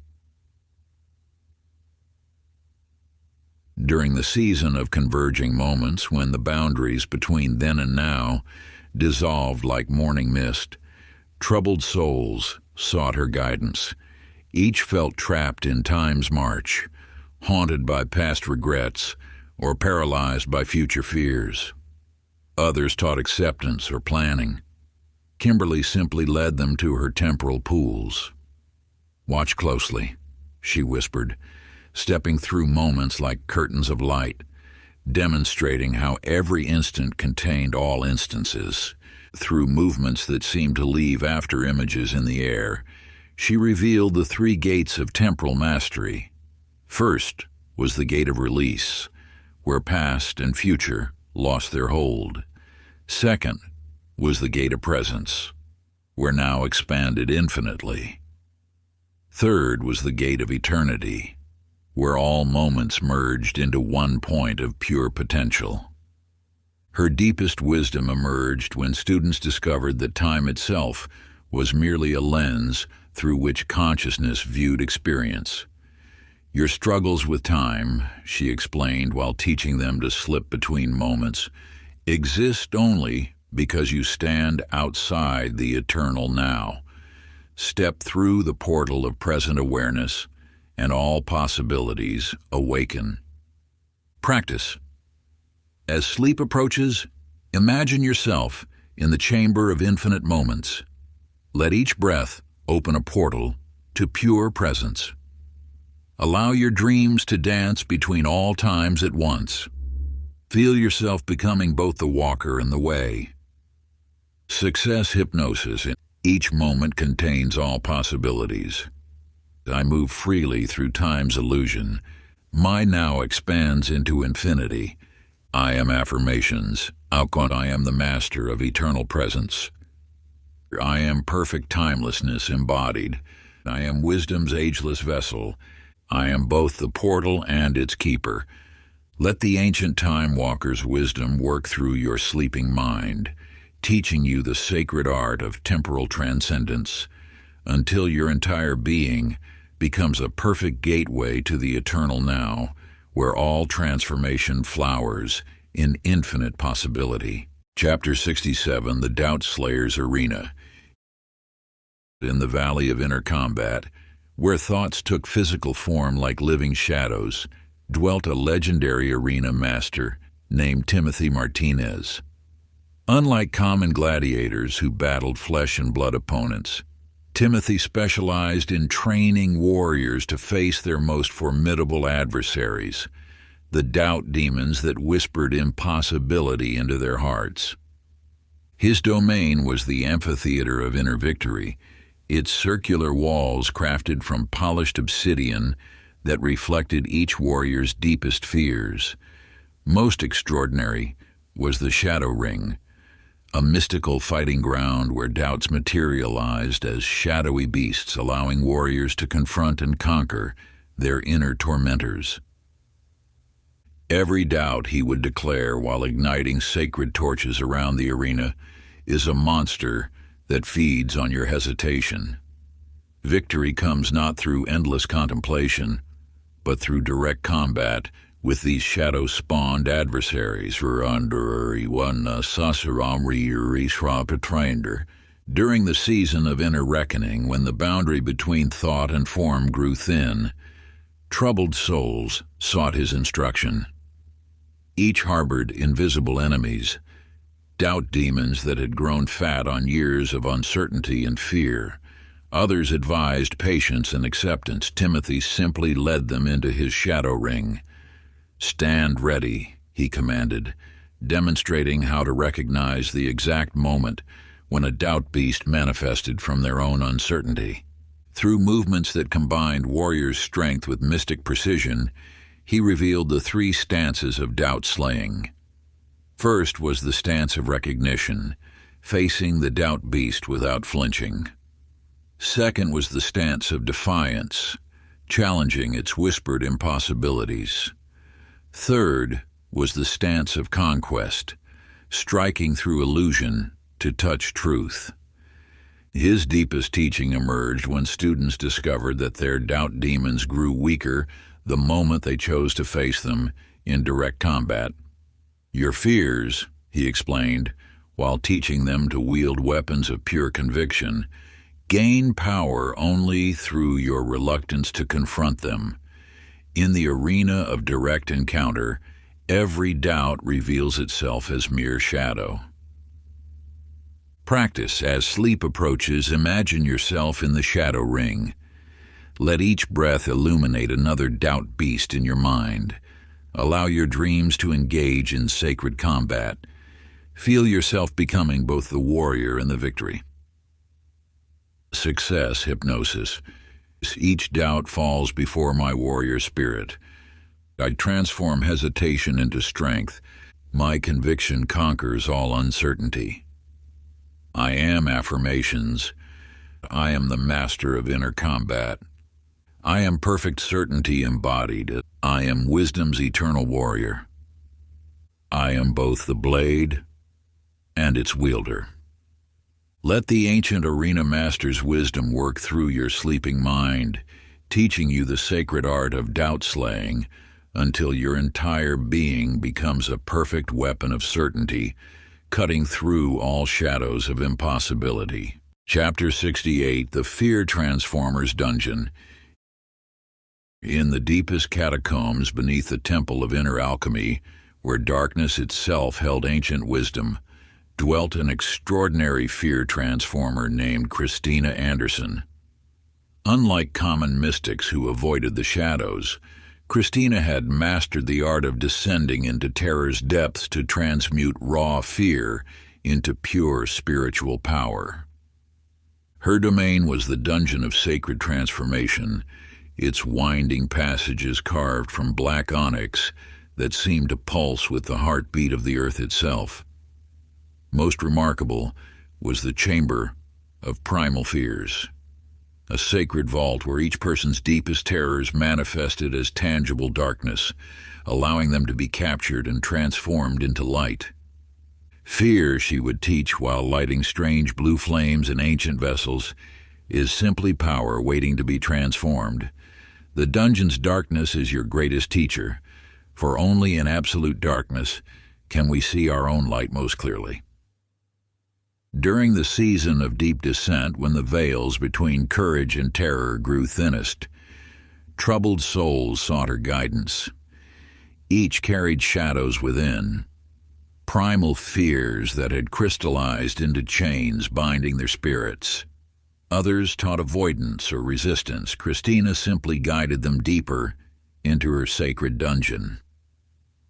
"Breathe with the darkness," she whispered, demonstrating how to inhale pure terror and exhale radiant power. Through movements that seemed to bend shadow itself, she revealed the 4 gates of fear transformation. The gate of acknowledgement embraced terror without resistance. The gate of absorption drank in fear's raw energy. The gate of alchemy transmuted dark into light. The gate of ascension released the transformed power back into the universe.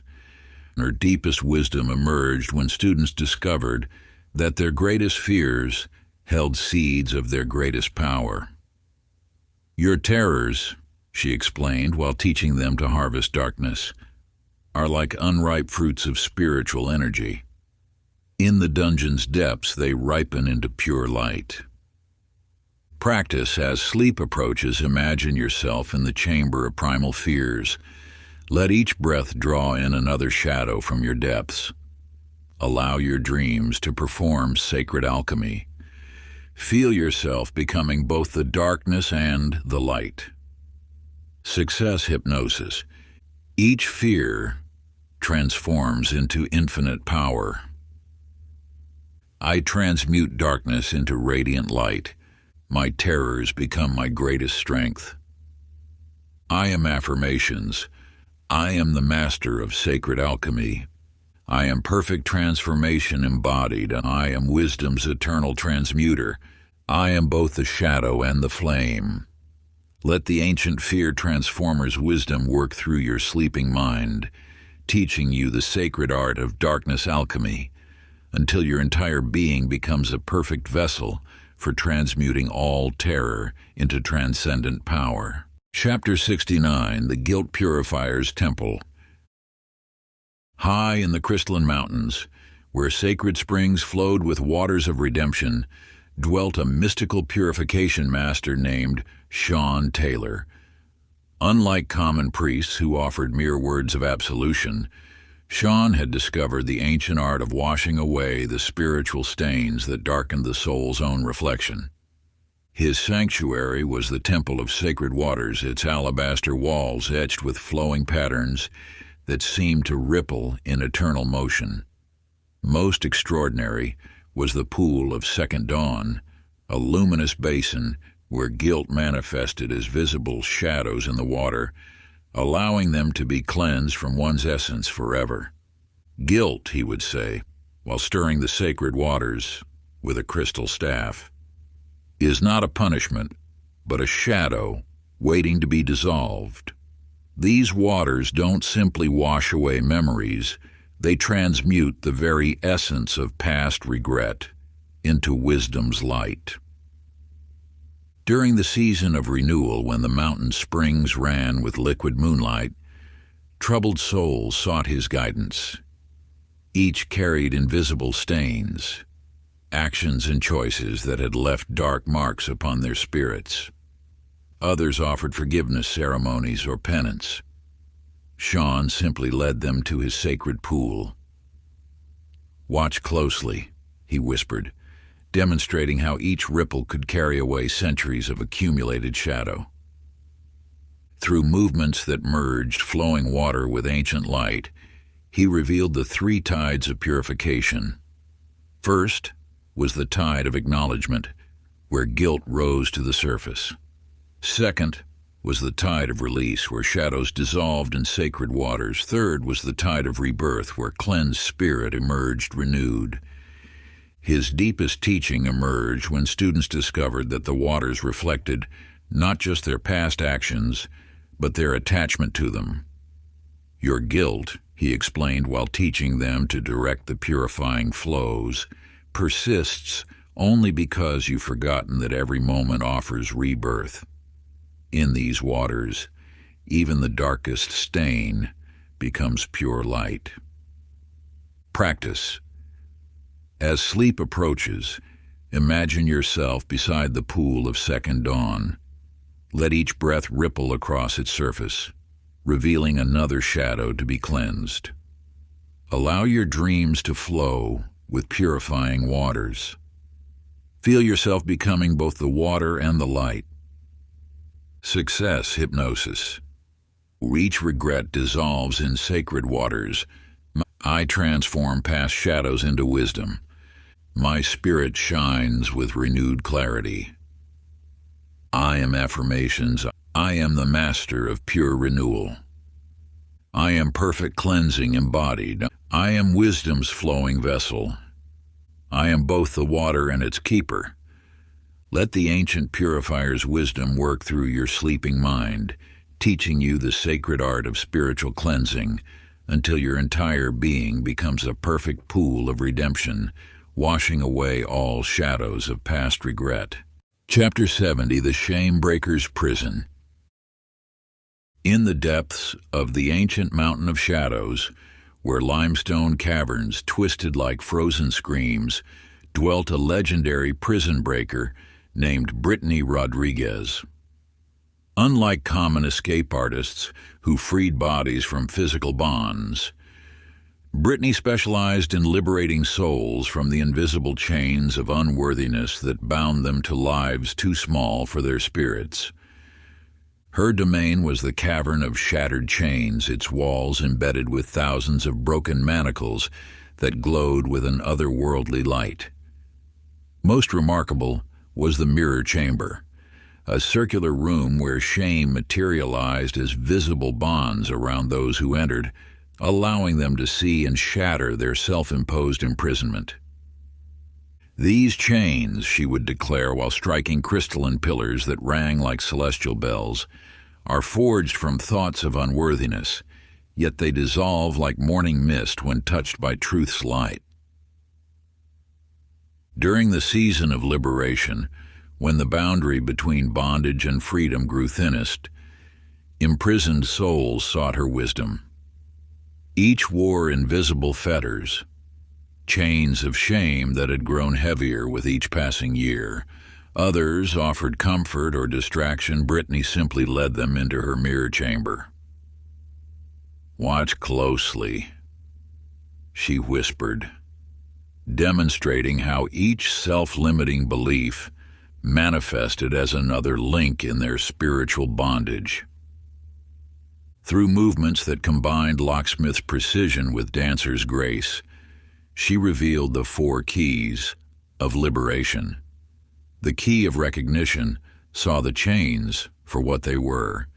The key of rejection refused their claimed authority. The key of reclamation restored stolen power. The key of rebirth opened the door to boundless possibility. Her deepest teaching emerged when students discovered their chains were maintained only by their belief in them. "Your shame," she explained while teaching them to pick the locks of limitation, "holds power only through your acceptance of its sentence. In truth's light, every prison crumbles." Practice. As sleep approaches, imagine yourself in the mirror chamber. Let each breath illuminate another chain, binding your spirit. Allow your dreams to shatter these bonds. Feel yourself becoming both the key and the freedom it brings. Success, hypnosis. Each chain shatters beneath truth's touch.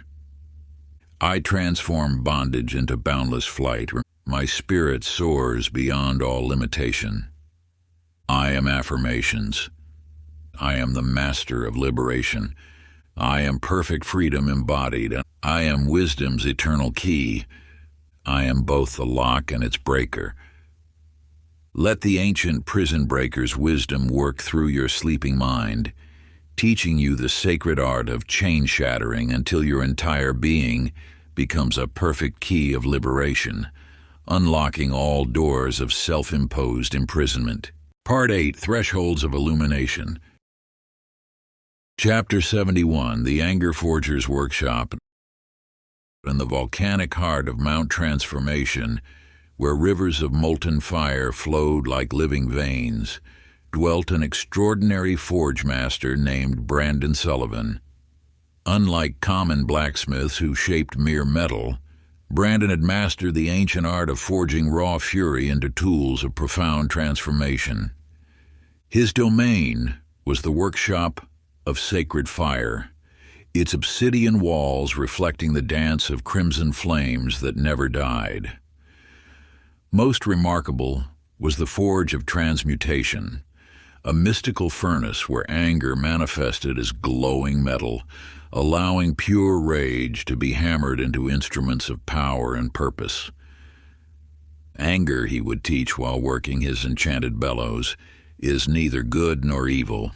It is raw ore, waiting to be refined. The forge's flames reveal the true nature of fury, for only in extreme heat can base emotions become golden wisdom. During the season of inner fire, when the boundary between destruction and creation grew thinnest, rage-filled souls sought his guidance. Each carried molten fury within, destructive anger that threatened to consume them. Others taught suppression or release. Brandon simply guided them to his sacred anvil. "Watch the metal," he whispered, demonstrating how each hammer strike could reshape raw emotion into purposeful power. Through movements that married cosmic rhythm with earthly force, he revealed the 5 stages of anger forging. First came the heating, where fury liquefied. Then the folding, where rage was compressed. The tempering followed, where emotion gained strength. The shaping gave it purpose. Finally, the quenching transformed fire to unbreakable steel. His deepest wisdom emerged when students discovered their greatest rages contained seeds of their most powerful tools. "Your fury," he explained while teaching them to work the sacred forge, "is like unrefined ore. In these flames it becomes a blade of justice, a shield of protection, or a key to unlock new possibilities." Practice. As sleep approaches, imagine yourself before the forge of transmutation. Let each breath fuel its sacred flames. Allow your dreams to hammer molten emotion into tools of transformation. Feel yourself becoming both the forge and the forger. Success hypnosis. Each rage transforms into sacred power. I shape fury into wisdom's tools.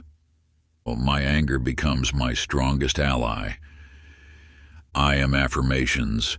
I am the master of emotional alchemy. I am perfect transformation embodied. I am wisdom's eternal forge. I am both the flame and the hammer. Let the ancient forge master's wisdom work through your sleeping mind, teaching you the sacred art of anger transformation until your entire being becomes a perfect crucible for transmuting all fury into instruments of divine purpose. Chapter 72. The Grief Gardener's Cemetery. In the Valley of Sacred Sorrows, where ancient stones marked passages between worlds, dwelt a remarkable gardener named Samantha Martinez. Unlike common caretakers who merely tended graves, Samantha had discovered the mystical art of growing new life from the soil of deepest loss. Her sanctuary was the Garden of Eternal Return, where weathered headstones sprouted impossible blooms that glowed with inner light. Most extraordinary was the Grove of Renewal, a hidden garden where grief manifested as dark earth, allowing pure anguish to become fertile ground for magnificent transformation. Loss, she would teach while planting luminous seeds in the darkness, is not an ending, but dormant potential. These gardens don't mark death's victory, they reveal life's eternal cycle of renewal. During the season of deep winter, when the veil between endings and beginnings grew thinnest, mourning souls sought her wisdom.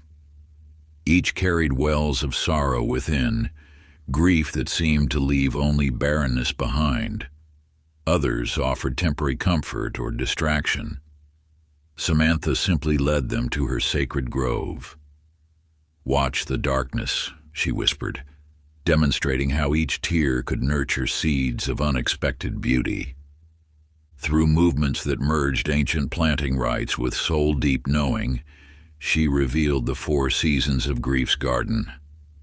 Winter's dormancy honored the fallow time. Spring's stirring awakened buried potential. Summer's blooming transformed pain to beauty. Autumn's harvesting gathered wisdom from loss. Her deepest teaching emerged when students discovered their greatest sorrows contained seeds of their most profound transformations. "Your grief," she explained while teaching them to tend sacred soil, "is like the dark earth after winter's rage. In these gardens, even the deepest loss becomes life's cradle." Practice as sleep approaches. Imagine yourself in the grove of renewal. Let each breath plant a seed of healing in grief's fertile soil. Allow your dreams to water these gardens of transformation. Feel yourself becoming both the garden and its tender. Success hypnosis. Each loss transforms into sacred growth. I nurture new life from deepest pain.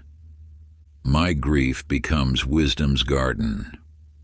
I am affirmations. I am the master of eternal renewal. I am perfect transformation embodied. I am wisdom's flowering vessel. I am both the soil and its keeper. Let the ancient gardener's wisdom work through your sleeping mind, teaching you the sacred art of grief transformation until your entire being becomes a perfect garden of renewal, sprouting endless life from the rich soil of profound loss. Chapter 73, The Loneliness Walker's Desert. In the endless expanse of the ancient Crimson Desert, where towering dunes whispered secrets of solitude, dwelt a legendary wanderer named Jeremy Anderson. Unlike common travelers who sought to escape isolation, Jeremy had mastered the sacred art of transforming emptiness into profound wholeness. His domain was the singing dunes, where grains of sand created ethereal music as they shifted in eternal dance. Most extraordinary was the Mirror Basin, a perfect circular depression where the desert winds carved paths that revealed the hidden treasures buried within solitude. Loneliness, he would teach while tracing intricate patterns in the sand, is not an absence to flee, but a presence to embrace. These dunes don't mark abandonment. They map the journey to your own center. During the season of deepest silence, when the boundary between isolation and connection grew thinnest, seeking souls found him by following the desert's song. Each carried an aching void within, loneliness that seemed to echo endlessly. Others prescribed companionship or distraction. Jeremy simply guided them to walk the spiraling paths of his sacred basin. "Listen to the silence," he whispered, demonstrating how each solitary step could reveal another layer of self-discovery. Through movements that united desert wisdom with cosmic rhythm, he revealed the three circles of solitude's transformation. The outer ring embraced the discomfort of aloneness. The middle path discovered the richness of self-companionship. The center point unveiled the paradox: in perfect solitude, all separation dissolves. His deepest teaching emerged when students discovered their greatest loneliness contained the seeds of their most profound connection. Your isolation, he explained while teaching them to read the desert's signs, is like the vast sky above, appearing empty yet holding all possibilities within its embrace. Practice. As sleep approaches, imagine yourself walking the Mirror Basin's spiral. Let each breath deepen your journey inward. Allow your dreams to transform emptiness into wholeness. Feel yourself becoming both the desert and its walker. Success hypnosis. Each moment alone reveals sacred truth. I transform isolation into infinite connection. My solitude becomes my greatest strength. I am affirmations. I am complete within myself. I am perfect wholeness embodied, and I am wisdom's eternal companion. I am both the path and its walker. Let the ancient desert walker's wisdom work through your sleeping mind, teaching you the sacred art of solitude until your entire being becomes a perfect mirror of the universe's endless dance between one and all. Chapter 74, The Confusion Navigator's Maze.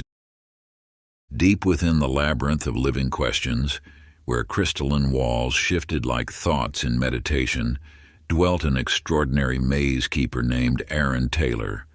Unlike common puzzle makers who created paths to confound, Aaron had mastered the sacred art of using uncertainty itself as a compass toward truth. His domain was the maze of infinite possibility, where corridors realigned themselves according to the seeker's deepest questions.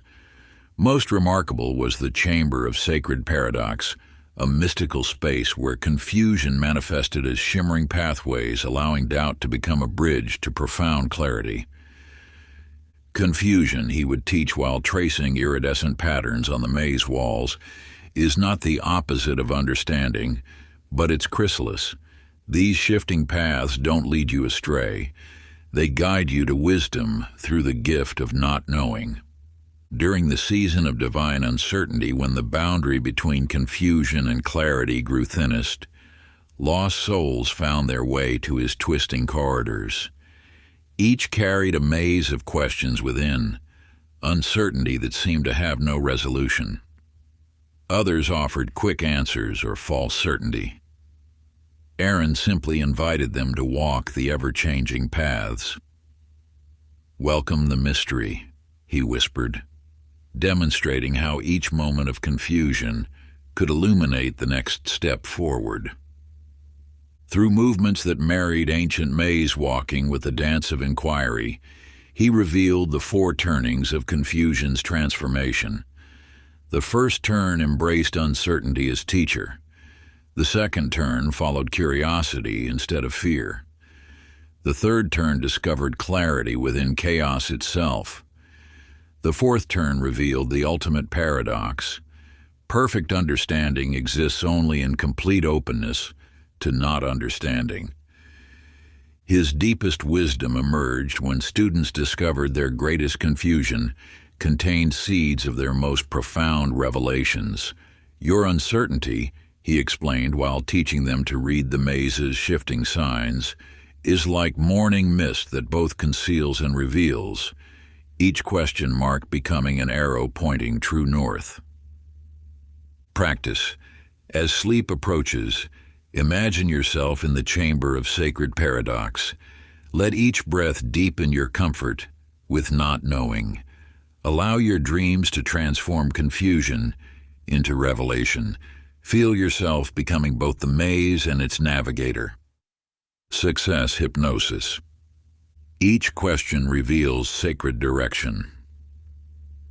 I transform uncertainty into crystal clarity. My confusion becomes my surest guide.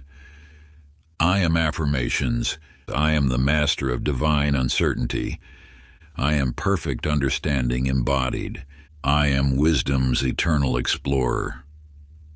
I am both the path and its seeker. Let the ancient maze-keeper's wisdom work through your sleeping mind, teaching you the sacred art of confusion navigation, until your entire being becomes a perfect compass, always pointing toward truth through the beautiful mystery of not knowing. Chapter 75, The Overwhelm Organizer's Library. In the ancient citadel of infinite knowledge, where countless scrolls spiraled toward a dome of crystalline light, dwelt a remarkable librarian named Ashley Rodriguez. Unlike common knowledge keepers who merely cataloged information, Ashley had discovered the mystical art of weaving chaos into clarity through sacred organization. Her domain was the Library of Divine Order, where living manuscripts rearranged themselves according to the seeker's deepest needs. Most extraordinary was the Hall of Golden Threads, a mystical chamber where overwhelming choices manifested as tangled threads of light, allowing confusion to transform into perfect clarity through her ancient sorting rituals. Abundance of choice, she would teach while weaving strands of golden light between manuscripts, is not a burden, but a blessing in disguise. These countless paths don't exist to confound you. They offer infinite possibilities for perfect alignment. During the season of great gathering, when the veil between chaos and order grew thinnest, overwhelmed souls sought her wisdom. Each carried an ocean of options within, possibilities that seemed to drown their clarity. Others advised elimination or restriction. Ashley simply guided them to her sorting sanctum. "Observe the patterns," she whispered, demonstrating how each thread of choice could be woven into a tapestry of perfect decision. Through movements that merged ancient classification arts with cosmic ordering principles, she revealed the 5 chambers of overwhelm's transformation. The chamber of release freed the mind from pressure. The chamber of pattern revealed hidden connections. The chamber of essence distilled core truths. The chamber of weaving united separated elements. The chamber of integration showed how all choices serve the whole. Her deepest teaching emerged when students discovered their greatest overwhelm contained seeds of their most profound clarity. Your abundance of options, she explained while teaching them to sort golden threads, is like the library itself, appearing chaotic until you perceive the divine order underlying all things. Practice as sleep approaches. Imagine yourself in the hall of golden threads. Let each breath sort one strand of overwhelming choice. Allow your dreams to weave clarity from chaos. Feel yourself becoming both the library and its keeper. Success hypnosis on each choice reveals perfect order. I transform overwhelm into crystal clarity. My abundance becomes my greatest guide. I am affirmations. I am the master of divine organization. I am perfect order embodied. I am wisdom's eternal sorter. I am both the pattern and its weaver. Let the ancient librarian's wisdom work through your sleeping mind, teaching you the sacred art of overwhelmed transformation until your entire being becomes a perfect library of clarity, where every choice finds its rightful place in the cosmic order. Chapter 76, The Procrastination Breaker's Prison. In the depths of the ancient citadel of suspended time, where moments hung frozen like crystal teardrops, dwelt a legendary prison breaker named Amanda Sullivan. Unlike common locksmiths who opened physical gates, Amanda had mastered the sacred art of shattering the invisible chains of delay that bound souls in eternal waiting. Her domain was the temple of arrested motion, where time itself seemed caught between possibility and action.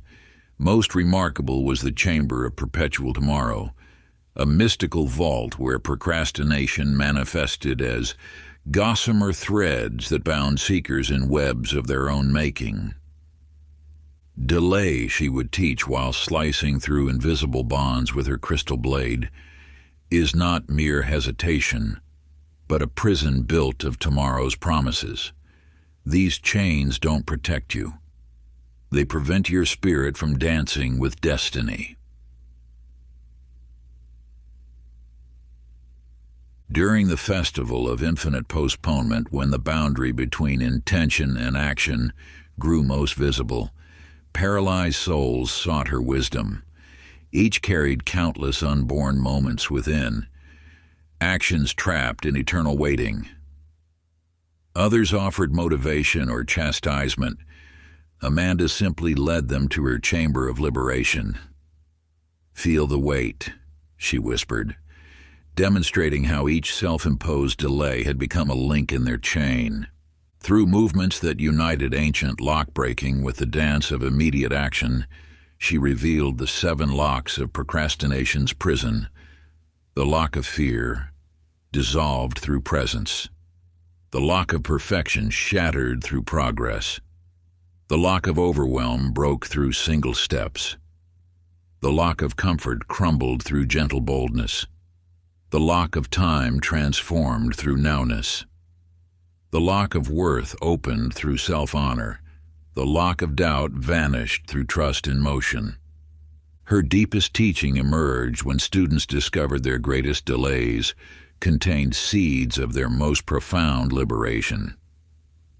Your procrastination, she explained, while teaching them to break their own bonds, is like dawn waiting for permission to become day. Release the chains and watch how naturally light flows. Practice. As sleep approaches, imagine yourself in the chamber of perpetual tomorrow. Let each breath dissolve one chain of delay. Allow your dreams to transform wading into action. Feel yourself becoming both the key and the lock. Success, hypnosis, and each moment carries perfect timing. I transform delay into immediate action. My hesitation becomes my launch point. I am affirmations. I am the master of divine timing. I am perfect action embodied. I am wisdom's eternal mover. I am both the lock and its breaker. Let the ancient prison breaker's wisdom work through your sleeping mind, teaching you the sacred art of liberation until your entire being becomes a perfect expression of timely action, where every moment finds its natural flow in the cosmic dance of doing.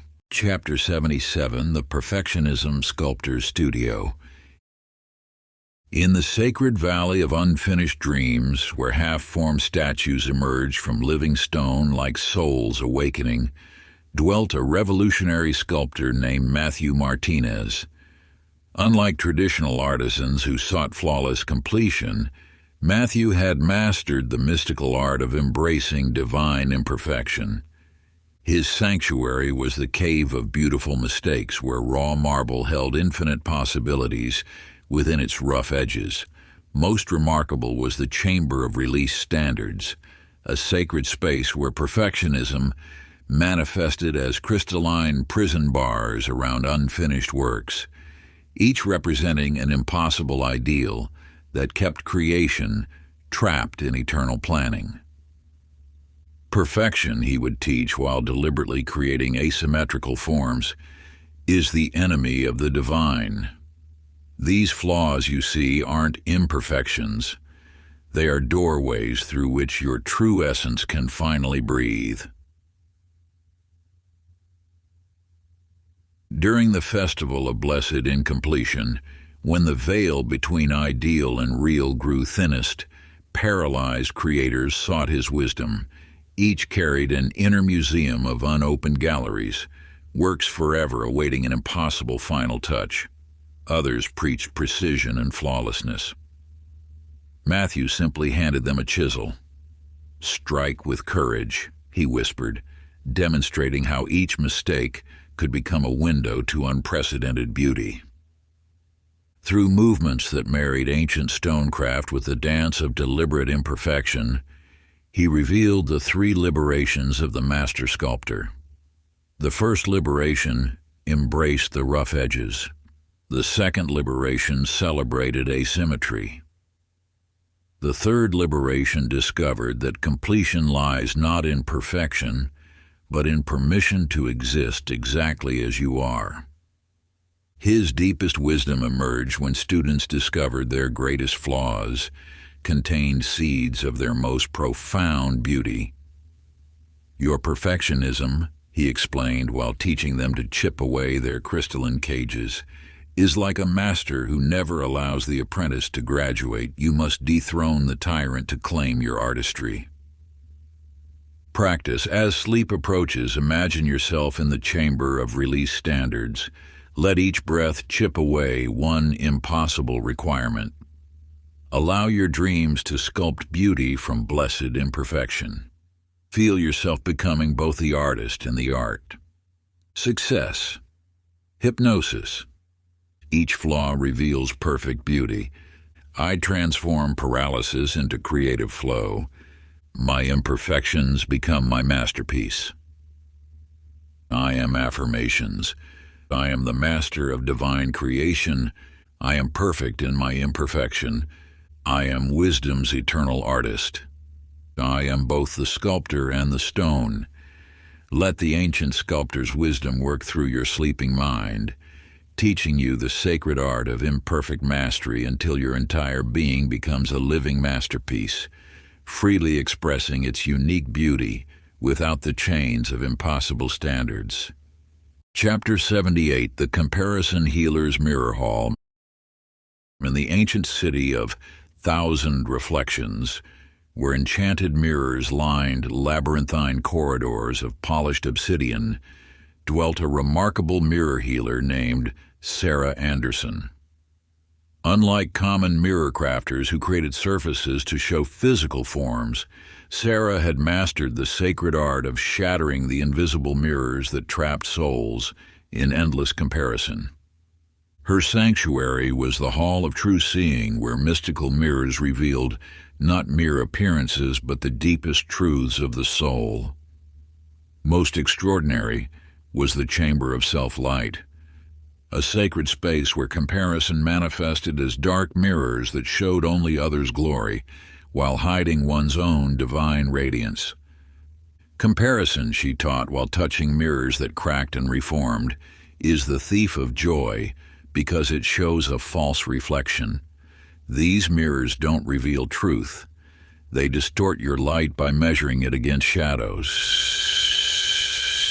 During the moon of veiled truth, when the boundaries between illusion and reality grew most permeable, suffering souls sought her wisdom.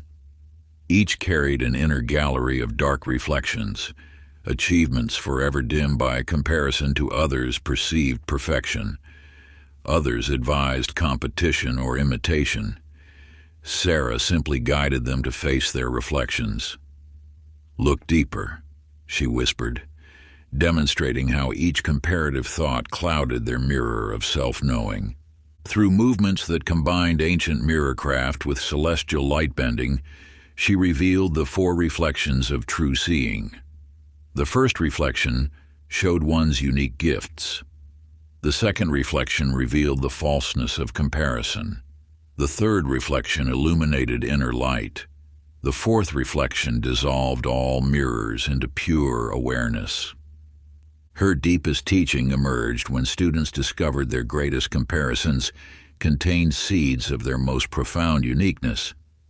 Your tendency to compare, she explained while teaching them to shatter their dark mirrors, is like moonlight trying to become sunlight. Embrace your own radiance and watch how naturally you shine. Practice as sleep approaches. Imagine yourself in the chamber of self-light. Let each breath dissolve one comparative reflection. Allow your dreams to reveal your unique brilliance. Feel yourself becoming both the light and its source. Success hypnosis. Each moment reveals my unique light. I transform comparison into self-knowing. My presence is my greatest gift. I am affirmations. I am the master of divine uniqueness. I am perfect in my originality. I am wisdom's eternal light. I am both the mirror and its breaker. Let the ancient mirror healer's wisdom work through your sleeping mind, teaching you the sacred art of true seeing until your entire being becomes a perfect expression of unique radiance, where comparison dissolves in the light of self-recognition. Chapter 79, The Victim Liberator's Courthouse. In the timeless city of self-judgment, where invisible tribunals echoed with the whispers of inner verdicts, dwelt an extraordinary justice worker named Joshua Taylor. Unlike common judges who ruled on external matters, Joshua had mastered the sacred art of overturning the false sentences souls had pronounced upon themselves. His domain was the courthouse of inner liberation, where karmic scrolls unrolled like autumn leaves in wind.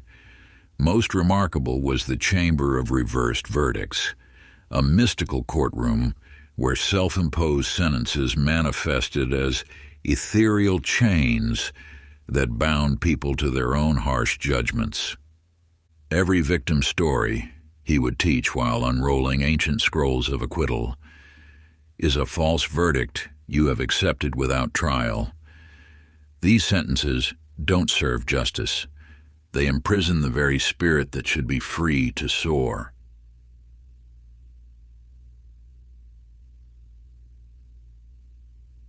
During the season of sacred appeals, when the cosmic courts opened their hidden chambers, burdened souls sought his wisdom. Each carried an infinite scroll of self-condemnation, harsh judgments perpetually reinforced by memory's biased testimony, Others offered sympathy or blame. Joshua simply guided them to his liberation chamber. "Hear the truth," he whispered, demonstrating how each self-imposed sentence could be appealed before the highest court of cosmic consciousness. Through movements that merged ancient legal rites with soul-freeing ceremony, he revealed the 5 appeals of inner liberation. The appeal of compassion dissolved shame. The appeal of context transformed blame. The appeal of growth reversed stagnation. The appeal of power reclaimed authority. The appeal of love pardoned all judgment. His deepest teaching emerged when students discovered their harshest self-sentences contained seeds of their greatest freedom. "Your victim story," he explained while teaching them to write their own pardons, "is like winter, claiming it can never become spring. Overturn this verdict and watch how naturally your soul blossoms." Practice. As sleep approaches, imagine yourself in the chamber of reversed verdicts. Let each breath dissolve one harsh self-judgment. Allow your dreams to rewrite your inner laws. Feel yourself becoming both the judge and the pardoned. Success hypnosis.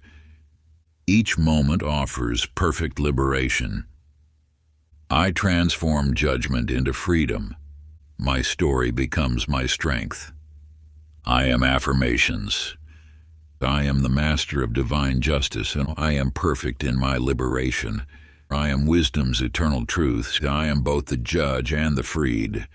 Let the ancient justice worker's wisdom flow through your sleeping mind, teaching you the sacred art of self-liberation until your entire being becomes a perfect expression of freedom, where every harsh verdict dissolves in the light of cosmic truth. Chapter 80. The Scarcity Alchemist's Vault. Deep beneath the desert of perpetual want, where precious metals whispered ancient secrets of abundance, lived an unusual alchemist named Stephanie Rodriguez. Unlike traditional gold makers who sought to transform base metals, Stephanie had mastered the mystical art of transmuting the very essence of lack into infinite plenty. Her laboratory was the vault of hidden wealth, where crystalline chambers held the fundamental energies of creation itself. Most extraordinary was the abundance crucible, a sacred vessel where scarcity thoughts materialized as heavy lead weights, each representing a belief in limitation that kept abundance at bay. Scarcity, she would teach while stirring shimmering solutions in celestial bowls, is not a condition of the universe, but a confusion of consciousness. These limitations you perceive aren't walls. They are illusions waiting to be dissolved in the waters of truth. During the time of great becoming, when the cosmic forces of manifestation grew strongest, struggling souls sought her wisdom. Each carried an inner vault of perceived lack, resources eternally diminished by belief in limitation. Others spoke of hard work and saving. Stephanie simply handed them a golden key. "Observe closely," she whispered, demonstrating how each lack could become a doorway to unexpected abundance. Through movements that combined ancient metallurgy with cosmic energy flow, she revealed the 7 transmutations of eternal plenty.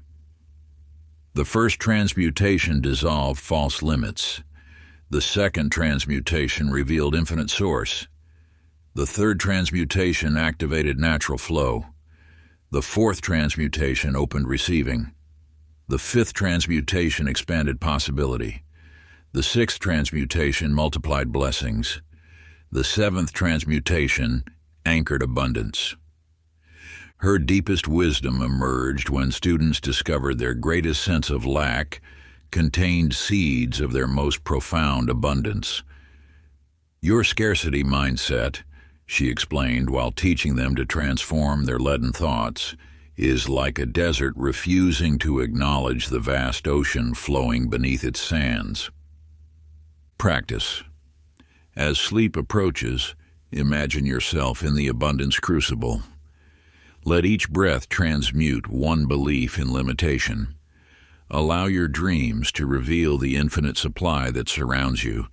Feel yourself becoming both the alchemist and the gold. Success hypnosis. Each moment reveals infinite abundance. I transform lack into limitless supply. My consciousness creates my reality. I am affirmations. I am the master of divine plenty. I am perfect in my abundance, and I am wisdom's eternal source. I am both the gold and its maker. Let the ancient alchemist's wisdom work through your sleeping mind, teaching you the sacred art of abundance until your entire being becomes a perfect channel of infinite supply, where scarcity dissolves in the light of cosmic plenty. Part 9, The Infinite Codex. Chapter 81, The Control Releaser's Wind Chamber. High atop the peaks of sacred surrender, where mountain winds danced with divine purpose, lived an extraordinary windmaster named David Sullivan. Unlike common weather workers who sought to control the elements, David had mastered the paradoxical art of gaining power through perfect surrender. His sanctuary was the chamber of released winds, where swirling air currents carved intricate patterns in living stone. Most remarkable was the Letting Go portal, a mysterious archway where attempts to control manifested as visible, golden threads that bound their holders in knots of their own making. Control, he taught while watching windswept prayer flags flutter, is the heaviest anchor we forge. These golden threads you grasp so tightly aren't power. They are the very chains preventing your flight. During the season of great winds, when the veils between order and chaos grew thinnest, struggling souls sought his wisdom. Each clutched their own web of control threads, lives carefully planned, yet somehow still unraveling. Others advised stronger grip or better systems. David simply pointed to the dancing leaves. "Watch nature's way," he whispered, demonstrating how each leaf found perfect path without planning its next move. Through movements that merged ancient wind wisdom with the art of conscious surrender, he revealed the three winds of true power. The wind of acceptance dissolved resistance. The wind of trust lifted burdens. The wind of flow revealed effortless direction. His deepest teaching emerged when students discovered their greatest need for control contained seeds of their most profound freedom. Your grip on life, he explained while teaching them to release their golden threads, is like trying to hold wind in your fist. Open your hand and feel how naturally it carries you. Practice. As sleep approaches, imagine yourself in the letting go portal. Let each breath release one thread of control. Allow your dreams to show you the beauty of divine flow. Feel yourself becoming both the wind and its dancer. Success hypnosis. Each moment flows in perfect order. I transform control into freedom. My surrender is my strength. I am affirmations. I am the master of divine flow. I am perfect in my trust, and I am wisdom's eternal dance, and I am both the wind and its song. Let the ancient windmaster's wisdom sweep through your sleeping mind, teaching you the sacred art of surrender, until your entire being becomes a perfect expression of flow, where control dissolves in the embrace of cosmic grace. Chapter 82, The Rejection Transformers Theater. In the valley of denied dreams, where echoes of no formed tangible shadows in the air, dwelt a remarkable theater mystic named Melissa Martinez. Unlike common performers who sought applause, Melissa had mastered the sacred art of transforming life's rejections into divine direction markers. Her domain was the theater of reverse denial, where mystical stages shifted like moonlight on water. Most extraordinary was the Chamber of Transformed No's, a sacred performance space where each rejection materialized as a glowing doorway, revealing paths previously hidden from sight. Every no you receive, she taught while arranging crystal masks that caught starlight, is the universe's peculiar way of choreographing your journey. These rejections aren't walls, they're secretly coded maps leading to your true destination. During the festival of sacred redirection, when cosmic forces of guidance grew strongest, wounded souls sought her wisdom. Each carried an invisible collection of rejections, painful dismissals that seemed to block their path forward. Others offered sympathy or suggested persistence. Melissa simply handed them a mask of transformation. "Watch carefully," she whispered, demonstrating how each no could become an arrow pointing toward unexpected possibility. Through movements that blended ancient theater arts with alchemical redirection, she revealed the 5 acts of rejection transformation. The act of recognition reframed denial. The act of redirection revealed new paths. The act of resurrection sparked fresh creation. The act of radiance illuminated hidden gifts.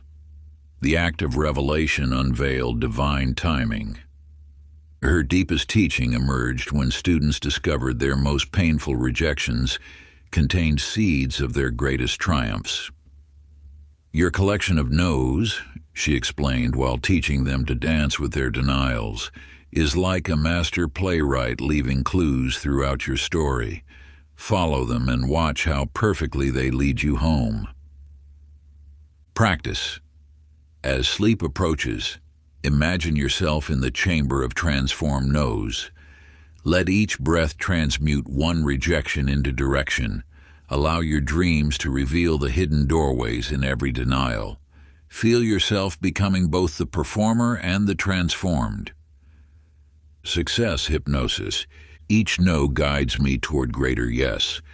I transform rejection into revelation. My denials become my directions. I am affirmations. I am the master of divine redirection. I am perfect in my transformation.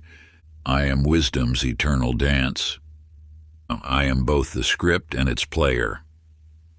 Let the ancient theater mystic's wisdom flow through your sleeping mind, teaching you the sacred art of transformation until your entire being becomes a perfect expression of redirected power, where every rejection dissolves into the light of divine guidance. Chapter 83, The Failure Reframer's Laboratory. In the misty valley of shattered dreams, where broken hopes crystallized into shimmering gems, lived an unusual alchemist named Daniel Anderson. Unlike traditional scientists who sought to prevent failure, Daniel had mastered the mystical art of transforming life's greatest defeats into the raw materials of triumph. His sanctuary was the laboratory of reversed fortune, where strange instruments measured not just what was, but what could be. Most remarkable was the perspective prism, a sacred crystal that revealed how each apparent disaster contained the exact elements needed for unprecedented success. Failure, he taught while adjusting his reality-bending apparatus, is merely success experiencing a temporary identity crisis. These defeats you mourn aren't endings. They're essential ingredients waiting to be recombined.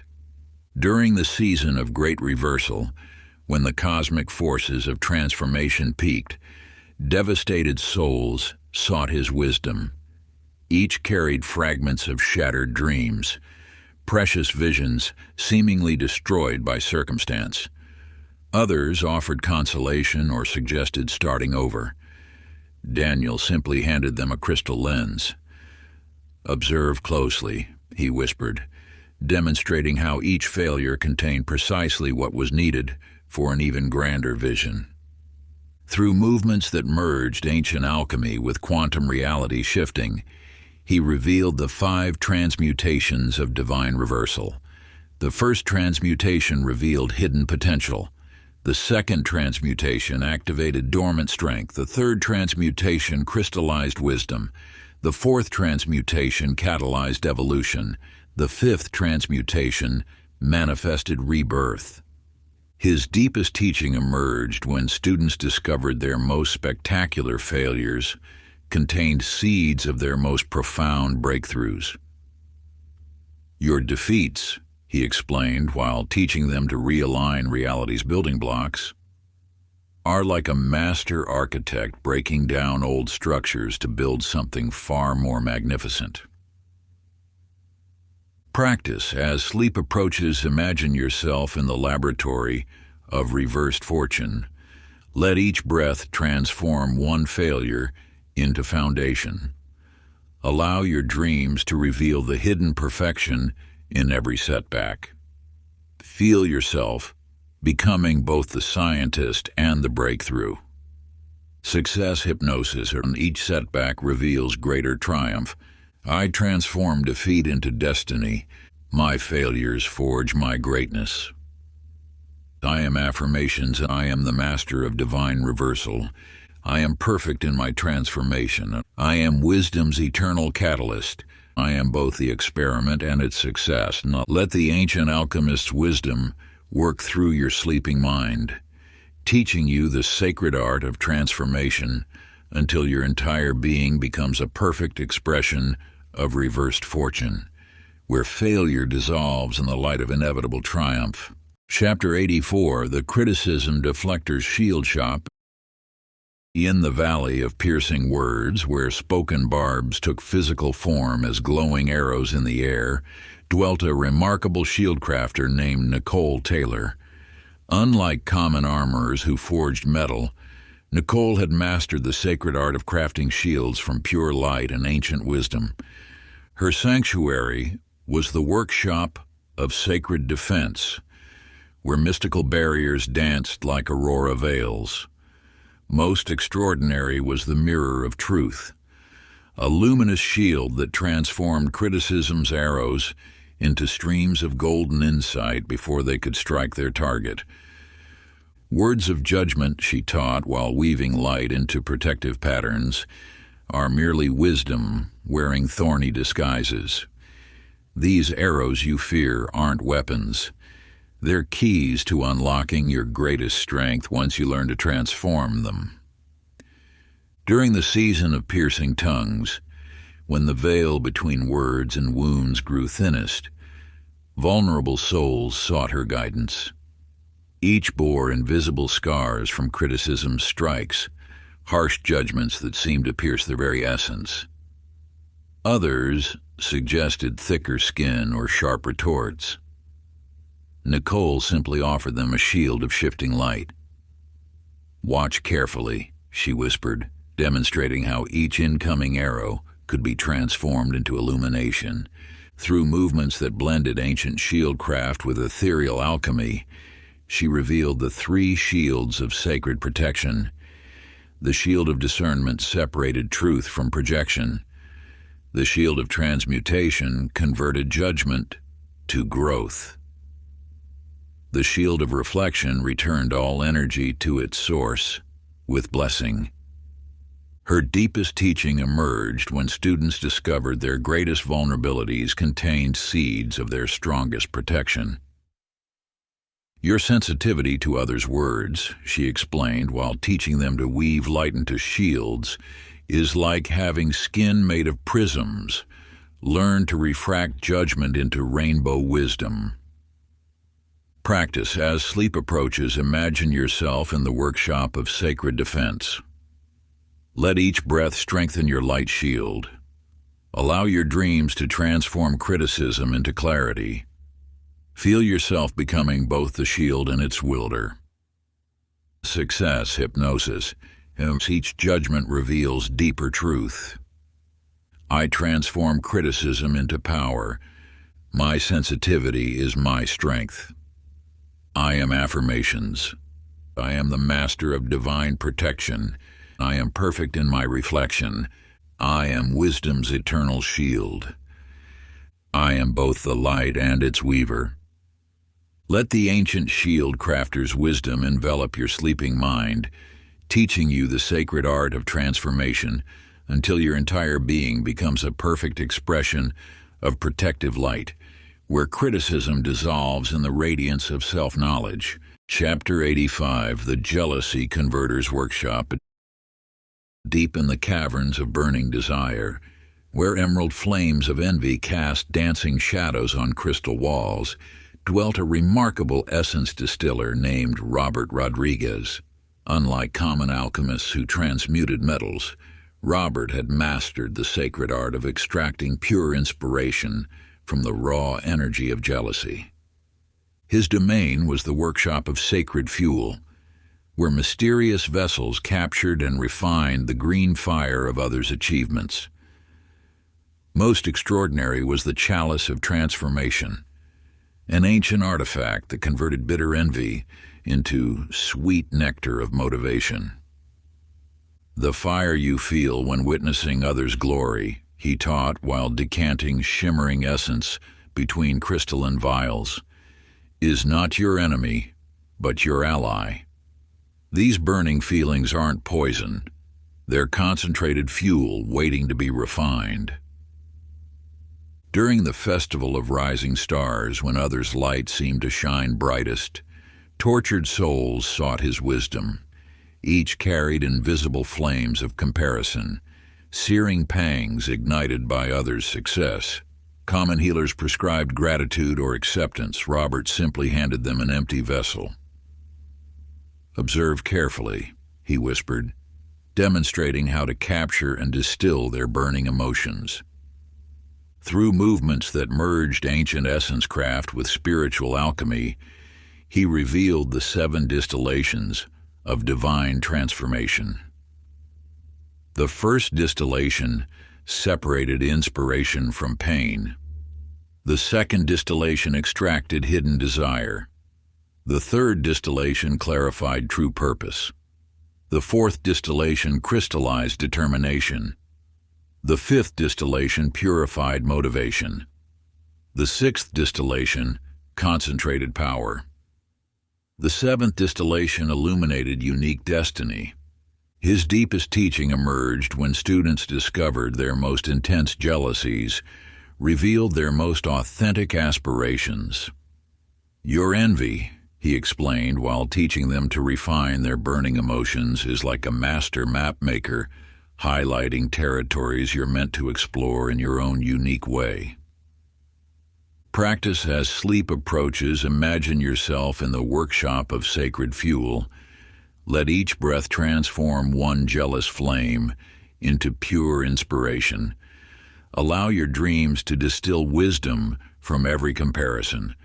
Feel yourself becoming both the alchemist and the transformed essence.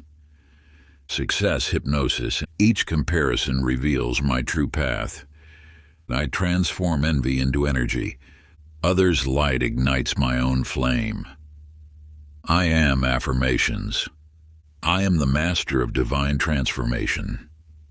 I am perfect in my unique expression. I am wisdom's eternal flame. I am both the fire and its refiner. Let the ancient essence distiller's wisdom flow through your sleeping mind, teaching you the sacred art of transformation until your entire being becomes a perfect expression of refined power, where jealousy dissolves into the pure light of inspired action. Chapter 86, The Resentment Releaser's Prison. In the fortress of frozen time, where ancient grievances crystallized into unbreakable chains, dwelt a mysterious locksmith named Elizabeth Sullivan. Unlike common jailers who guarded prisoners, Elizabeth had mastered the sacred art of liberating souls from the dungeons they built within their own hearts. Her domain was the prison of self-imposed bonds, where each cell was crafted from memories turned bitter with time. Most remarkable was her ring of keys, not forged from metal, but fashioned from moments of grace, each one capable of unlocking decades of accumulated resentment. "These chains you bear," she taught while examining the intricate patterns of a prisoner's bonds, "were not placed upon you by others, but lovingly crafted by your own dedication to pain. The key to your freedom has always hung around your neck, waiting for you to recognize it." During the time of long shadows, when old wounds ached deepest, tortured souls sought her wisdom. Each arrived dragging heavy chains of past injuries, betrayals, abandonments, and injustices worn like precious jewelry. Common counselors suggested forgetting or revenge. Elizabeth simply offered them a single key. "Watch closely," she whispered, demonstrating how each turn of forgiveness loosened not just one link, but entire sections of their spiritual bondage. Through movements that blended ancient locksmith arts with soul alchemy, she revealed the 3 keys of liberation. The key of understanding opened doors of perspective. The key of compassion unlocked chambers of healing. The key of release shattered the very foundations of resentment's prison. Her deepest teaching emerged when prisoners discovered their most carefully guarded grudges had become their heaviest shackles. "Your resentment," she explained while teaching them to craft keys from mercy, "is like drinking poison each day, hoping your enemy will feel its effects." Practice. As sleep approaches, imagine yourself in the prison of self-imposed bonds. Let each breath forge a new key of forgiveness. Allow your dreams to dissolve one chain of resentment. Feel yourself becoming both the liberator and the liberated. Success hypnosis. Each release lightens my spirit. I transform grudges into grace, or my forgiveness sets me free first. I am affirmations. I am the master of divine liberation. I am perfect in my release, and I am wisdom's eternal key. I am both the lock and its opener.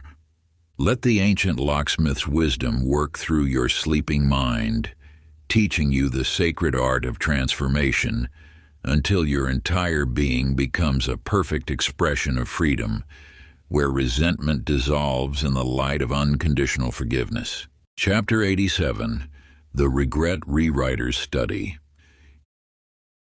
In the library of living chronicles, where the stories of all lives were inscribed in ever-shifting ink, dwelt a remarkable scribe named John Martinez. Unlike common writers who recorded events as fixed history, John had mastered the sacred art of rewriting life narratives through the lens of divine understanding. His sanctuary was the study of sacred revision, where scrolls floated in midair, their text rippling like water. Most extraordinary was his quill of transmutation, a mystical pen that could alter not the events themselves, but their meaning and impact on the soul's journey. "The past you carry," he taught while dipping his quill in starlight, "is not carved in stone, but written in living ink. These regrets that haunt you are simply stories awaiting their true interpretation." During the season of backward glances, when memories cast their longest shadows, tormented souls sought his guidance. Each carried volumes of bitter tales, choices unmade, paths not taken, words unspoken. Common scribes offered only record-keeping. John simply presented them with a blank scroll. "Observe carefully," he whispered, demonstrating how to rewrite their darkest chapters into parables of wisdom. Through movements that merged ancient calligraphy with soul alchemy, he revealed the 5 revisions of divine perspective. The first revision transformed failures into foundations. The second revision recast villains as teachers. The third revision revealed hidden blessings and losses. The fourth revision unveiled the perfection of timing. The fifth revision illuminated the greater purpose behind all events.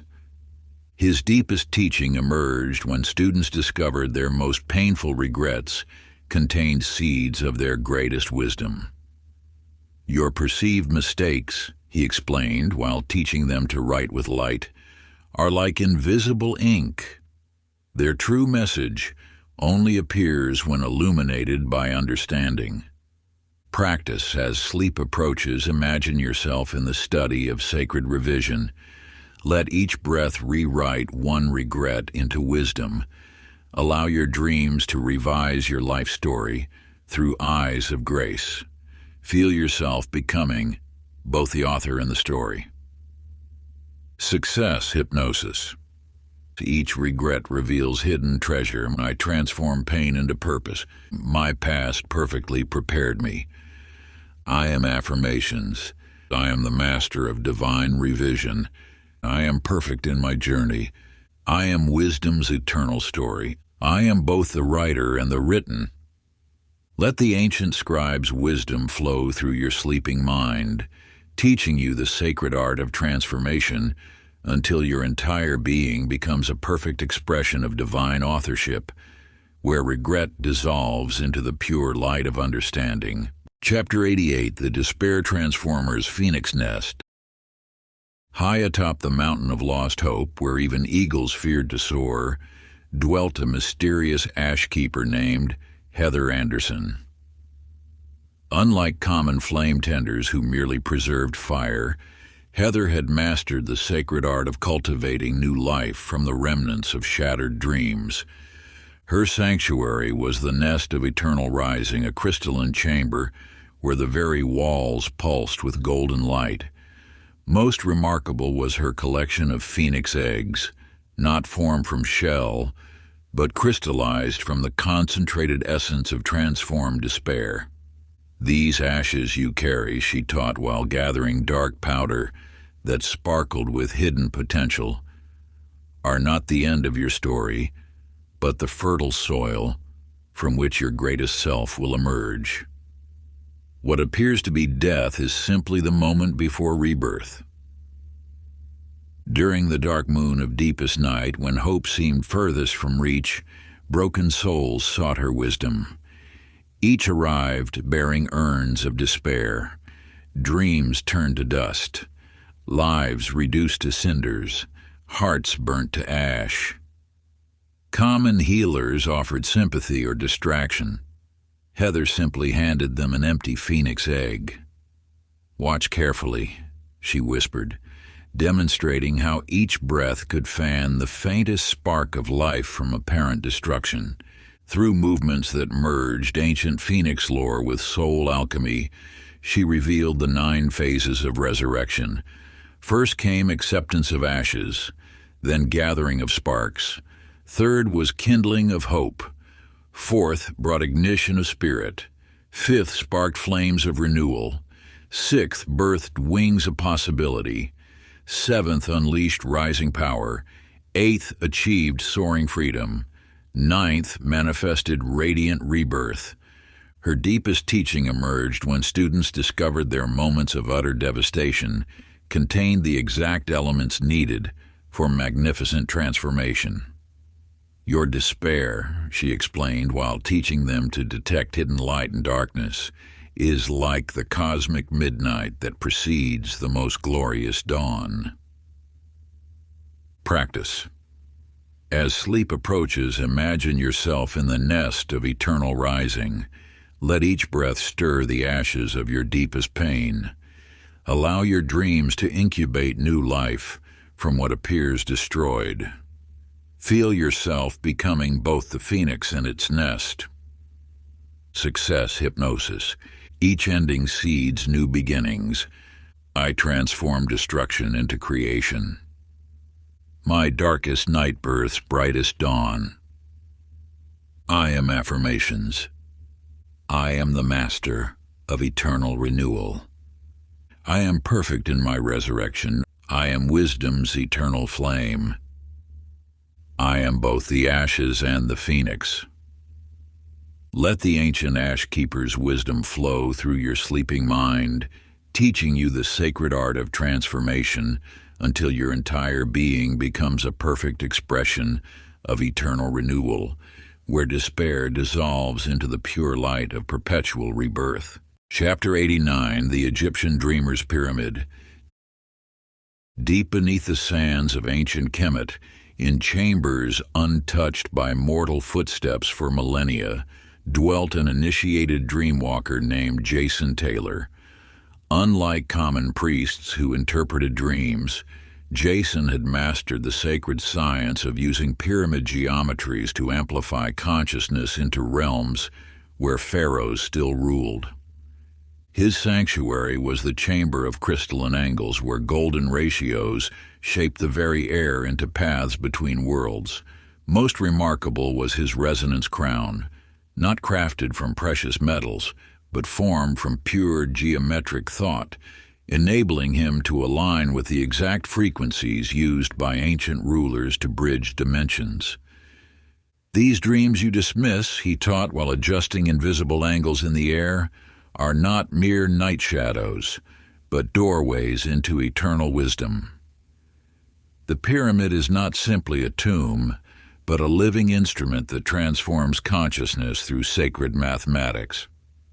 During the hour of Thoth's mirror, when the barrier between worlds grew thinnest, seeking souls found their way to his hidden chamber.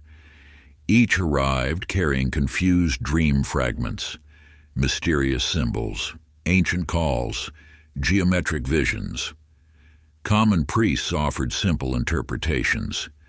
Jason simply guided them to a specific point within his pyramid matrix. "Observe precisely," he whispered, demonstrating how each angle of consciousness created unique doorways into timeless knowledge. Through movements that synthesized sacred geometry with soul awakening, he revealed the 5 angles of pharaonic wisdom. The ascending angle, elevated perception; the grounding angle, rooted cosmic knowledge; the harmonizing angle, balanced energies; the amplifying angle, increased spiritual power; the transforming angle, enabled conscious evolution. His deepest teaching emerged when students discovered their ordinary dreams contained precise geometric keys to extraordinary awakening. "Your nighttime journeys," he explained while teaching them to construct mental pyramids, "are like mathematical equations written in the language of eternity." Practice. As sleep approaches, imagine yourself in the chamber of crystalline angles. Let each breath align your consciousness with perfect geometric proportion. Allow your dreams to resonate with pyramid frequencies. Feel yourself becoming both the structure and the space within. Success hypnosis. Each angle reveals divine proportion. I transform through sacred geometry. My consciousness expands infinitely.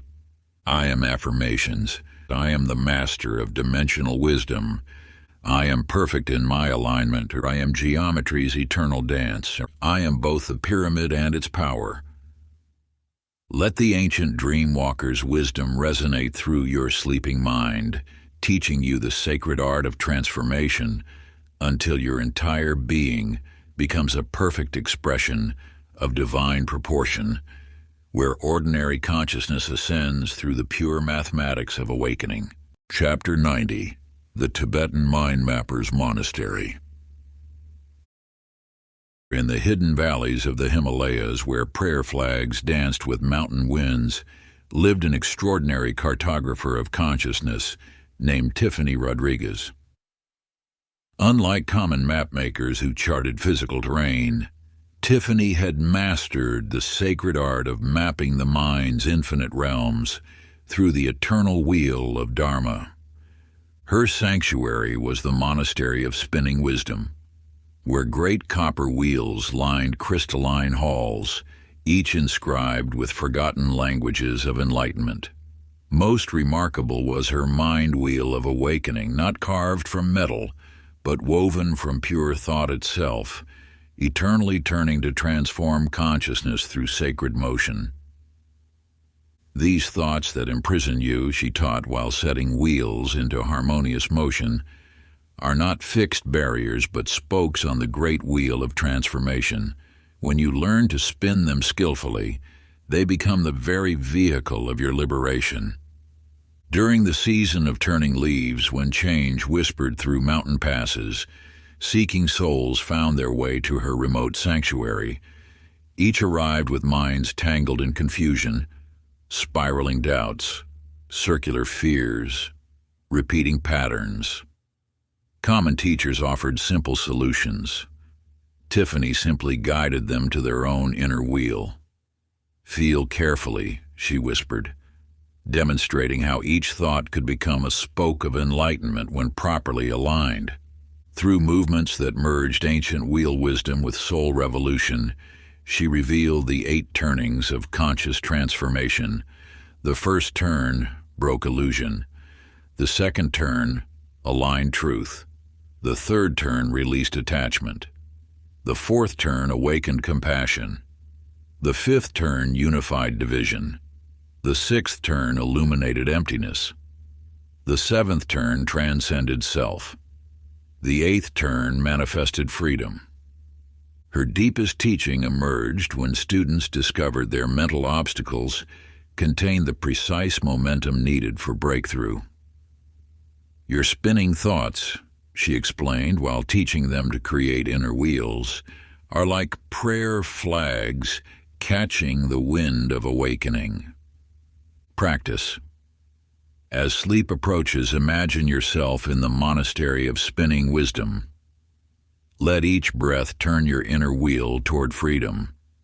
Allow your dreams to spin in perfect harmony with universal truth. Feel yourself becoming both the wheel and its motion. Success, hypnosis, and each turn reveals deeper wisdom. I transform through sacred motion. My consciousness spins toward freedom. I am affirmations. I am the master of mindful turning. I am perfect in my revolution. I am wisdom's eternal wheel. I am both the spinner and the spun. Let the ancient wheelmaster's wisdom turn through your sleeping mind, teaching you the sacred art of transformation until your entire being becomes a perfect expression of divine motion, where confusion dissolves into the pure light of understanding. Part 10, Ascension Pathways. Chapter 91, The Mayan Timekeeper's Observatory. High within the misty peaks of the sacred mountains where stone pyramids pierce the clouds, dwelt a mysterious chronographer named Justin Sullivan. Unlike common calendar keepers who merely counted days, Justin had mastered the art of reading time's deeper rhythms through the cosmic spirals encoded in ancient glyphs. His sanctuary was the Observatory of Eternal Cycles, where massive stone calendars turned silently through the ages, each marking not just the passage of days, but the unfolding of consciousness itself. Most remarkable was his synchronometer, not carved from stone but crystallized from the very essence of time, capable of aligning individual transformation with universal evolution. "These cycles you resist," he taught while tracing spiraling patterns in shimmering light, "are not obstacles to overcome, but cosmic waves to surf toward enlightenment. What appears as ending is simply the completion point that births new beginnings." During the time of great return, when cosmic wheels clicked into prophesied alignment, seeking souls found their way to his mountain sanctuary.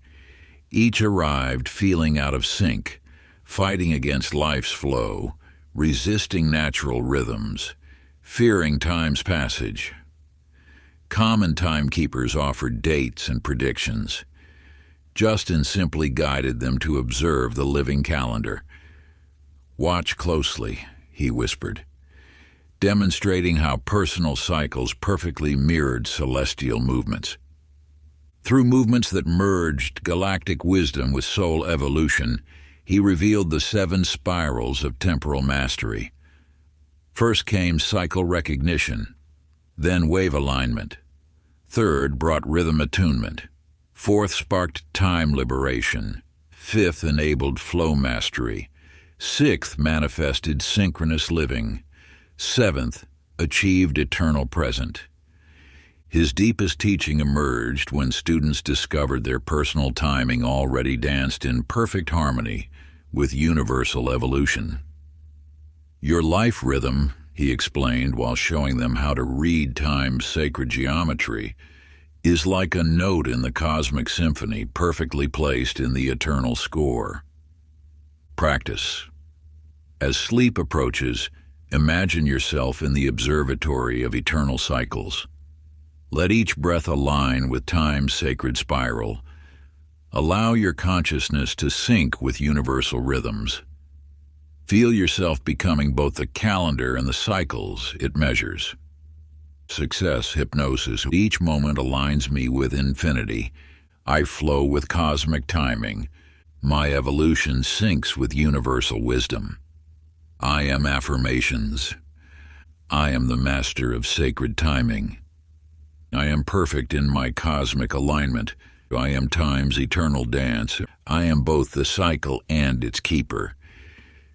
Let the ancient timekeeper's wisdom spiral through your sleeping mind, teaching you the sacred art of transformation until your entire being becomes a perfect expression of divine timing, where resistance dissolves into the pure flow of eternal now.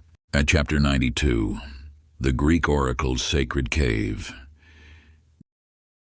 Deep within the rocky cliffs of Mount Parnassus, where sacred vapors rose from earthen cracks, dwelt an extraordinary oracle named Michel Martinez.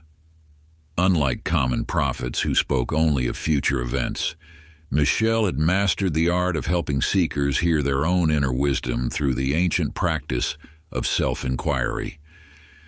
Her sanctuary was the cave of crystalline reflection, where naturally formed mirrors caught and amplified the cave's mystical vapors.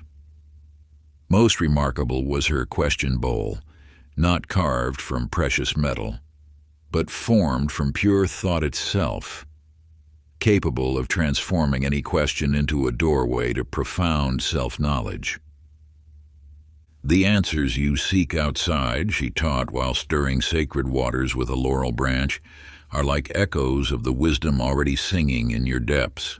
True prophecy is simply the art of learning to listen inward.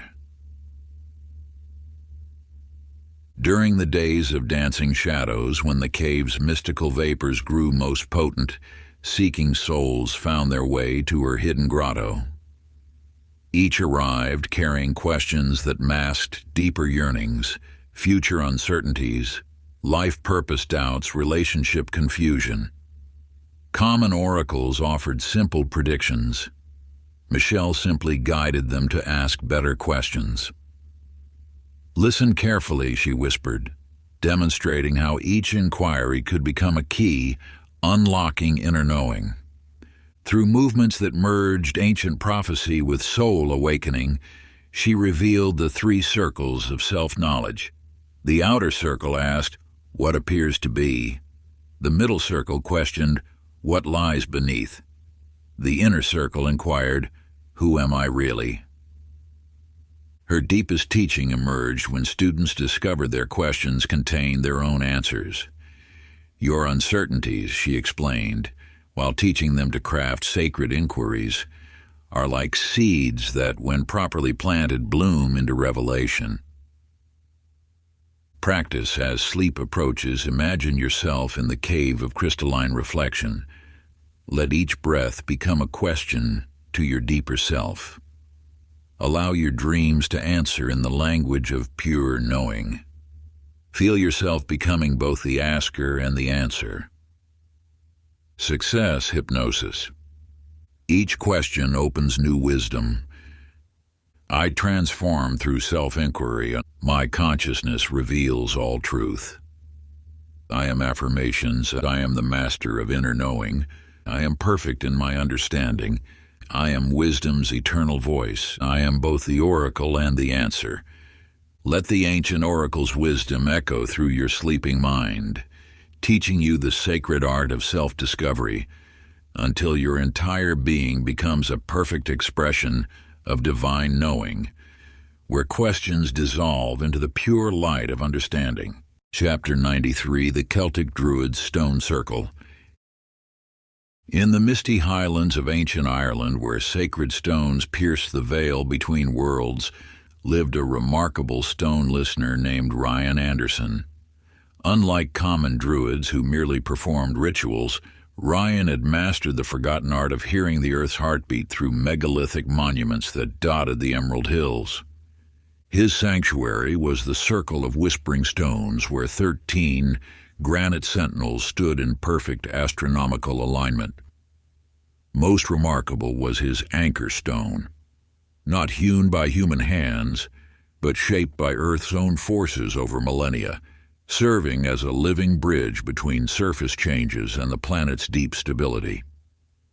These transformations you seek, he taught while pressing his palms against cool granite at dawn, must be rooted in something eternal. Like these stones, you must reach both skyward and deep into Earth's embrace. During the season of turning shadows, when the boundaries between realms grew thinnest, seeking souls found their way to his stone sanctuary. Each arrived feeling ungrounded, blown about by life's winds, untethered from purpose, seeking solid foundation. Common teachers offered temporary solutions. Ryan simply guided them to touch the stones. "Feel deeply," he whispered, demonstrating how each rock conducted Earth's ancient wisdom. Through movements that merged mineral knowledge with soul anchoring, he revealed the 5 foundations of unshakable transformation. First came ground connection, then root establishment. Third brought core alignment. Fourth enabled energy flow. Fifth achieved eternal stability. His deepest teaching emerged when students discovered their instability contained the exact lesson needed for finding true balance. "Your wobbling," he explained while teaching them stone listening, "is like a compass needle seeking true north. The very searching creates the stability." Practice as sleep approaches. Imagine yourself in the circle of whispering stones. Let each breath sink roots deeper into Earth's wisdom. Allow your dreams to be anchored in timeless truth. Feel yourself becoming both the stone and the force that shaped it. Success hypnosis. Each breath grounds me more deeply. I transform through eternal stability. My consciousness roots in timeless truth. I am affirmations. I am the master of sacred grounding. I am perfect in my stability. I am Earth's eternal wisdom. I am both the stone and its shaper. Let the ancient stone listener's wisdom echo through your sleeping mind, teaching you the sacred art of grounded transformation until your entire being becomes a perfect expression of divine stability, where chaos dissolves into the pure peace of unshakable presence. Chapter 94, The Chinese Sage's Garden. In an ancient valley where misty mountains embraced emerald pools, there lived an extraordinary garden tender named Amber Taylor. Unlike common gardeners who fought against nature's ways, Amber had mastered the sacred art of dancing between opposing forces, creating harmony from apparent conflict. Her sanctuary was the garden of perfect balance, where black pebbles and white sand flowed in endless patterns around islands of precisely trimmed plants. Most remarkable was her mirror pool, not filled with ordinary water, but with liquid consciousness itself, revealing how opposite forces eternally chase and create each other. "This resistance you feel," she taught while arranging stones in the pre-dawn light, "is like trying to separate day from night. The very force you push against contains the energy needed for your transformation. During the time of dancing shadows, when light and darkness performed their eternal courtship, seeking souls found their way to her hidden garden. Each arrived struggling with internal battles, mind fighting heart, conscious wrestling unconscious, will battling surrender. Common teachers chose sides. Amber simply guided them to observe the koi fish.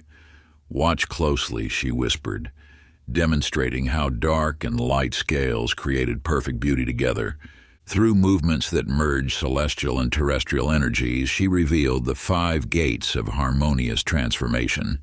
First came opposition recognition, then polarity dancing.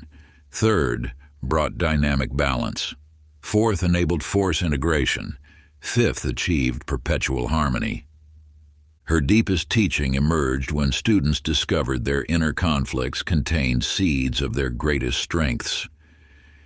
"Your struggles," she explained while showing them how to trace the curves between shadow and light, "are like the boundary between ocean and shore. The very meeting place creates the most abundant life." Practice as sleep approaches. Imagine yourself in the garden of perfect balance. Let each breath alternate between giving and receiving. Allow your dreams to dance between action and surrender. Feel yourself becoming both the force and its counterforce. Success hypnosis. Each moment balances my being. I transform through perfect harmony. My consciousness dances with all forces. I am affirmations. I am the master of sacred balance, and I am perfect in my wholeness. I am harmony's eternal dance. I am both the light and shadow. Let the ancient gardener's wisdom flow through your sleeping mind, teaching you the sacred art of harmonious transformation until your entire being becomes a perfect expression of divine balance, where conflict dissolves into the pure dance of eternal unity. In Chapter 95, the Indian yogi's mountain cave. High in the pristine peaks of the ancient Himalayas, where sacred winds whispered eternal secrets, dwelt an extraordinary cave dweller named Brian Rodriguez. Unlike common yogis who merely practice poses, Brian had mastered the forgotten art of awakening the serpent power that lies dormant in every human spine. His sanctuary was the Cave of Ascending Light, where naturally formed crystalline spires spiraled up the walls like a frozen kundalini flame. Most remarkable was his meditation seat, not carved from stone, but formed over centuries by the very energy of countless masters who had awakened there before him. "This restlessness you feel," he taught while sitting in perfect stillness at dawn, "is simply the divine serpent stirring from its slumber. Your entire spine is a ladder of light, waiting to be climbed." During the season of rising forces, when cosmic energies flowed most powerfully through the Earth's subtle channels, seeking souls found their way to his mountain sanctuary. Each arrived trapped in mental chaos, thoughts racing, energy scattered, inner fire dimmed. Common teachers offered temporary peace. Brian simply guided them to their own spine. "Feel inward," he whispered, demonstrating how each vertebra contained a universe of consciousness. Through movements that merged breath with awakening, he revealed the 7 gates of serpent rising. First came root awakening, then sacred waters. Third brought power flow. Fourth opened heart wisdom. Fifth voiced truth speaking. Sixth sparked inner vision. Seventh crowned divine union. His deepest teaching emerged when students discovered their mental chaos contained the exact fuel needed for transformation. "Your scattered thoughts," he explained while teaching them energy locks, "are like 1,000 flames waiting to be merged into one eternal fire." Practice.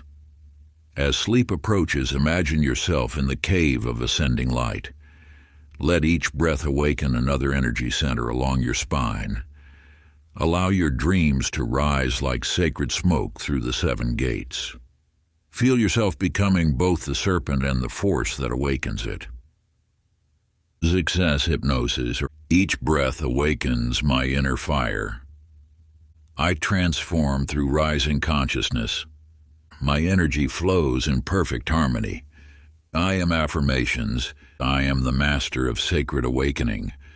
I am perfect in my stillness, and I am Kundalini's eternal dance, and I am both the seeker and the found. Let the ancient yogi's wisdom spiral through your sleeping mind, teaching you the sacred art of energy awakening until your entire being becomes a perfect expression of divine consciousness, where separation dissolves into the pure light of eternal awareness. Chapter 96, The Native Shaman's Vision Quest.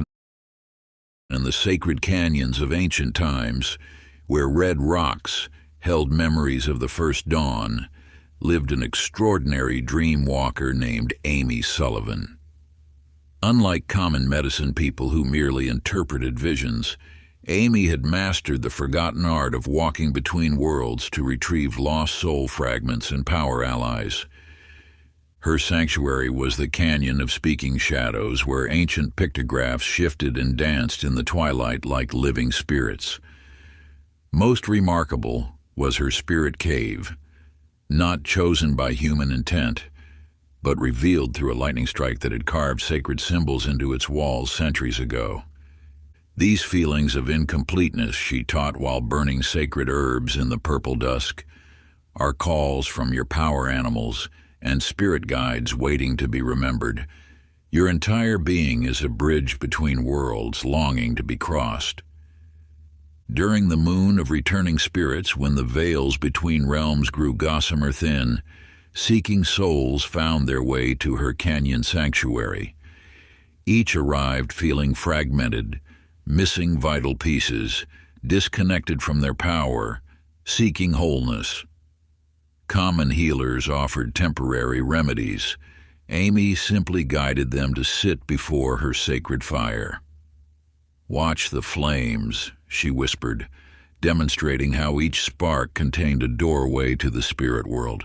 Through movements that merged physical and spiritual sight, she revealed the 4 winds of soul retrieval.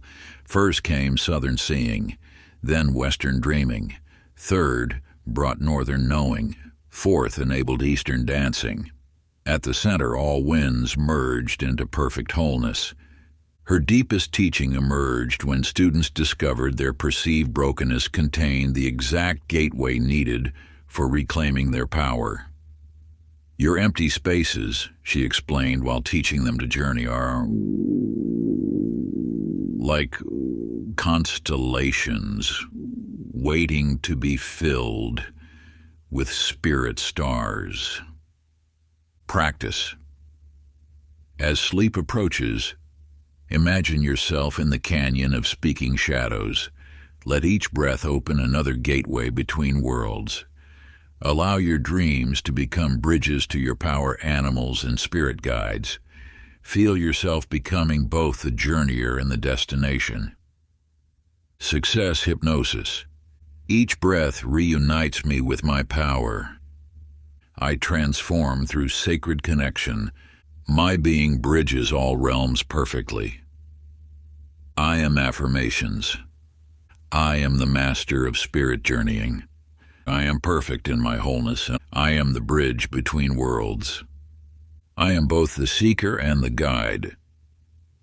Let the ancient dreamwalker's wisdom echo through your sleeping mind, teaching you the sacred art of power retrieval until your entire being becomes a perfect expression of divine completeness, where separation dissolves into the pure unity of eternal wholeness. At Chapter 97, The Persian Magus's Fire Temple.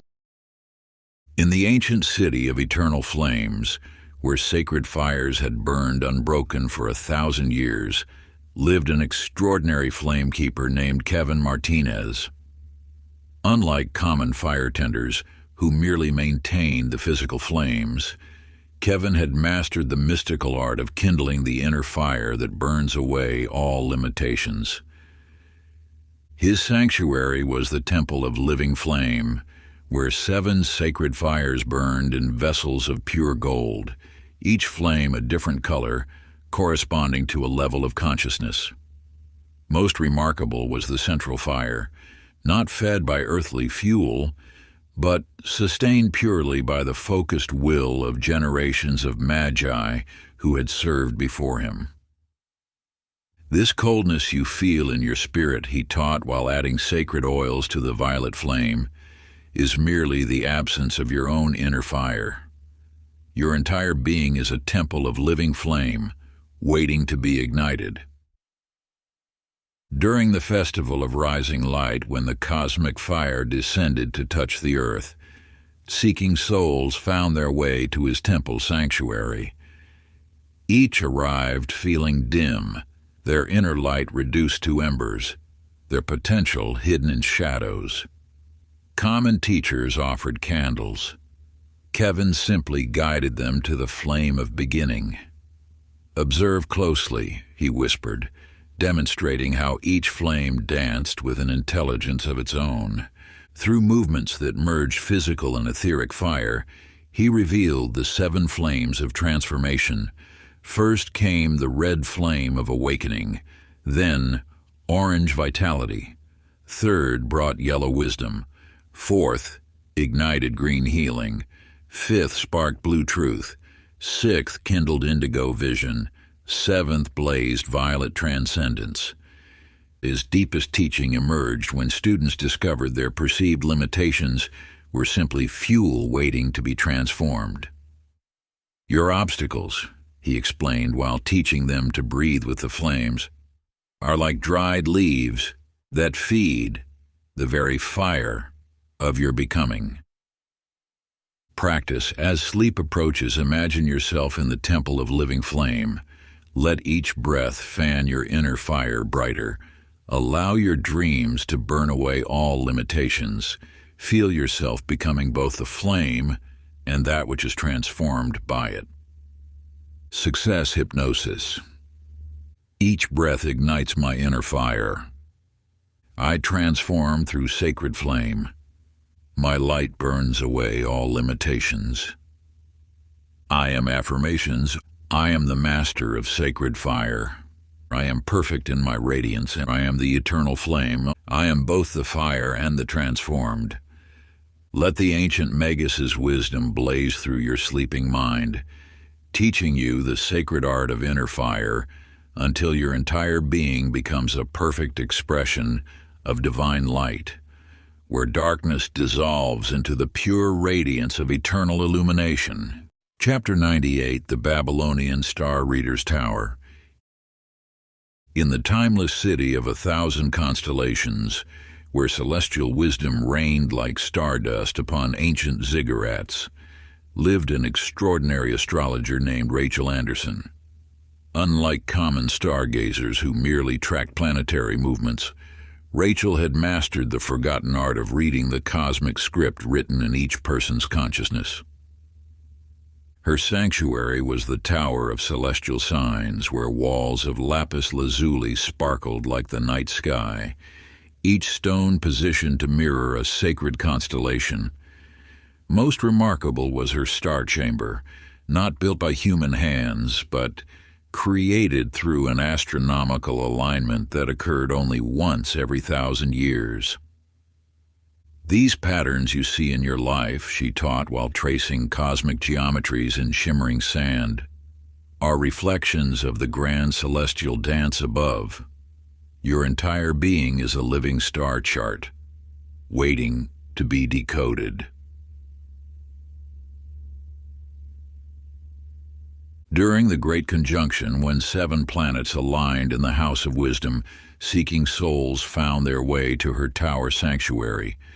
Each arrived feeling lost, unable to read their life's direction, confused by recurring patterns. Common astrologers offered predictions. Rachel simply guided them to her observation platform. "Look upward," she whispered. demonstrating how each star cluster held a message for the soul below.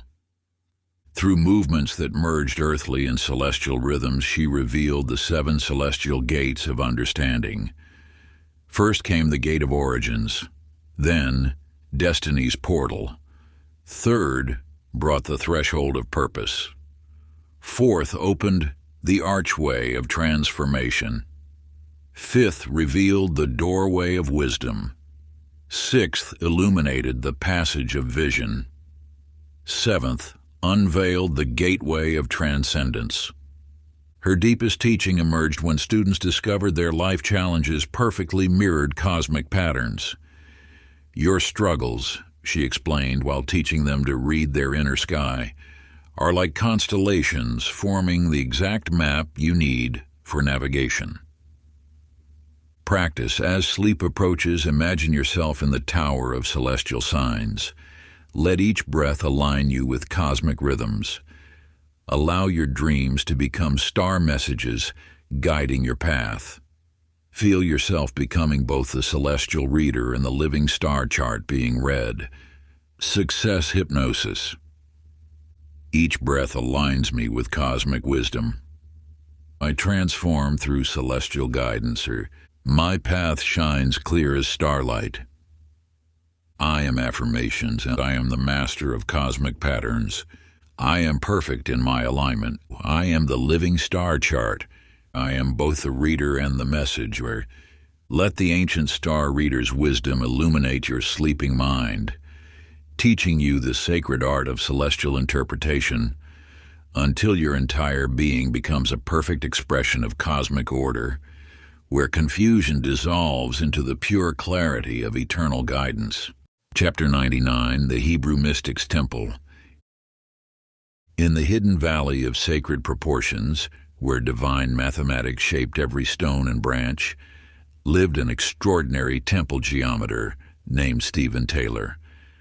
Unlike common architects who built with mere physical measurements, Stephen had mastered the mystical art of constructing inner temples using the golden ratios of creation itself. His sanctuary was the Temple of Living Symmetry, where walls and pillars embodied the exact proportions through which divine energy flowed into earthly form. Most remarkable was the central chamber, not designed through human calculation but revealed through dreams where angels had shown him the sacred blueprints of reality itself. These feelings of inner chaos, he taught while drawing geometric forms in crystalline sand, arise from misaligned inner architecture. Your entire being is a living temple, waiting to be built according to divine proportion. During the festival of sacred numbers, when heavenly geometry manifested most strongly in the material world, seeking souls found their way to his temple sanctuary. Each arrived feeling structurally unsound, when their inner space is cramped or empty, their spiritual foundations unstable. Common builders offered physical solutions. Stephen simply guided them to the chamber of perfect forms. "Observe the angles," he whispered, demonstrating how each intersection channeled divine light in specific ways. Through movements that merged physical and spiritual architecture, he revealed the 10 Sephiroth of inner temple building. First came foundation, then kingdom. Third brought understanding. Fourth established wisdom. Fifth balanced severity. Sixth embodied mercy. Seventh centered beauty. Eighth ignited splendor. Ninth illuminated victory. 10th crowned unity. His deepest teaching emerged when students discovered their perceived flaws were actually marking points for divine pillars. Your empty spaces, he explained while teaching them sacred measuring, are like uncarved stones waiting to become holy altars. Practice. As sleep approaches, imagine yourself in the Temple of Living Symmetry. Let each breath align your inner architecture. Allow your dreams to become blueprints of perfection. Feel yourself becoming both the temple and its builder. Success. Hypnosis. Each breath aligns my inner geometry. I transform through sacred proportion. My being manifests divine architecture. I am affirmations. I am the master of sacred structure. I am perfect in my proportions, and I am the living temple. I am both the builder and the built. Let the ancient geometer's wisdom construct your sleeping mind, teaching you the sacred art of inner architecture until your entire being becomes a perfect expression of divine proportion, where chaos dissolves into the pure symmetry of eternal order. Chapter 100, The Roman Stoics Forum. In the eternal city's marble heart, where wisdom echoed through ancient columns, lived an extraordinary mind trainer named Megan Rodriguez. Unlike common philosophers who merely debated ideas, Megan had mastered the sacred art of building mental fortresses that no emotional storm could breach. Her domain was the Forum of Unshakable Peace, where 12 pristine columns rose in perfect circles, each carved with maxims that could turn chaos into calm. Most remarkable was the central colonnade, not built for shelter from rain, but designed as a training ground where souls learned to stand unmoved while tempests raged. These emotional hurricanes that devastate your peace, she taught while walking between weathered pillars, gain power only because your mental walls have gaps. Your entire being is meant to be an impenetrable citadel of serenity. During the festival of inner sovereignty, when Rome's spiritual barriers aligned with celestial fortifications, seeking souls found their way to her forum sanctuary. Each arrived storm-tossed, their inner peace shattered by life's gales, their emotional foundations crumbling. Common teachers offered temporary shelter. Megan simply guided them to the pillar of first principles.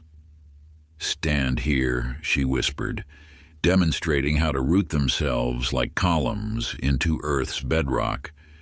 Through postures that merged physical stillness with mental impregnability, she revealed the 4 cornerstones of emotional mastery. First came acceptance of what is, then detachment from what seems. Third brought discipline of response. Fourth established transcendence of circumstance, and her deepest teaching emerged when students discovered their perceived weaknesses were actually keystones of strength. "Your vulnerabilities," she explained while teaching them to stand immovable, "are like architectural arches, strongest at the very point they seem most fragile." Practice. As sleep approaches, imagine yourself in the forum of unshakable peace. Let each breath fortify your inner walls. Allow your dreams to become pillars of strength. Feel yourself becoming both the fortress and its architect. Success. Hypnosis. Each breath strengthens my inner walls. I stand unmoved by external storms. My peace remains unshakable. I am affirmations. I am the master of inner stillness. I am perfect in my sovereignty. I am the unbreachable fortress. I am both the citadel and its guardian. Let the ancient Stoics' wisdom fortify your sleeping mind, teaching you the sacred art of emotional invincibility until your entire being becomes a perfect expression of immovable peace, where chaos dissolves into the pure serenity of eternal calm. Part 11, The Eternal Light Within. Chapter 101, The Sufi Dancer's Circle. In the mystical valley of eternal motion, where desert winds taught their secrets to seeking souls, lived an extraordinary whirling master named Mark Sullivan. Unlike common dancers who moved for pleasure or performance, Mark had discovered the sacred art of spinning into stillness, finding perfect peace at the center of perpetual movement. His sanctuary was the pavilion of sacred revolution, where polished marble floors spiraled in mesmerizing patterns that mirrored the dance of planets and atoms. Most remarkable was the golden circle, not carved by tools, but worn into the stone by centuries of whirling devotees who had found enlightenment through sacred motion. This restlessness that plagues your spirit, he taught while demonstrating the first turn, comes from fighting life's natural spin. Your entire being is meant to dance with existence itself. During the festival of divine rotation, when celestial spheres aligned in their cosmic dance, seeking souls found their way to his circular sanctuary. Each arrived dizzy with life's chaos, their minds spinning with worry, their hearts turbulent with emotion. Common teachers advised staying still. Mark simply guided them to the circle's edge. "Begin turning," he whispered, showing how to spiral inward while keeping one eye fixed on eternal truth. Through movements that merged physical rotation with spiritual revolution, he revealed the 7 veils of whirling wisdom. First came surrender to motion, then finding center. Third brought inner stillness. Fourth awakened holy vision. Fifth ignited divine love. Sixth opened cosmic unity. Seventh unveiled eternal presence.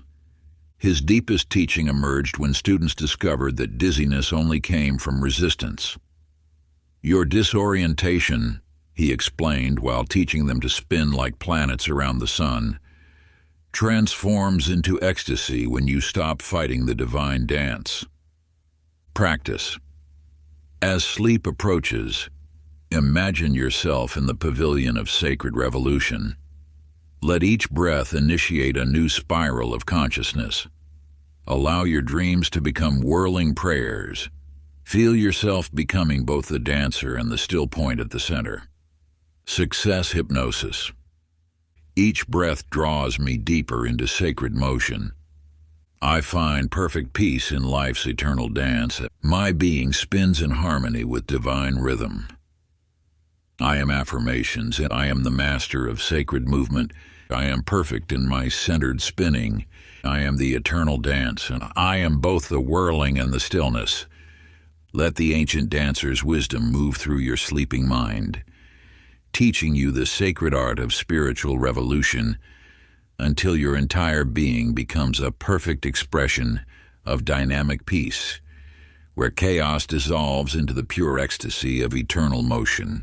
In Chapter 102, The Gnostic Keeper's Hidden Library.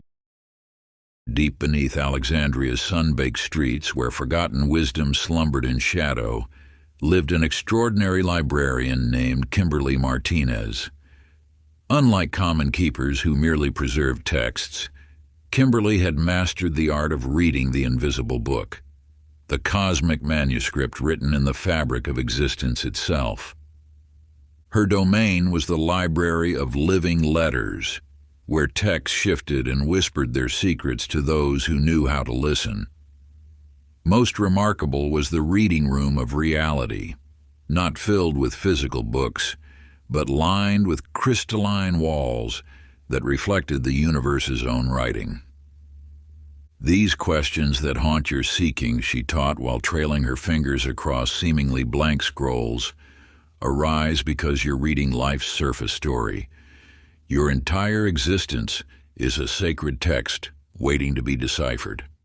During the Festival of Hidden Knowledge, when the veils between visible and invisible writing grew thin, seeking souls found their way to her underground sanctuary. Each arrived blind to life's deeper script, their eyes catching only material words, their hearts missing the divine authorship behind every moment. Common teachers offered ordinary books. Kimberly simply guided them to the Codex of Consciousness.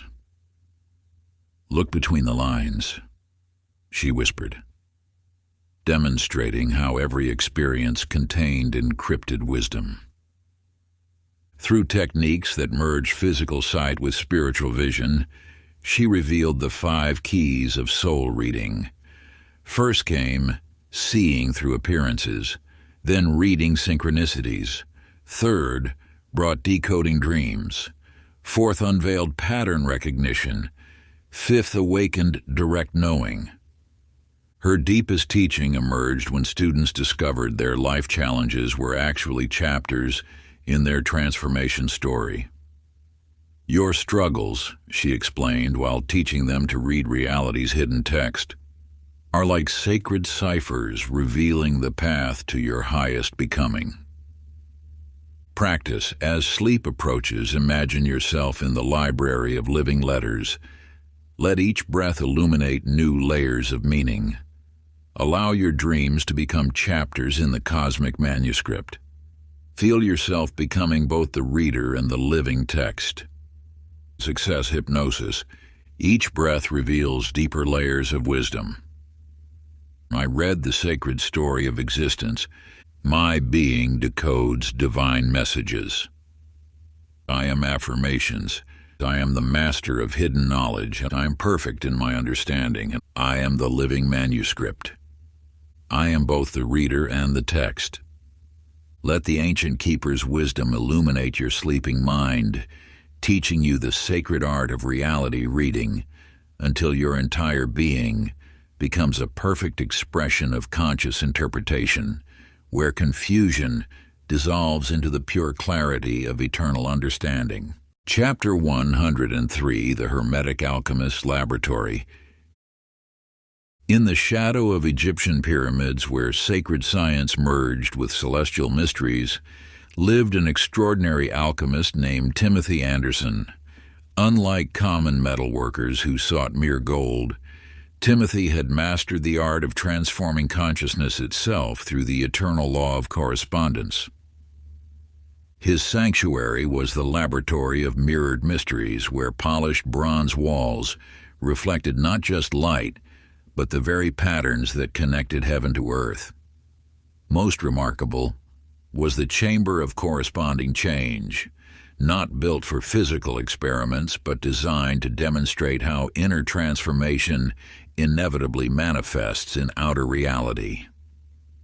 These barriers between thought and manifestation, he taught while stirring a curious solution that shifted colors with his breathing, exist only because you've forgotten the primary law.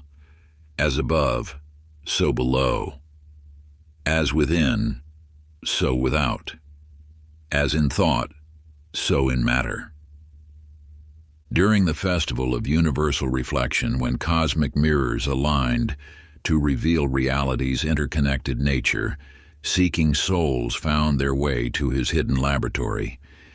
Each arrived frustrated with failed manifestations, their desires seemingly trapped in mental realms, their physical world stubbornly unchanged. Common alchemists offered material transmutations. Timothy simply guided them to the well of corresponding causes. "Watch closely," he whispered, demonstrating how every physical effect matched its mental source. Through experiments that merged inner and outer worlds, he revealed the three laws of manifestation alchemy. First came recognition of patterns, then resonance between realms. Third brought reciprocal transformation. His deepest teaching emerged when students discovered their physical circumstances were perfect reflections of their inner state.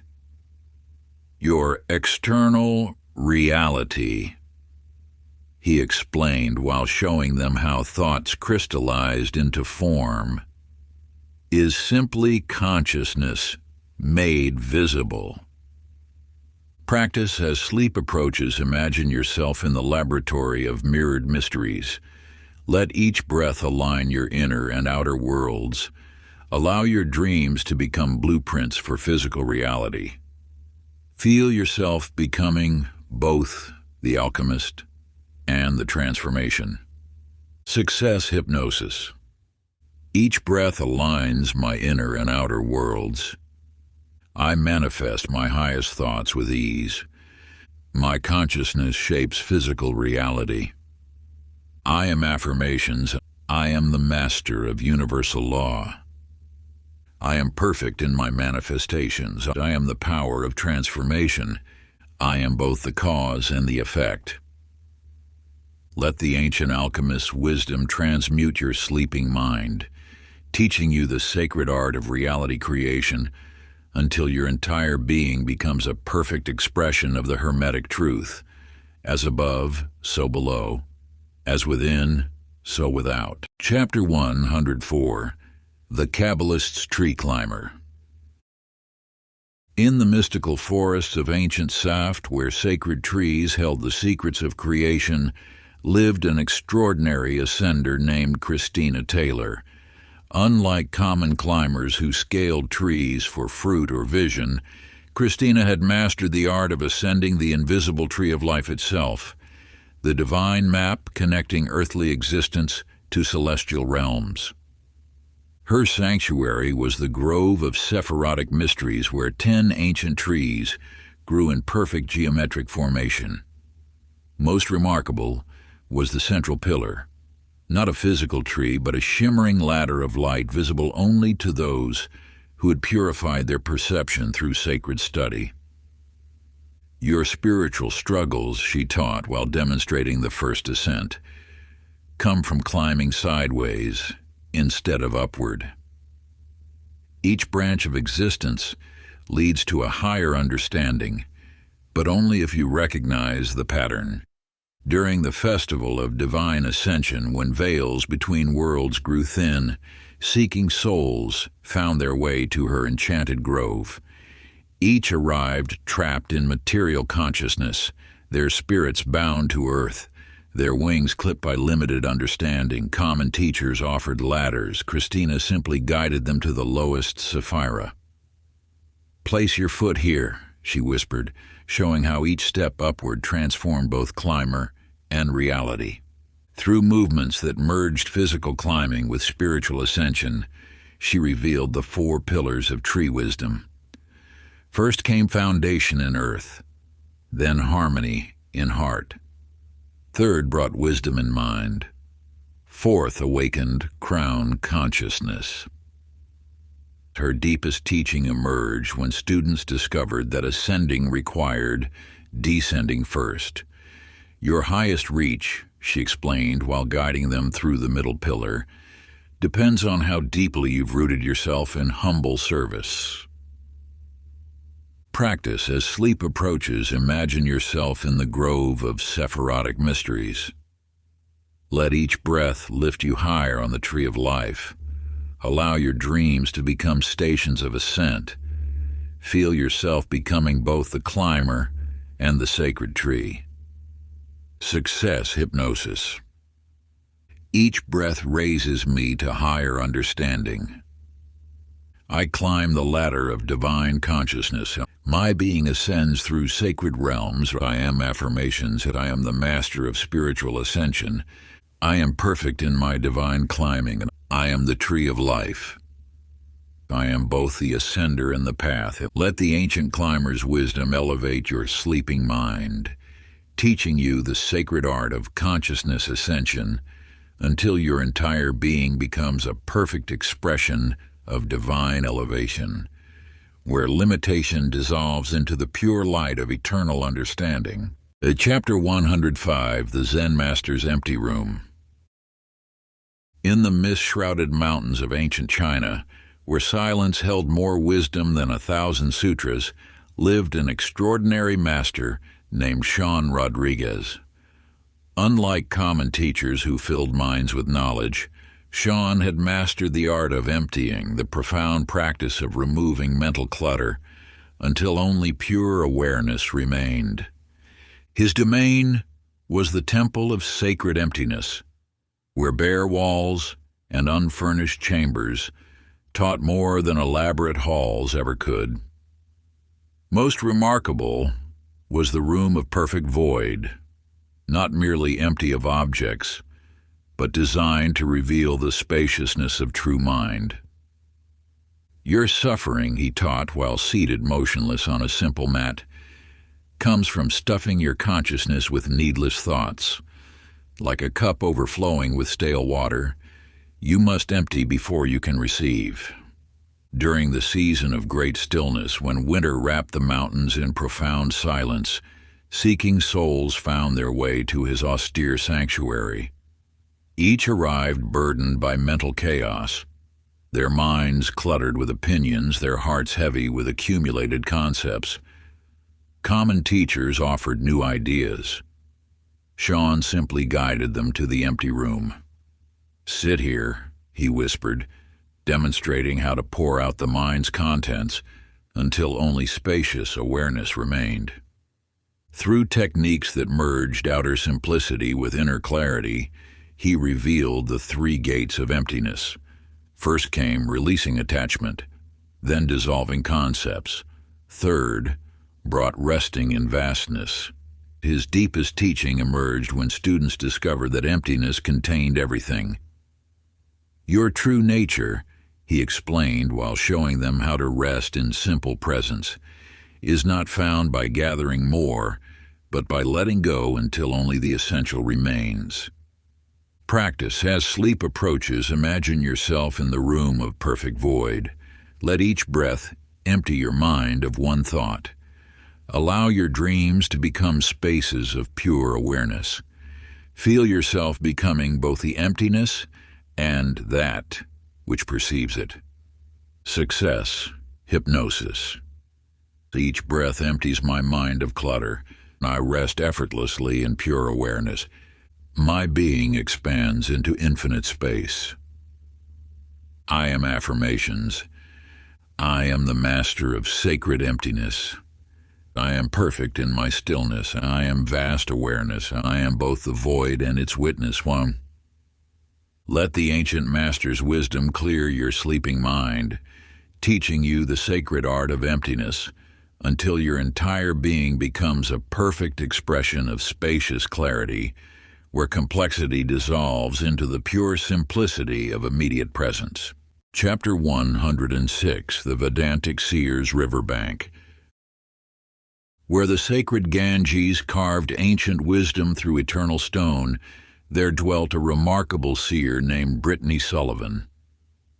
Unlike common philosophers who chased fleeting knowledge, Brittany had mastered the art of witnessing, discerning the unchanging truth beneath life's endless flow. Her sanctuary was the terrace of timeless observation, a crystalline platform extending over rushing waters where reality's deeper nature revealed itself. Most extraordinary was the mirror pool, a perfectly still basin surrounded by rushing rapids, demonstrating how unchanging awareness could exist amid constant change. "Your confusion," she taught while gazing into swirling eddies, "comes from identifying with the river instead of the witnessing bank. You are not the passing thoughts and experiences, but the eternal consciousness that watches them flow."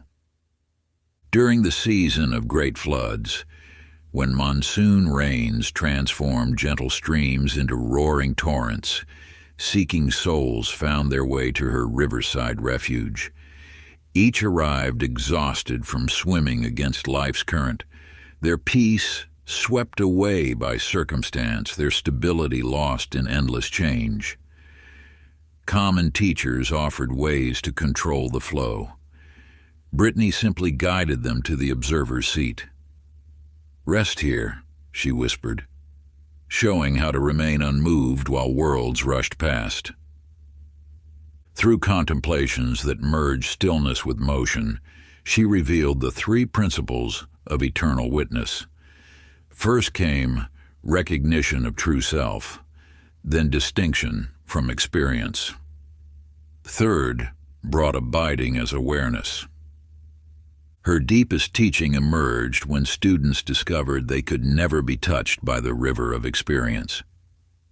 "Your essential nature," she explained while showing them how phenomena arose and dissolved in consciousness, "is the unchanging awareness in which all changes appear and disappear." Practice. As sleep approaches, imagine yourself on the terrace of timeless observation. Let each breath remind you of your unchanging nature, Allow your dreams to flow past while you rest as pure witnessing. Feel yourself becoming both the stable bank and the watching awareness. Success hypnosis. Each breath centers me in timeless being. I rest unmoved as experience flows. My awareness remains forever untouched. I am affirmations. I am the witness of all experience. I am perfect in my unchanging nature. I am eternal consciousness, and I am both the seer and the seeing. Let the ancient seer's wisdom stabilize your sleeping mind, teaching you the sacred art of self-knowledge until your entire being realizes its true nature as the changeless awareness in which all of life's rivers flow. Chapter 107. The Toltec Warrior's Desert Training.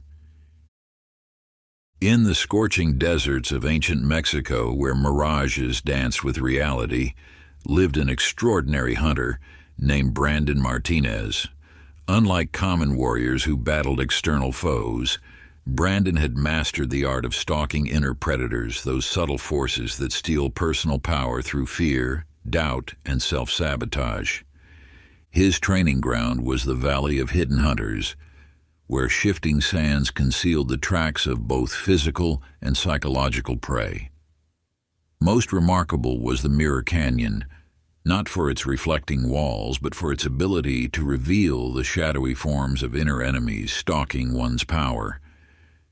Your weakness, he taught while demonstrating the silent walk across burning sands, comes from feeding the predators you cannot see. Each fear you nurture becomes a jaguar that hunts your strength. Each doubt grows into a snake that poisons your resolve. During the season of fierce winds, when sandstorms stripped away all illusion, seeking souls found their way to his desert sanctuary. Each arrived depleted of power, their energy drained by invisible attackers, their strength sapped by unseen thieves. Common teachers offered weapons. Brandon simply guided them to the hunter's stance. "Watch here," he whispered, showing how to detect the subtle movements of inner predators circling their awareness. Through movements that merged physical stealth with psychological precision, he revealed the 4 hunts of power reclamation. First came stalking fear, then ambushing doubt. Third brought tracking unworthiness. Fourth mastered capturing self-defeat. His deepest teaching emerged when students discovered they could turn predator into prey. "Your greatest power," he explained while teaching them to move like desert wind, "comes from hunting what hunts you until the very forces that once diminished you become fuel for your transformation." Practice. As sleep approaches, imagine yourself in the Valley of Hidden Hunters. Let each breath sharpen your awareness of inner predators. Allow your dreams to become hunting grounds where you stalk and reclaim stolen power. Feel yourself becoming both the hunter and the force of transformation. Success hypnosis. Each breath increases my personal power. I stalk and overcome inner enemies. My being grows stronger through each challenge. I am affirmations, and I am the master of power reclamation. I am perfect in my inner hunting. I am unstoppable force. I am both the warrior and the victory. Let the ancient hunter's wisdom empower your sleeping mind, teaching you the sacred art of inner warfare until your entire being becomes a perfect expression of reclaimed power, where predators transform into allies and limitation becomes fuel for unlimited strength. Chapter 108. The Christian Mystic's Garden. In the hidden valleys of medieval Europe, where ancient stone walls held secrets of divine communion, lived an extraordinary mystic named Samantha Anderson. Unlike common religious scholars who studied sacred texts, Samantha had mastered the art of direct divine presence, cultivating a living garden where heaven and earth merged in perfect unity. Her sanctuary was the Garden of Perpetual Miracles, where ordinary plants manifested extraordinary grace. Most remarkable was the Surrender Grove, a circular space where 12 flowering trees bent perpetually toward an unseen center, demonstrating the beauty of yielding to divine will. Your separation, she taught while tending miraculous blooms that produced both fruit and flowers simultaneously, comes from believing you must reach for heaven. The divine already flows through every leaf and petal. Your only task is to stop resisting its presence or not. During the season of sacred blossoming, when flowers opened to reveal luminous light within their centers, seeking souls found their way to her verdant refuge. Each arrived exhausted from spiritual striving, their connection fractured by effort, their hearts strained by attempting to earn grace. Common teachers offered techniques. Samantha simply guided them to the garden's heart. "Rest here," she whispered, demonstrating how to allow divine presence to move through them like sap through a willing branch. Through contemplations that merged natural wisdom with mystical insight, she revealed the 3 keys of divine communion. First came cessation of striving, then opening to grace. Third brought flowering of presence, and her deepest teaching emerged when students discovered heaven already existed within their own nature. "Your true essence," she explained while showing them how miracles naturally blossom through surrendered hearts, "is already perfect union with the divine. Stop trying to become what you eternally are. Practice as sleep approaches. Imagine yourself in the garden of perpetual miracles. Let each breath open you further to divine presence. Allow your dreams to become spaces where grace flows unobstructed. Feel yourself becoming both the garden and the gardener of miracles." Success hypnosis. "Each breath aligns me with divine flow. I rest effortlessly in perfect grace, and my being blossoms with heavenly light." I am affirmations. I am the garden of divine presence. I am perfect in my surrender. I am living miracle. I am both vessel and essence. Let the ancient mystic's wisdom transform your sleeping mind, teaching you the sacred art of divine communion, until your entire being becomes a perfect expression of heaven's garden, where effort dissolves into grace and separation, blooms into eternal union. Chapter 109. The Islamic Whirler's Sacred Dance. In the marble-domed sanctuaries of ancient Kenya, where sacred geometry spiraled into infinity, lived an extraordinary whirling master named Jeremy Taylor. Unlike common dervishes who spun for spectacle, Jeremy had discovered the secret of divine annihilation, using sacred motion to dissolve the illusion of separate self until only truth remained. His sanctuary was the chamber of endless turning, where polished floors bore circular grooves from centuries of mystic rotation. Most remarkable was the Hall of Vanishing Forms, an octagonal space where carefully placed mirrors created infinite reflections that seemed to dissolve into pure light as one turned. "Your limitation," he taught while demonstrating the precise positions of arms and feet, "comes from believing yourself solid and separate. Through sacred turning, you become like water in a whirlpool, individually nothing, yet one with the infinite ocean of being." During the season of night vigils, when stars wheeled overhead in their cosmic dance, seeking souls found their way to his rotating refuge. Each arrived burdened by ego's weight, their spirits cramped by self-importance, their hearts heavy with individual identity. Common teachers offered practices. Jeremy simply guided them to the whirling point. "Dissolve here," he whispered, showing how to let go into the spin until self disappeared like dew in morning sun. Through movements that merged physical rotation with spiritual liberation, he revealed the 3 stages of sacred turning. First came liberation of form, then dissolution of mind. Third brought absorption in unity. His deepest teaching emerged when students discovered they could vanish while still standing. Your true nature, he explained while spinning like a human galaxy, reveals itself when false self falls away. In perfect turning, only turning remains, no turner, no turned, only eternal dance. Practice. As sleep approaches, imagine yourself in the chamber of endless turning. Let each breath spiral you deeper into divine presence. Allow your dreams to become whirling dervishes of transformation. Feel yourself becoming both the dance and the infinite dancer.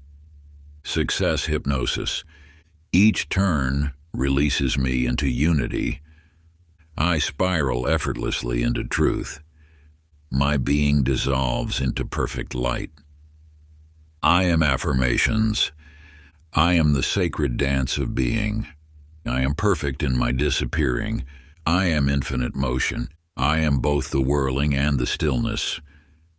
Let the ancient master's wisdom transform your sleeping mind, teaching you the sacred art of self-dissolution until your entire being becomes a perfect expression of divine dance, where separation spins into unity and individual existence dissolves into eternal truth. Chapter 110, The Universal Convergence Chamber. In the hidden heart of an ancient mountain where all sacred paths mysteriously intersected, lived an extraordinary keeper named Aaron Rodriguez. Unlike common priests who guarded single traditions, Aaron maintained the legendary Convergence Chamber, a perfectly spherical cave where all spiritual wisdom streams flowed together into one luminous pool of truth. The chamber walls held crystalline veins forming sacred symbols from every tradition, yet when viewed from the center, they merged into a single unified pattern. Most remarkable was the central sphere, a floating orb of pure light that reflected each visitor's path while simultaneously revealing its universal essence. Your confusion, he taught while activating the chamber's resonant frequencies, comes from seeing paths as separate roads. In truth, they are like rivers flowing from different mountains, all merging into the same infinite ocean of understanding. During the time of Great Conjunction, when celestial alignments opened dimensional doorways, seekers from every tradition found their way to his unified sanctuary. Each arrived clutching their separate beliefs, some carrying scrolls, others prayer beads, many wearing distinct robes of their lineage. Common teachers emphasized differences. Aaron simply guided them to the chamber's heart. "Look deeper," he whispered, showing how every teaching pointed to the same eternal truth. Through demonstrations that transcended cultural boundaries, he revealed the three gates of universal wisdom. First came recognition of unity, then dissolution of boundaries, third brought emergence of pure truth. His deepest teaching emerged when students discovered that their cherished traditions were but different languages describing the same reality. Your true path, he explained while activating the chamber's ultimate revelation, is not choosing between ways, but seeing through all ways to the single truth they reveal. Practice. As sleep approaches, imagine yourself in the universal convergence chamber. Let each breath dissolve artificial boundaries between wisdom streams. Allow your dreams to become bridges between all paths. Feel yourself becoming both the seeker and the eternal truth sought by all. Success hypnosis. Each breath unites all wisdom within me.